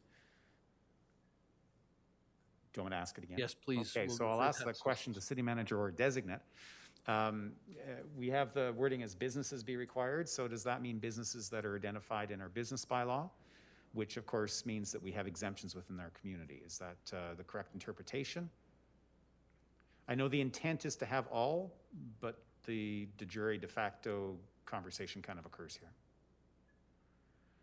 You have to go back and draft that language to be able to give you a precise answer. Like without the amendment worded as is, I wouldn't be able to give you the text of the bylaw for a vote on second reading. Because we'd have to create a definition for business, we'd have to create the prohibition section, create the form of sign that is required, which we're happy to do. Okay, I think, question then to the mover, I think your intent, the spirit of this is that all establishments within the city of Lethbridge, whether or not they are as defined in our business bylaw, a business, but you're meaning every establishment that has a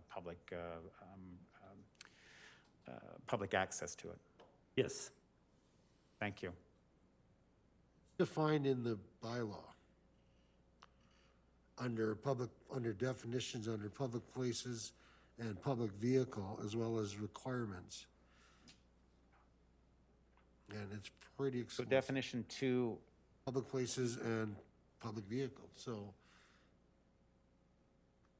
in terms of that, you might want to change the wording from business to public place, as per the bylaw. So all public places as defined by bylaw 6239 be required to have signage at their entrances notifying the public of the requirement to wear masks. Is that wording acceptable to the mover? Yes. Seconder proposing that, we'll consider that a friendly amendment. Any further questions on this amendment? Okay. Mayor Spearman to open debate. I think in support of our community, preventing a second wave, ensuring that our businesses can stay open and our other organizations can keep operating, this would be a useful inclusion in the bylaw, and that's the reason why I have proposed it. Okay. Councillor Miyashiro. Thank you, Deputy Mayor. And I'll support this because I think what this does, it gives the public people that have a public space to point to the bylaw. If someone's not wearing a mask, then they're the business owner, the office owner, the not-for-profit owner, whoever, operator, can point to the sign and say, this is a bylaw, we're just complying with the City of Lethbridge bylaw. And I think that's important so the businesses don't think that they have to police this, right? Acting Mayor Parker. Thank you very much. And a consistent theme with a lot of these amendments probably will be, since I didn't have an opportunity to consult with industry, the people directly impacted by this, and for openness, I will not be supporting this. Thank you. Councillor Hagan.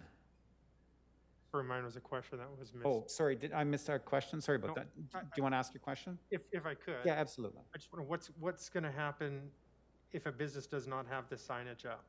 That was just, I didn't know how we are going to enforce, police it. What, is this just, again, a feel good and unicorns and rainbows and stuff? Or no, we're not going to actually enforce it, we're just going to put it in? What did you call it? A lawless bylaw?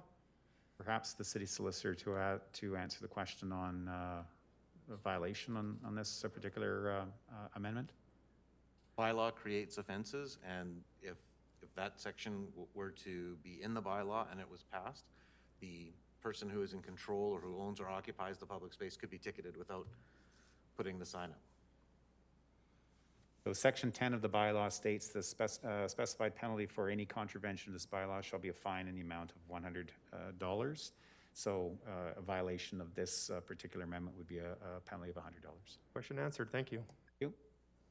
Any further debate on the second amendment?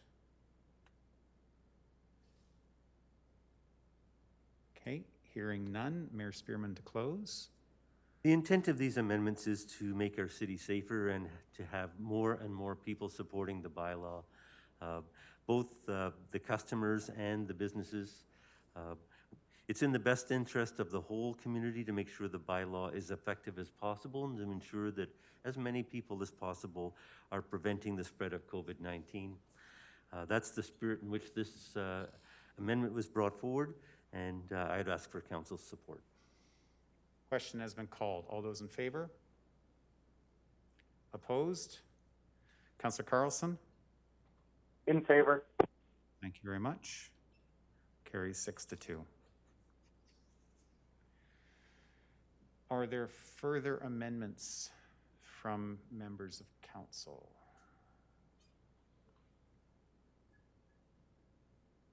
Actually, I'll turn the chair back to Mayor Spearman unless you have more amendments. Councillor Crowson? I don't have it in writing, but I'd like to put in a sunset clause, an amendment, so that it ends at a date, say March 31st for the winter. And then at that point must be reviewed by council to determine if it disappears or if we maintain the bylaw. So I would like to amend the bylaw with a end date of March 31st, upon which time it must be reviewed for continuation or for stopping. Okay. Brain shut down.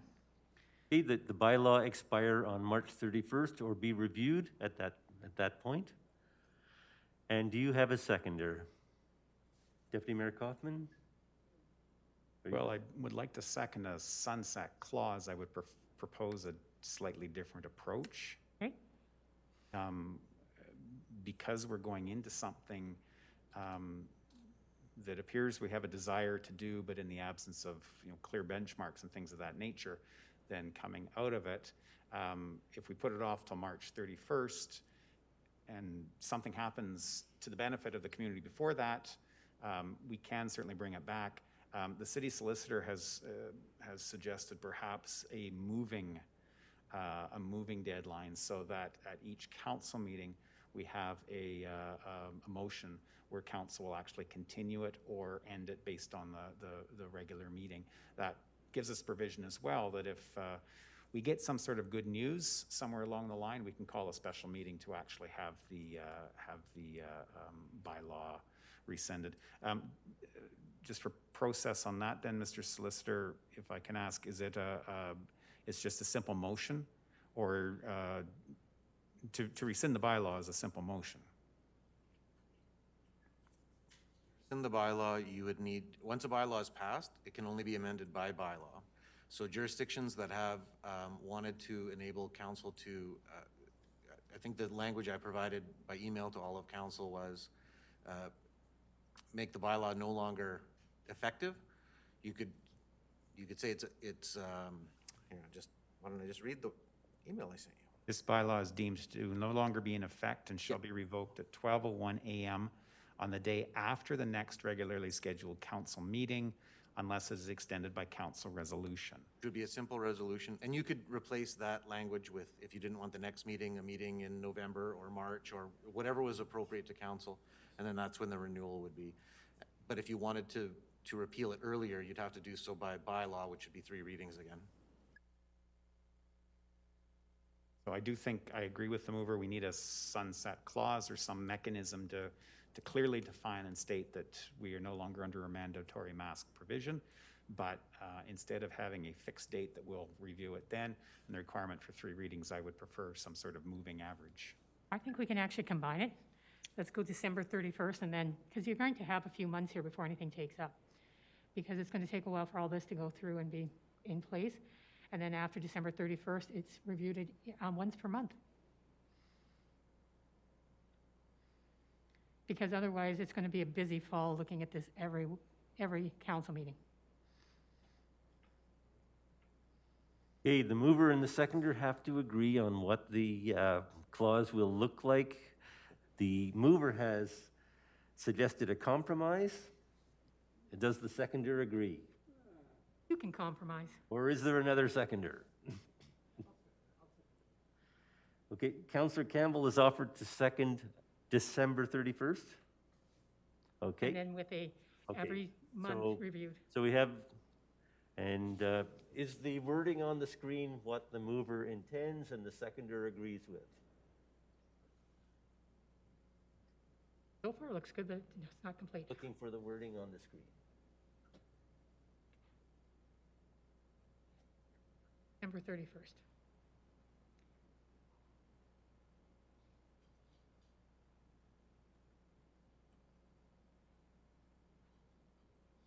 Is this the wording that the mover agrees with and the seconder agrees with? No, this is what the solicitor has suggested, speaking more to what I was proposing, whereas Councillor Carlson is stating a fixed date of December. No, both are in there. December 31st is in there, and then after that, Well, the last regular meeting of council in 2020 would actually be December 14th. Following the council meeting of December 14th. It would be reviewed in at the first meeting in January then. Is that correct? Yeah. does that say what I think it says, City Solicitor? When we review it? I think we just need to, on the day after the council meeting immediately following At the December next regular- 31st, 2020. We just have the clauses. Or just, if you delete the words at the council meeting, because then it would say at the next council meeting following December 31st. You just got to erase that following December, yeah. Following the council meeting, that part, right? No, you just had it. At the, and then you got to put following before December 31st.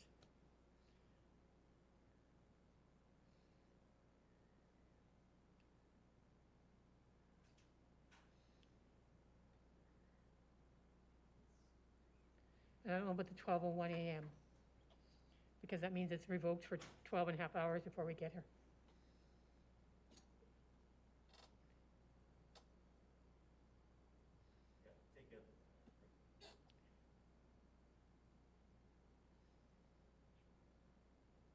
No, just take out the time. So revoked at the regular, so it just disappears at the council meeting unless we make a resolution. Okay. The mover agrees with what's on the screen. Yes. The seconder agrees with what's on the screen. Thank you. It be read out for Councillor Carlson, please. Councillor Higgin? This is for debate.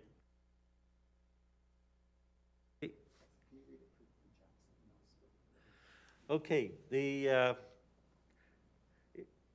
amendment says this bylaw is deemed to no longer be in effect and shall be revoked at the regularly scheduled council meeting following December 31st, 2020, unless it is extended by council resolution. Do you understand the amendment, Yep. Councillor Carlson? Okay, thank you. Thank you. I'll now ask the mover of the amendment to speak to the amendment. I brought this forward because of concerns I've heard from members of the community that once we have people start wearing masks, it's going to continue forever. And of course, that's never been the intention. But surprisingly, there are people out there who don't trust government. I don't understand that at all. And this would be there for clarification for people that this is seen as temporary and is expected to be temporary. Like masking bylaw in 1918, like rationing in the Second World War, like conscription in the First World War. This is something we're putting in for a necessary purpose. It will end, and this gives us a chance to review it and see if it's something we wish to continue or if its time has come and either there's better science or it's no longer needed. So this is a sunset clause built in deliberately to assure people that this is not in any way going to last forever. Okay, thank you. Okay, questions, Councillor Higgin? Sorry, I'm in debate. I thought we were back to debate. Okay, any questions on the amendment? I see none, so we can move to debate. Councillor Crowson, is that your opening? Okay, Councillor Higgin?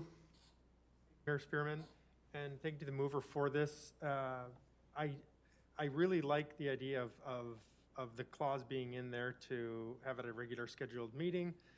We'd heard from the city solicitor that it should be something that we could be bringing in at each and every council meeting. There would be just a quick resolution to keep it going. I did really like that. I'm not as comfortable with the December 31st, 2020, as things are changing, as we know, very fluid, and things change quite rapidly. And so if everything was fine, and let's hope in a perfect world, we're not living in that perfect world, but if for some reason we were okay in November, we're waiting till December 31st. That reason, I do like it, but I won't support it. Deputy Mayor Coffman. Thank you, Mayor Spearman. I actually too appreciate a resolution clause or a sunset clause in this. I think to the previous speaker's comments, if something comes forward sooner, and I think we are all hoping something will come forward sooner. As the city solicitor stated, we actually have the ability to pass a bylaw that would actually revoke this. And I think all of us would happily do all 3 readings in one sitting, certainly. So we do have the mechanism that if we need to rescind this, it can actually be done sooner. So I appreciate this being in, and I would actually support this amendment. I too support the amendment. I think it's important to have a sunset clause. At the same time, there is no vaccine and no cure for COVID-19. We're going to continue to see fluctuations. If something miraculous happens, and I hope that something does, where we come up with a reliable cure or a reliable vaccine in the next few months, and it's implemented, and we stop having these swings in contamination, then it might be appropriate to revoke the bylaw. But until that happens, you have to recognize that on a per capita basis, the city of Lethbridge has one of the higher rates, higher than the 2 larger cities in terms of COVID-19. So I think anything we can do to positively influence COVID-19 outcomes is something our council should do. At the same time, recognize that if all goes well, this is not a continuing situation for years and years, and there's a point where this bylaw will become no longer needed. So from that perspective, I think it's appropriate to have sunset clauses, and for that reason, I will support the amendment. Are there any other speakers? I'll ask the mover to close. I'll ask my colleagues to support this. It's important to have a date that's far enough in advance because we don't want people to think that this is just something that's going to last a short time. Maybe it's because all weekend I've been researching past pandemics, but these things tend to take longer than anyone wishes them to take. We know from the Canadian Health Medical Officer of Health that she's thinking a couple of years. So we need to have a date far enough in advance so people become accustomed to this, but also the awareness that this will eventually be in our past. So I think this date will give us a chance to get people used to the masks, but also make them aware that this is a temporary thing. And I'll ask my colleagues to support the amendment. I'll call the question. Question has been called on the amendment. All in favor of the amendment? Opposed? Okay, that motion carries. Councillor Carlson? In favor. Okay, that carries 6-2.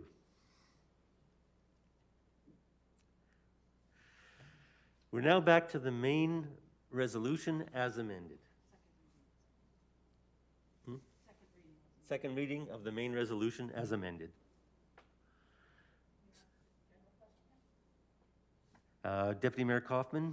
Thank you. I'm assuming we're going to go into questions then. Thank you. To the city manager designate, when we get to the section about fine and penalty, and I think all municipalities, as the city manager stated, all municipalities are at the realization that this is another aspect of public health. This is not something we're going to be running around and throwing tags at, but Section 9 actually states where the city manager believes unreasonable and probable grounds that an offense has been committed under this bylaw. Recognizing the delegation of authority, that obviously at the moment is delegated to our bylaw enforcement staff. Is there anything that could certainly be passed on to those folks that council and the community are really desirous of education first and foremost, as opposed to immediately going to any sort of fine. I know that Dave Henley and his crew will certainly operate with the best of spirit and intention in everything that they do. But on this, we're not out there running around to try to generate revenue or anything like this. Is there a message that could be sent to bylaw enforcement staff that we're looking for cooperation, we're looking for an educational or understanding approach at this time on this particular bylaw? Absolutely. I think that's pretty clear already, but absolutely. Okay, thank you. Second question then to the city manager or designate. Section 10 is the specified penalty. For any contribution to this bylaw shall be a fine in the amount of $100 and in default of payment thereof, imprisonment for a period not exceeding 6 months. Don't know if you can see the smirk under my mask or not, but that certainly seems like a fairly harsh language, but I do recognize this is standard language I think we have in almost all of our bylaws. Under the Municipal Government Act, I think $10,000 is the limit of fine that we can impose, and the 6 months is in lieu of or default on the payment. In this particular situation, if we were to strike everything after dollars, we're not creating any sort of unusual situation for ourselves, are we? The only situation you'd be creating is what to do in the event somebody didn't pay their fine. And if there was a ticket, there was a conviction at court, the court imposed a $100 fine, that would sort of be the end of it. Okay, thank you. Mayor Spearman, I'd like to propose an amendment that the words and in default right through to 6 months be struck from this bylaw. Do you have a seconder? Councillor Carlson? Any questions from councillors about the amendment? I heard one to my far left. Microphone? Sorry, why would you do that? Because I think the message has been clear from not just this municipality, but all municipalities, that this is about encouraging people to actually wear a mask. If you're trying to get people to understand the significance and the importance, and we're trying to get people to participate, we've already received, I believe council's received at least 2 emails from people saying, what, you're sending me to jail for 6 months? People don't necessarily understand the municipal process. They don't understand how these bylaws are governed, especially on the fine and penalty side. I think making it clear that you can be tagged for $100 is probably the more significant aspect than having people focus on the fact that we can throw them in jail up to 6 months, not recognizing that would be on a very rare or very unusual circumstance. So for me, I would be quite comfortable with just the fine of $100, especially given what the city manager just stated in his previous response. I understand that. So if you have a business that totally disregards this bylaw and lets people not wear masks and not socially distance, and they've been given a fine and they said, okay, I'll pay the $100, I don't care. I have $5,000 worth of business every night. And so they do that and they keep paying. Do we have any other penalty for those guys? Sorry? Do we have any other penalty for those guys then? They just keep paying their $100 and we're okay with that? At the moment, the spirit of the proposal is based on the fact that we will have cooperation in our community. Or do we charge them for every person in their business that doesn't have a mask on? Well, that would be the discretion of the city manager. It just says that if you're permitting an act or thing to be done in contravention of this bylaw, is that something city manager or city solicitor, would you find a business that's a repeat offender, then start fining them for every person that's not wearing a mask in their business? Theoretically, hypothetically, would you do that? Current language in the bylaw wouldn't make a business proprietor or just a person who's in control of a public place responsible for everybody in that business. So they would only be, the only offense for the owner, if you will, of a public place would be to put the signage up, unless they themselves were present, in which case they would have to wear a mask.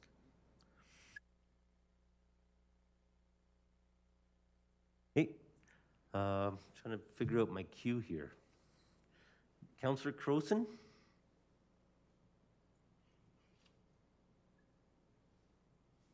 I think I will be supporting this, but are we still in questions about it? So I will wait till debate. Are there further questions? I have councillors in the crew. Councillor Carlson, did you have a question? Not on this amendment. Okay. Councillor Higgin, did you have a question? Yes, I do. Question for the mover on this. I think we've just heard, seems like 3 weeks ago, but it was only about an hour ago, about the city manager. I think it indicated that the enforcement side of things probably isn't going to happen. We're going to just make sure that people do the right thing. So if you're removing that, why aren't you removing the $100 if we're not going to be enforcing it?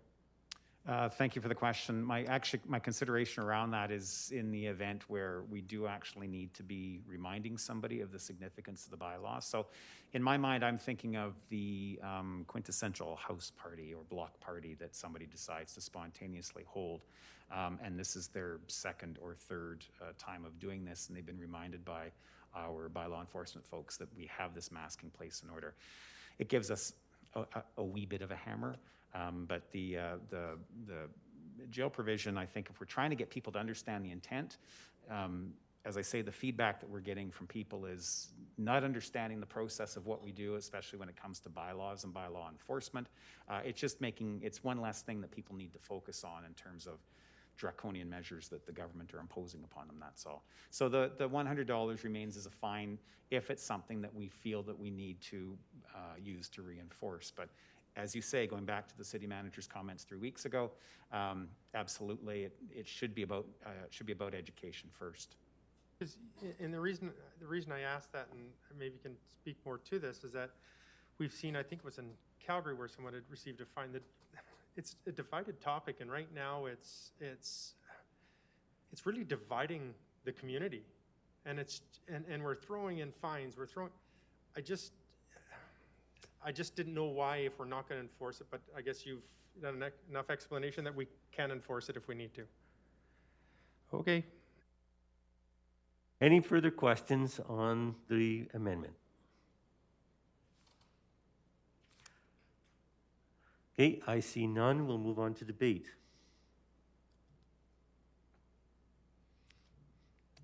Mover of the amendment? Okay. Councillor Carlson? Thank you. I will be supporting this. I do not think that in any way we should be holding possibility of jail over people's heads. But certainly having the disincentive of a fine may remind people of why we're doing this, that it is something essential that they have to do, and that it's emphasizing that as many people as possible should be wearing masks. So the fine as in the old carrot and the stick, I'm fine with the fine, but certainly the jail time, I'm glad we would be removing if this amendment passes. Councillor Carlson? Sorry, no, mine. I have a question on the bylaw after this amendment. Thank you. Okay. Okay, I too will support this. I think jail is unreasonable. We want people's cooperation, and the bylaw should reflect that. So I would support removing the reference to a jail term. Anyone else wish to speak? On Councillor Higgin? Thank you. I am in support of removing the jail time, but I'm also in support of removing this. I've got much more trust in this community that they're going to listen if there's going to be a bylaw, and that I'm not going to police this. We're going to be sending out our bylaw officers.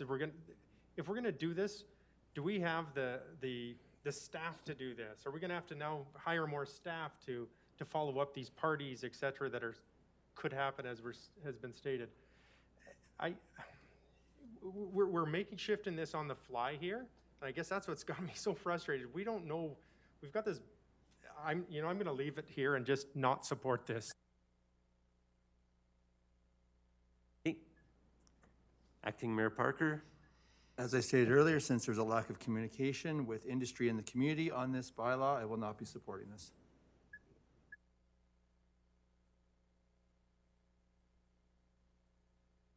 Okay, any other debate? If not, I'll ask the mover to close. Thank you, Mayor Spearman. Thank you to my colleagues. You know, the two previous speakers actually identify conditions that good public policy occurs under. And theoretically, good public policy that comes through good governance shouldn't require any enforcement, any provision for offense at all. The reality is that sometimes we do need to do that. I am also hopeful as one of the previous speakers as well that this is something we don't actually need.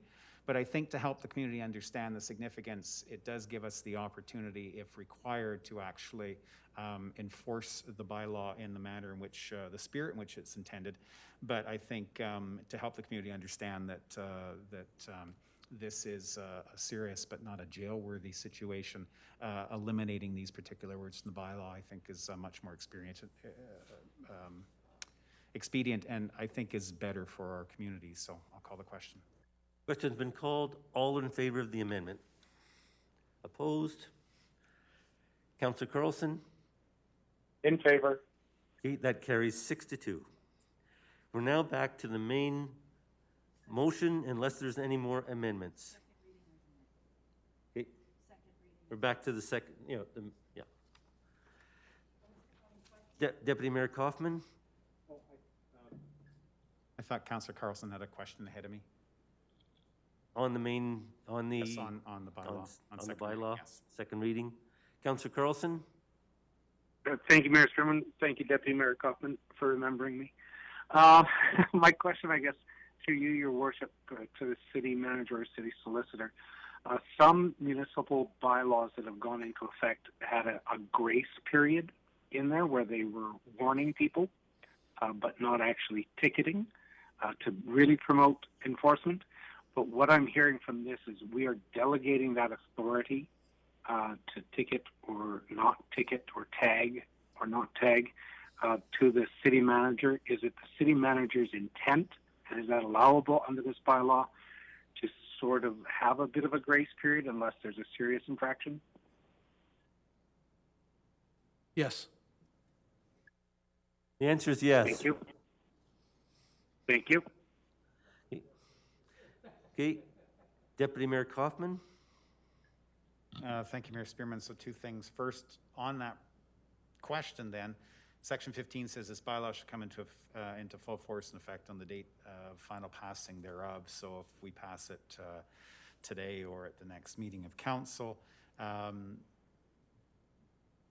what I'm hearing from you is back to the previous, that you'll understand that it's going to take some time for transition, even though the bylaw technically is in force.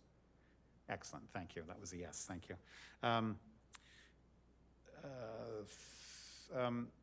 In terms of the messaging and the response then to this, what I don't want to see is people, I think somebody mentioned the snapping the pictures and submitting it.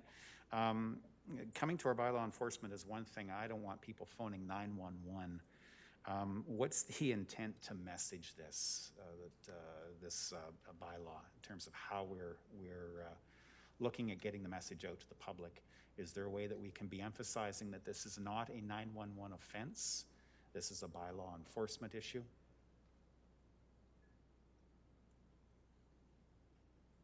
We can certainly message that and work that into the messaging. I'm wondering if working it into the messaging would actually have the opposite effect. I wonder if I wonder how many, and perhaps we can get, I don't know, Robin or Brian, if this has come up in talking to other municipalities that are a little further down the road, if there's been any challenges from an enforcement perspective or any sort of overload of the system because people are trying to raise issues with others not complying with the bylaw. I'm not sure.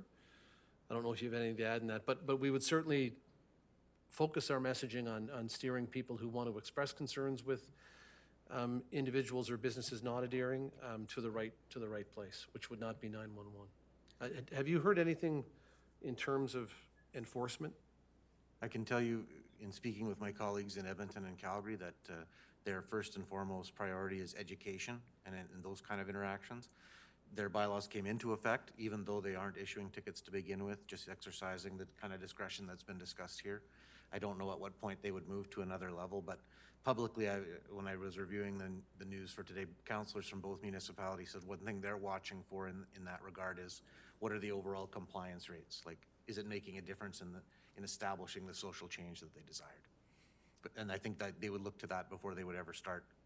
It would make no sense if you were at 80% wearing masks, 20% of the people didn't have masks. We don't have enough courtrooms or to ticket 20% of the city, right? So it's an education process to begin with.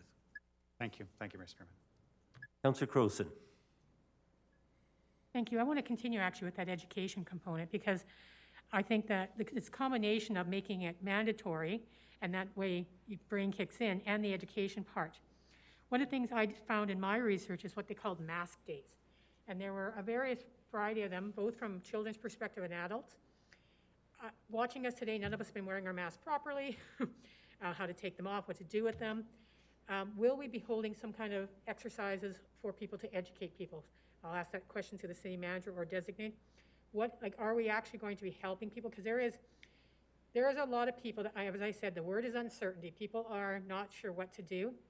And how are we going to help them understand not only that you should wear a mask, but how to do it properly? Is that part of our educational campaign?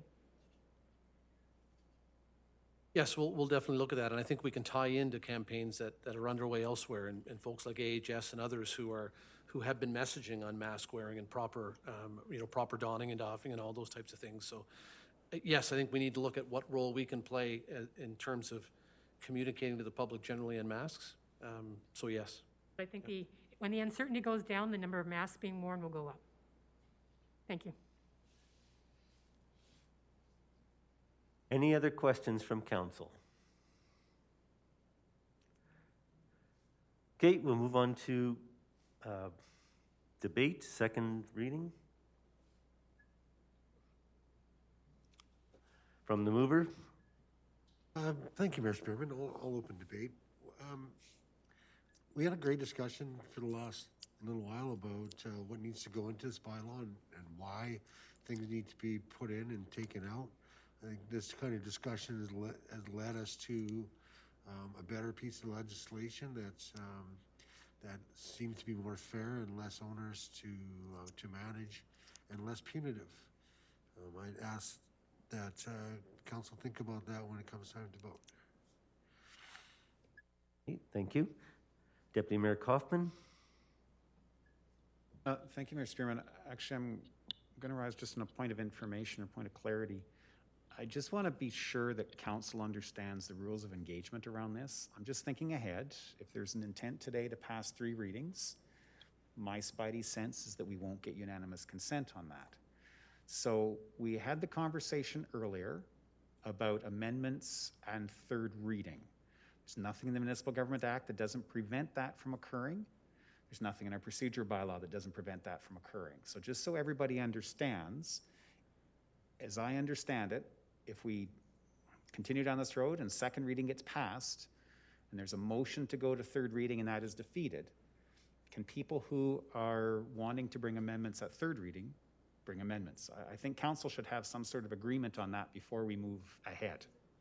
Yeah, I would support that. I think the general will is that everyone on council wants to have the best possible bylaw. And if we don't come up with every amendment today, I don't think that should be limiting. I think that we should allow amendments before 3rd reading, and I hope that we would be able to do that and that we could agree to do that. Okay, so can we see some form of... We do head nods. Head nods? Yeah, Councillor Carlson, do you agree that we would allow amendments before 3rd reading? I do. Okay. Okay, is there anybody who is opposed to amendments before 3rd reading? I'm definitely opposed to that. So in the pure legislative, looking at how things are done, you introduce the bylaw at 1st reading, you debate it at 2nd reading, and you enact it in the 3rd reading. You don't go back to the 3rd reading and say, oh, let's change it, because, we had a different thought about that. Your thought to change it is at second reading. When you pass second reading, you're saying, now we're gonna vote to enact it. You don't wanna enact it at third reading, don't enact it at third reading. You don't like it, don't do it. Don't make a whole bunch more changes at third reading. Why would you wanna do that? I think the answer to that question is so we can have the best possible bylaw. Well, We didn't tell anybody that we would be doing second and third reading today. So the community is, normally, our normal process is to introduce a bill or a bylaw for first reading that gives community 2 weeks' notice that we'll be considering it at second reading. And in that's our normal process, and the community understands, there are people in the community that understand that if they have suggestions that they would like their councillors to hear, they have 2 weeks to submit them, or up to 2 weeks to submit them, so they'll actually get considered. We haven't followed that process in this case. Therefore, if we don't get unanimous consent to consider third reading, it would be wise for us to consider any amendments that are suggested by the community before third reading. That's the best answer I can give you. Point of clarity, Your Worship. Yes. There is another option that hasn't been brought forward, because I do agree that we'll call it spidey sense, is that we're not going to get unanimity, but I've been proven wrong before. There is always the option, should council wish to invoke it, of postponing second reading for up to 2 weeks, perhaps, but not precluding coming back at a special council meeting in a day or two to get the best possible bylaw. So I'm just putting that out there, that there is another option, but I don't want to muddy the waters too much.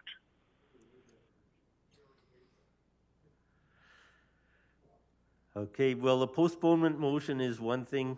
I think if we were to suddenly have an emergency meeting on 24 hours notice, that would catch the community off guard again.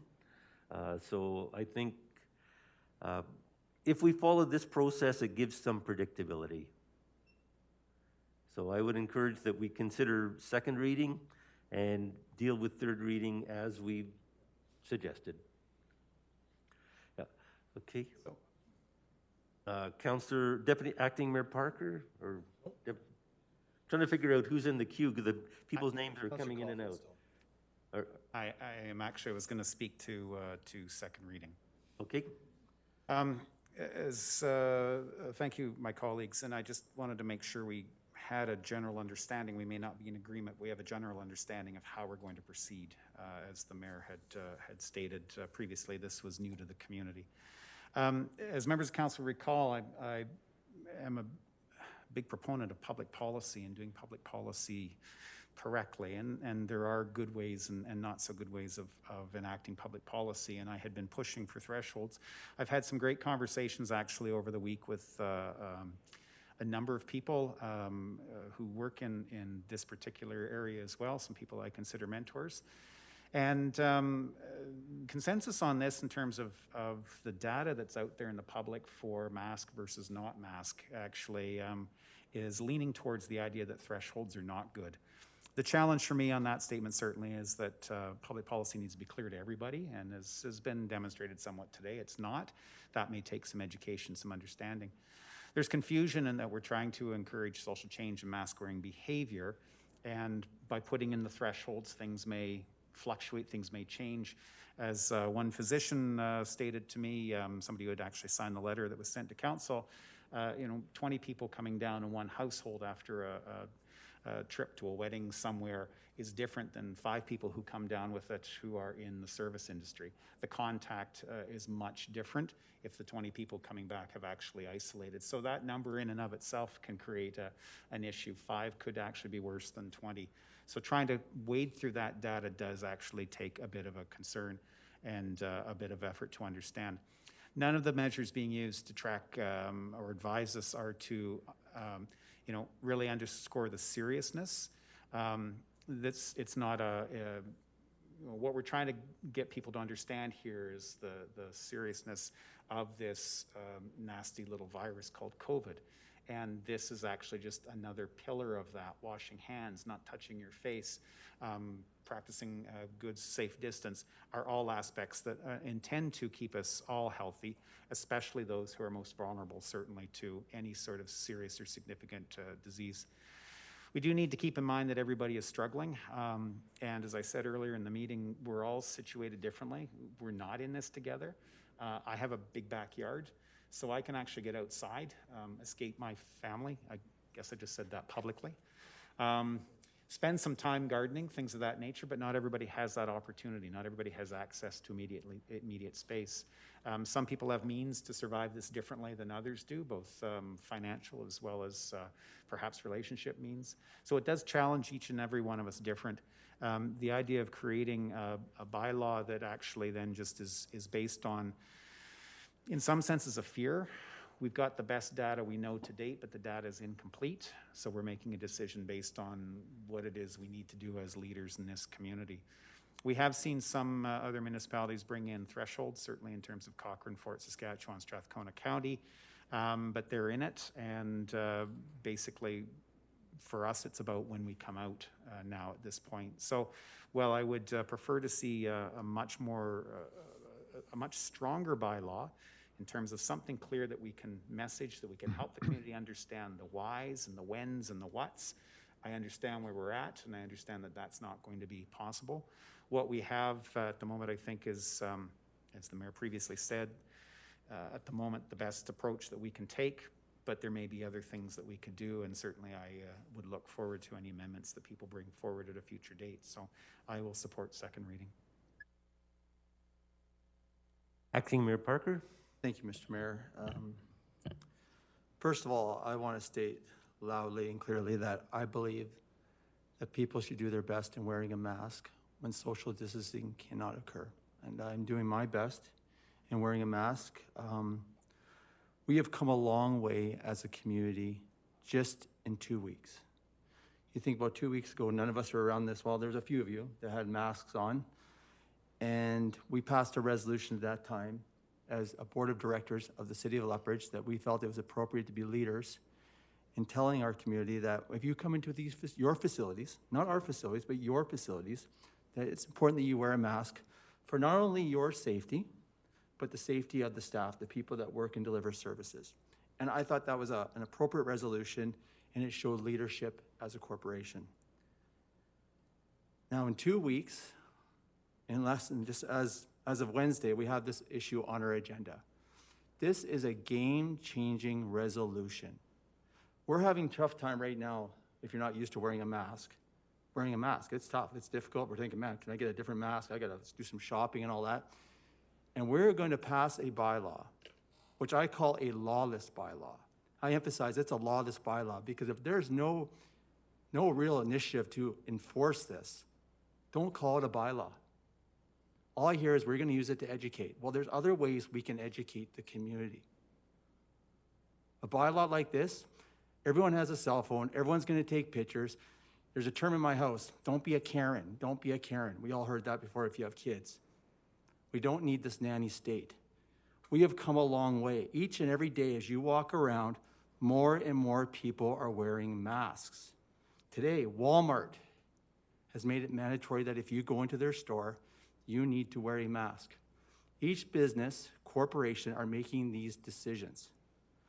For us as council to tell the private sector in their private space, and I emphasize private space because when you go into a business, they have all the right to say no to you. So to use the word public space, I think is a little weak because any private business has an opportunity, the right to say no to anyone. We pass this, we haven't even consulted the community. This is a game changer for the community in regards to installing it or making it happen within their businesses. They don't know how they're going to go about it. But for us to go out there and tell them that you're going to do this, and then they come back to us, did you give me a chance to say anything? And I'm going to say, no. We ran that through 3 hearings at a public meeting on August 10th. But did I have my say? No, you didn't have your say because we're looking out for you. We're the big brother. We'll take care of you. That's not our place. Our place is through bylaws, when we do pass bylaws, we have public consultation. We have public consultation. We had an issue regarding 6 Mile Coulee. There was a lack of communication, a lack of consultation. What did we do? We sent it back to the drawing board. Everyone in this community has taken huge responsibility in wearing a mask. Tomorrow there'll be 5 or 10% more people wearing a mask. If anything, this will divide a community. You'll get your libertarians that will say, no one's gonna make me wear a mask. And then people say, well, you should wear a mask. Instead of bringing a community together, this will divide a community. And quite frankly, I don't care what Calgary's doing. I don't care what Edmonton's doing. I'm making a decision on behalf of my community. Now, if this was to be passed, at what point do we stop wearing the mask? At 5, 10, 15, 20?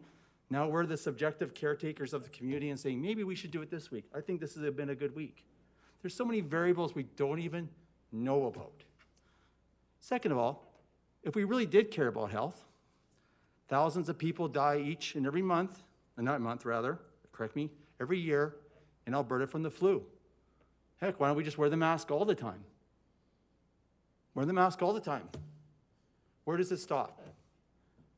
I think the mask is a great idea, but people have the right to decide if they want to wear a mask when they're outside of city facilities. And it's also up to the business owner of those businesses to decide what is best. Everyone has a right to wear a mask when they go in these businesses. People encourage it.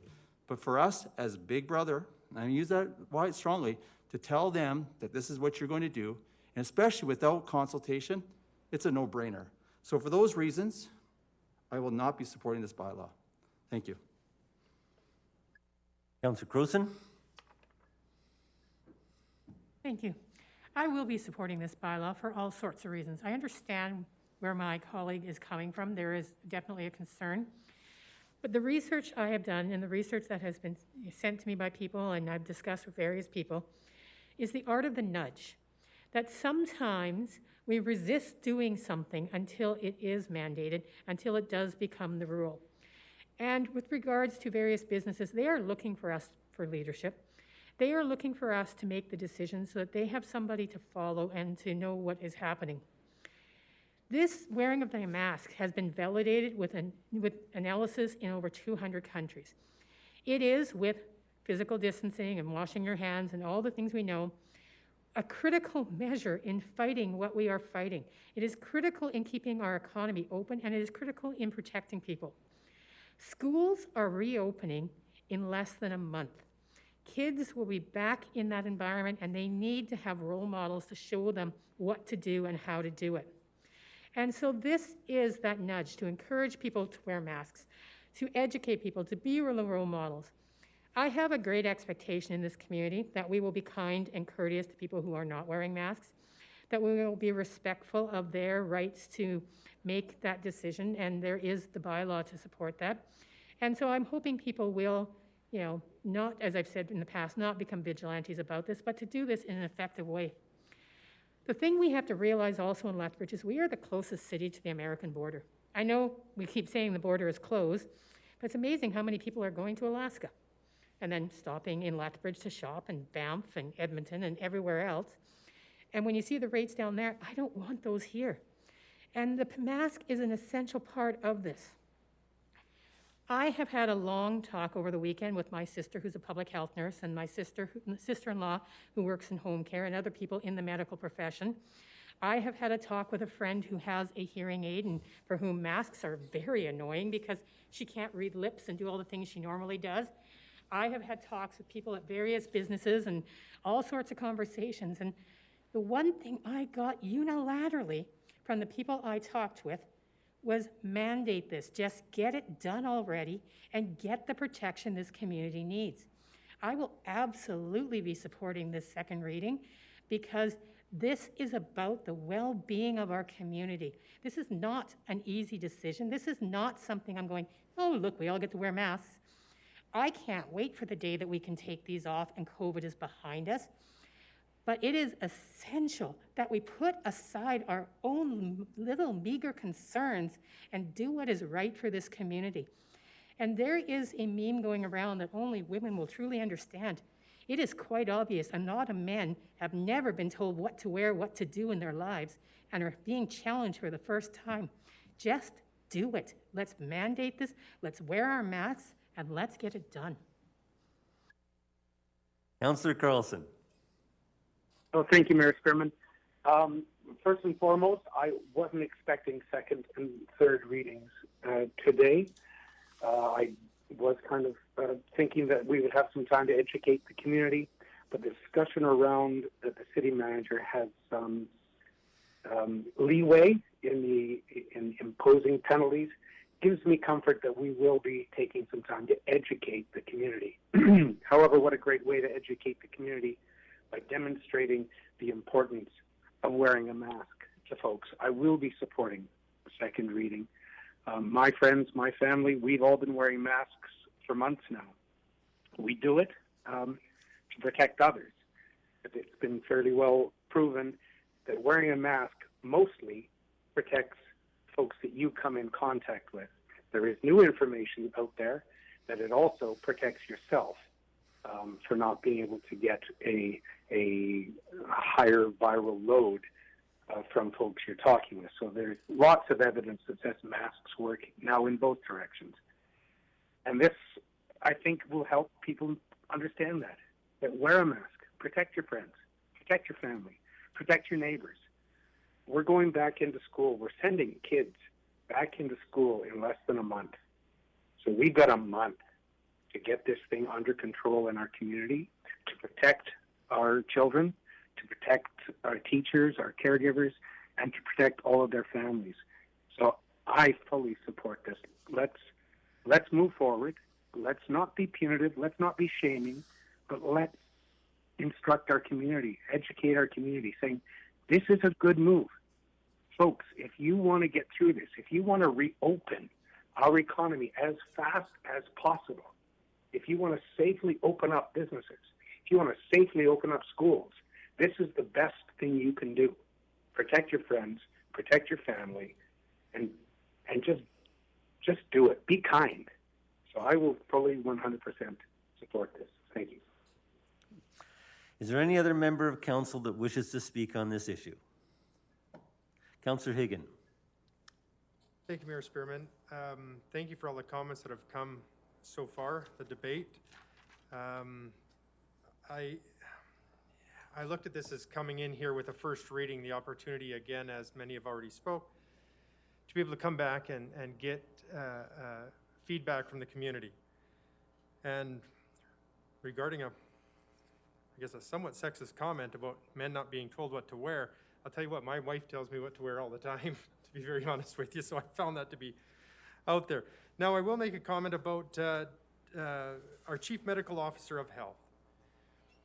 I wear a mask. My business, my staff wear masks. I think it's important to wear masks. This isn't as much as what it's about. We're sitting around this horseshoe, and last time I checked, and correct me if I'm wrong, anybody, and they're hiding a medical degree or somewhat close to that, is that we have a Chief Medical Officer of Health that has not mandated or has asked the government to mandate it, but is saying it's strongly and highly recommended. 100% I agree with this. 100% I agree with this, because you know what? I want to listen to the experts. I don't want to, and sorry, I'm not going to listen to the rest of you when it comes to medical advice. I'm sorry.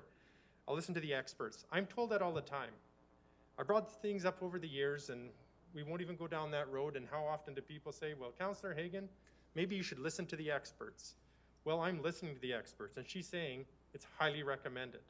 And you know what? We need to continue to wear a mask until we're out of this. This is why it's highly recommended. Now, to go and mandate someone, charge a business, where we haven't even done the education side of things. We're going to go to business, we're going to charge them $100 because they don't have a damn sign up. Like, come on.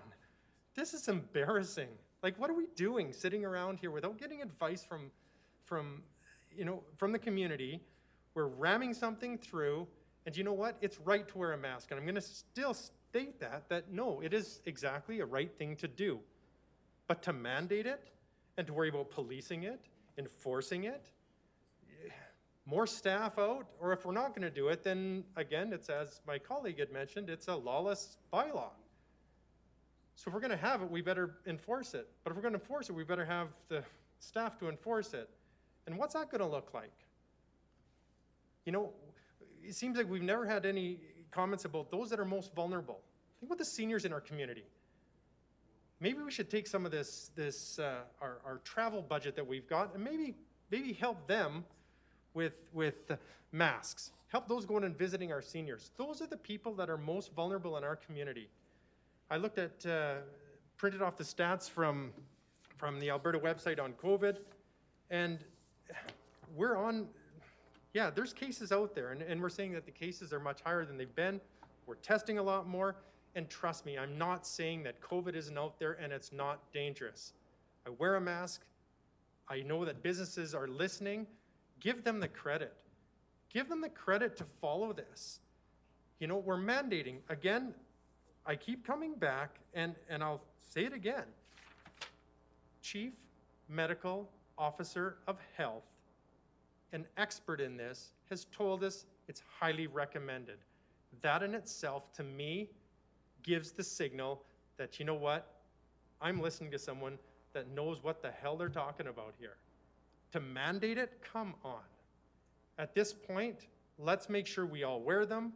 And again, I'm highly supportive of mask wearing. But to put community through there without getting further advice from them, I just cannot support the second reading for that reason. It will come back on a third reading, and I'm really excited about you know, having that opportunity to and I think we're okay with that. The last that I'd heard with the nodding of heads, that we'll have that opportunity to bring other amendments, because I came in here for a first reading,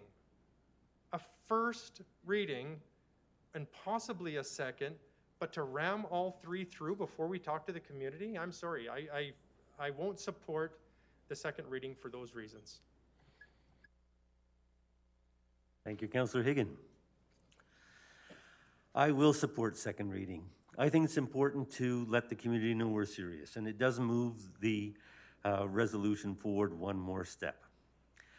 This is going to include places like malls, grocery stores, retail businesses, churches, taxi and ride-sharing businesses.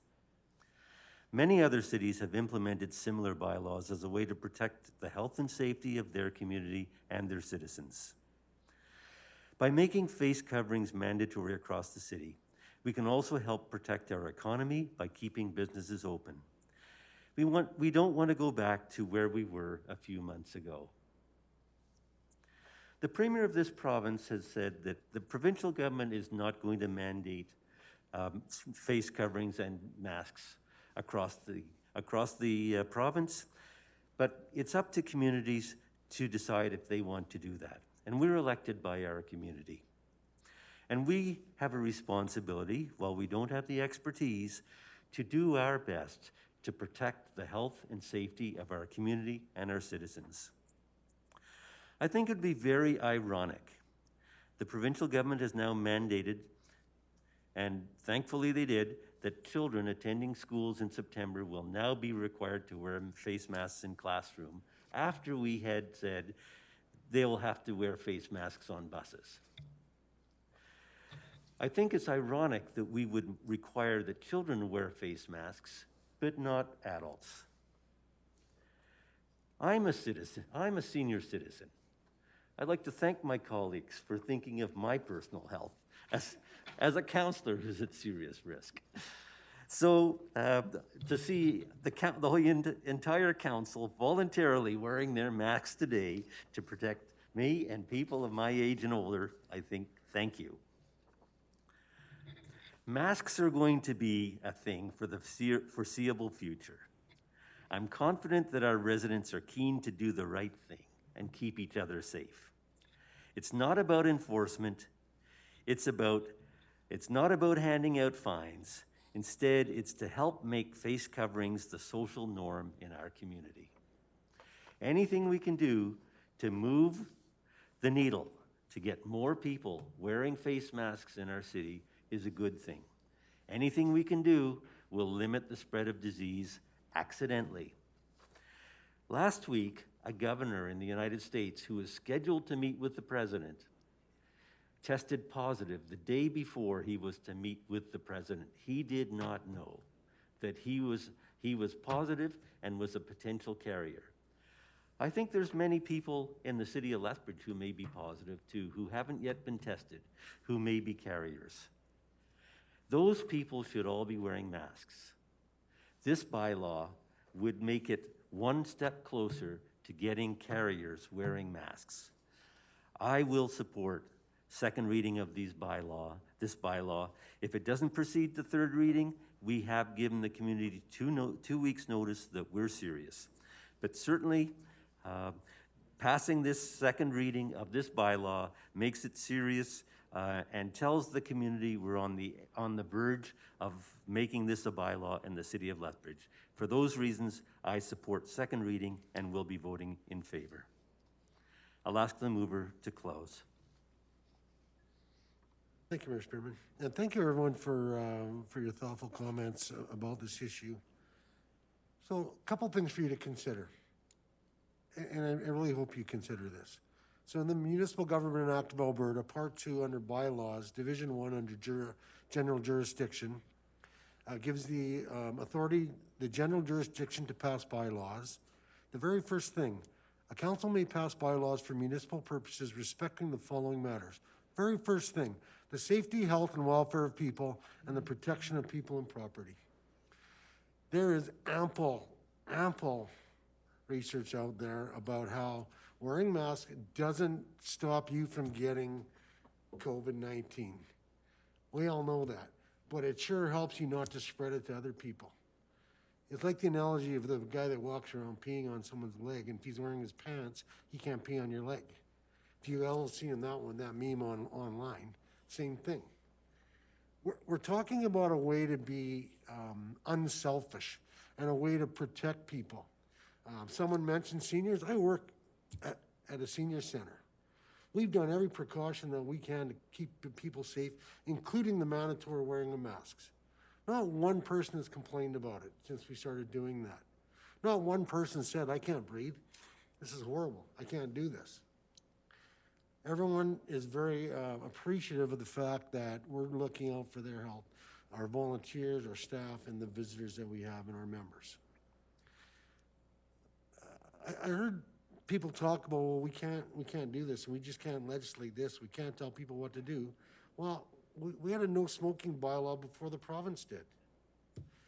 This council passed a no smoking bylaw that was pretty good. And people followed it if they wanted people to smoke in their establishments. And then the province came in and they had their legislation. Seatbelts. Seatbelts were a thing that people said, oh my God, I can't wear seatbelts. They're uncomfortable. They're going to restrict my movement. And then when a law came in to legislate seatbelt wearing, people, all of a sudden maybe seatbelts aren't so bad. Maybe we're not going to go flying through the window and smash our heads anymore.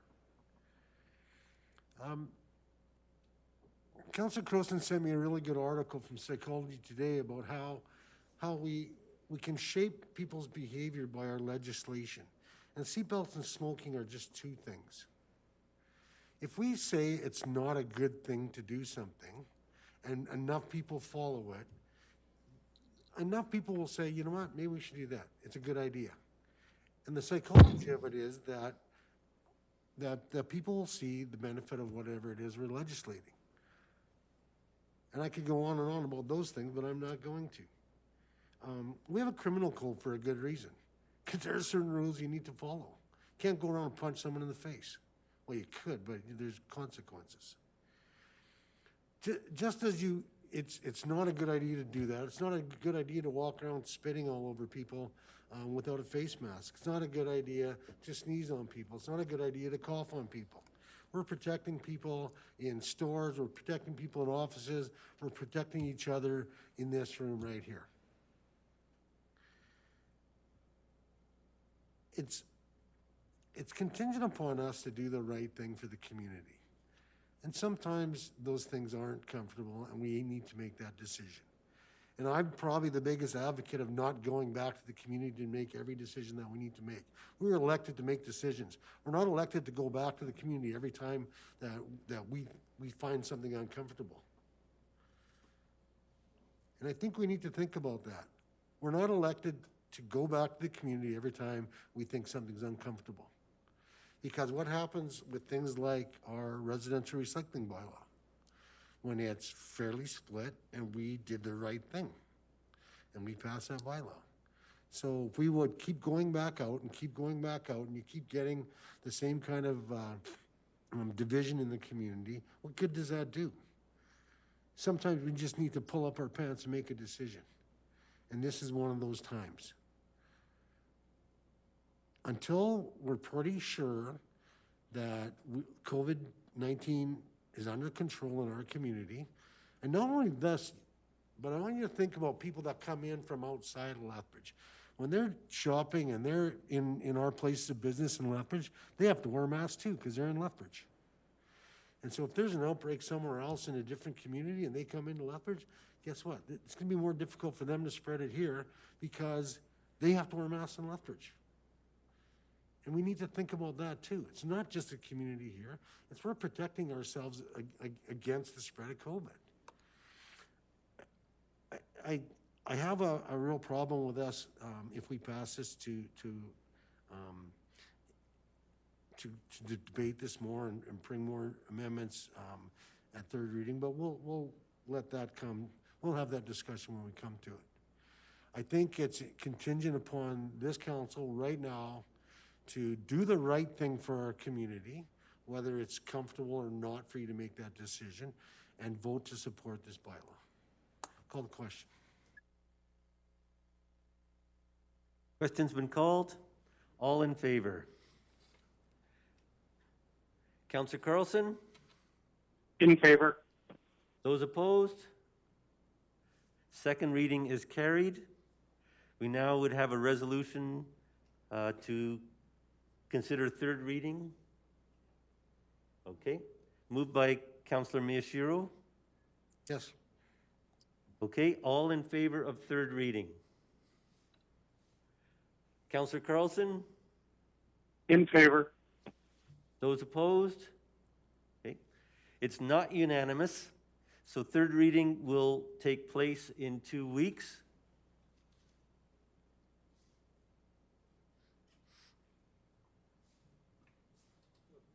And at this time, we'll take a 5-minute break. Okay.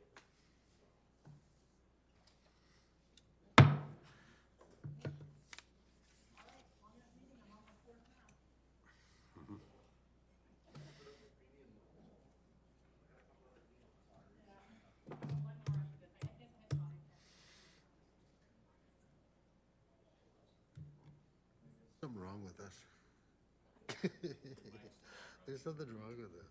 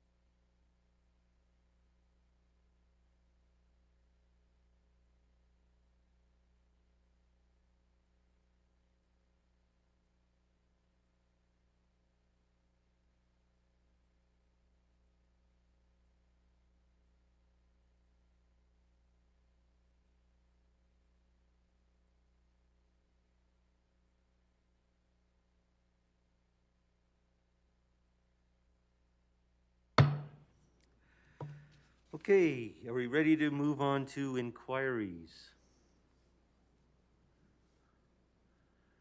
Are there any inquiries? Councillor Higgin. Sorry, I just had to throw it in there. No, I don't have an inquiry. Councillor Campbell? Yeah. Yeah, this was just a quick one. Councillor Parker had received a complaint a number of weeks ago about the noise on Merrimagrath Drive and the bylaw possibility that there exists on Merrimagrath Drive, and I had received a call. People were concerned about it. Just wanted to get a follow-up to hear if you had heard anything more about what happens on Merrimagrath Drive, noise bylaws, and that sort of thing. We haven't heard anything since the last time it was here, and I believe it was referred to the police commission. Right. But for those individuals that have come forward, if you would like to refer them to the bylaw enforcement folks here, okay, we'd like to have a conversation with them and follow that up. So what would be, when you say bylaw, like as in Dave? Yes, yes. Okay. Great, Yeah, good. if that works. Thank you very much. Deputy Mayor Coffman, inquiry? Thank you, Mayor Spearman. Actually, just to follow up on that, Mr. Hawkins had actually made the statement that part of what they could do is they could do a noise assessment. I thought I had sent Mr. Hawkins an email about the process around that. Is that something that we should be encouraging, or would you rather just have citizens talk to you first? I'm not sure if these are the same folks in the same situation, but in both cases, we could certainly look at that as part of whatever steps could be taken. Okay, thank you. Acting Mayor Parker, inquiry? I apologize. I did have to answer some questions outside the room, but I do believe, Councillor Campbell, you asked the question regarding Merrimagrath. Thank you very much. And the answer was I was going to go to bylaw services or perfect. Thank you. I'll catch up on later on that, but thank you, Councillor Campbell, for bringing that forward. Okay, thank you. I've had a couple of inquiries, and they are repetitive ones, and I may use the new form as a trial. But certainly, we continually get questions from residents about moving of garbage cans from the back to the front, and we continually get complaints from people living in condominiums about the recycling program. So I won't ask for a response tonight, but I will try to summarize those complaints that are coming to all councillors into an inquiry, and then we can have a written response from administration that can be posted in response to these regular complaints that we're hearing from certain citizens. So, yeah, just giving a notice and wait till I trial the forum. Okay. Thank you. If there's no more inquiries, we'll move on to council updates. Are there any council updates? Yeah. Councillor Carlson. Thank you, Mayor Spearman. And I apologize, even as a member of OEG and knew that the written inquiry was coming forward, I only got this last night at 10 p.m., so forgive me for not writing this out. A bit of a comment, bit of an inquiry, if I can. Curb cuts for accessibility, which are awesome, necessary, are going forward in and around the community at different stages. One neighbor came to approach me. I guess they're a corner lot. They're being spray painted to have the curb cut put in place. And just as it would unfold, they just spent tens of thousands of dollars landscaping their yard, new sod, new everything. And I said, well, that's very unfortunate. But it triggered a thought. Surely there is a list and a schedule of when these are being implemented in certain neighborhoods around the city. I'm just wondering if it's possible, so through you to the city manager or designate, to give people a heads up. Can we post a schedule, let people know your corner is being slated? These folks could have just put off their landscaping for 2 weeks had they known. And so I'm wondering if there's a possibility of looking into warning people, so to speak. We will look into that, Councillor Carlson. Thank you. Any further inquiries? Okay, we'll move on to council updates. Councillor Crowson. Thank you. I have an update from OEG. I meant to have this in writing. Mea culpa, it's not in writing, but I will get it out to you in writing tomorrow. So it'll be sent all around with all of the details. So this has come up through OEG, and it's just to let you know, it's being instituted. There's going to be another way that members of the community can reach out to council, and that will be through 311. This does not replace anything we currently have. People can still email, they can still call, they can still find you at the supermarket, wherever they want. This is adding another one. But there'll be a flow chart, and people will be, like what kind of questions. And a lot of times when people contact council, it's an operational question, and that will go immediately to operations, so they'll get a faster response for the customer. It will free up the city manager's time. We'll have different things they can ask questions about, so it'll actually streamline people's time. And from council's perspective, so that we're not losing out on what the community is asking questions about, reports will be run and they will be delivered to council, so you'll know exactly what's the questions and what the concerns and what people are asking.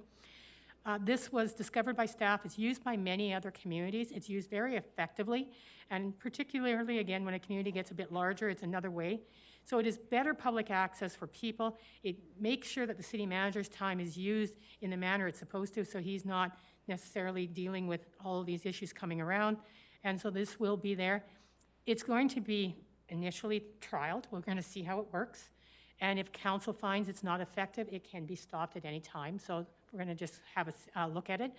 But we know 311 is being used effectively by people. It is a place that people are going to, wanting to use, and this is another method they can use it on. I am sorry Councillor Morrow isn't here, because I think he will have a concern about this, because he wants nothing in between him and the public. But again, none of the other ways are stopped. The mayor at lethbridge.ca, the council at lethbridge.ca, all of those still exist. This is giving another option to the public. And so I wanted my colleagues to be aware of that, and that we will share reports back on how effective it was working and how it is working. And tomorrow I will send you the email that you'll be able to see exactly the layout of it. And that's the update from OEG on that. Thank you. Councillor Carlson, do you have an update for council? Very briefly, Your Worship, and I hope I'm not repeating myself if I gave this update last meeting. Performing Arts Centre has met and reviewed both options for the upcoming discussions for council in September. And I believe Deputy Mayor Coffman has approached Agenda Committee, or has put that on the radar screen for Agenda Review Committee for a CIC in September. So I just wanted to give you an update that we are on track and on timeline. Okay. Any further updates for council? I see none. So we'll move on to the closed session omnibus motions. Sorry. We have a resolution from Acting Mayor Parker. Be it resolved that council direct that the closed meeting discussions, reports, and documents with respect to Lethbridge Emergency Medical Services Update, verbal, Alberta Health Services Update, verbal, and CIP Amendment, verbal, and Board, Commission, and Committee matter, verbal, remain confidential pursuant to Sections 18, disclosure harmful to individual or public safety, 24, advice from officials, 25, harmful to economic interests of a public body of the Freedom of Information and Privacy Act. Acting Mayor Parker. Well, thank you very much, Mr. Mayor. And first of all, I want to let everyone know I support wearing the mask. I'm just joking. Yes, I just called a question. Okay, question's been called. All in the fair. Opposed? Councillor Carlson. In favor. Thank you.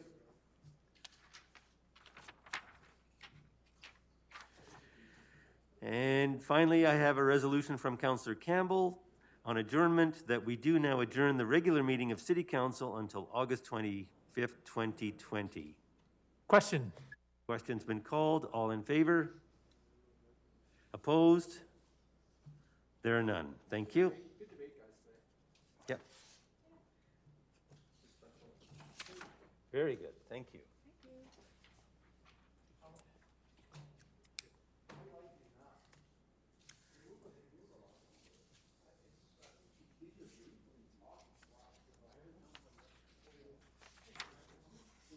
Are we adjourned? I didn't hear the gavel.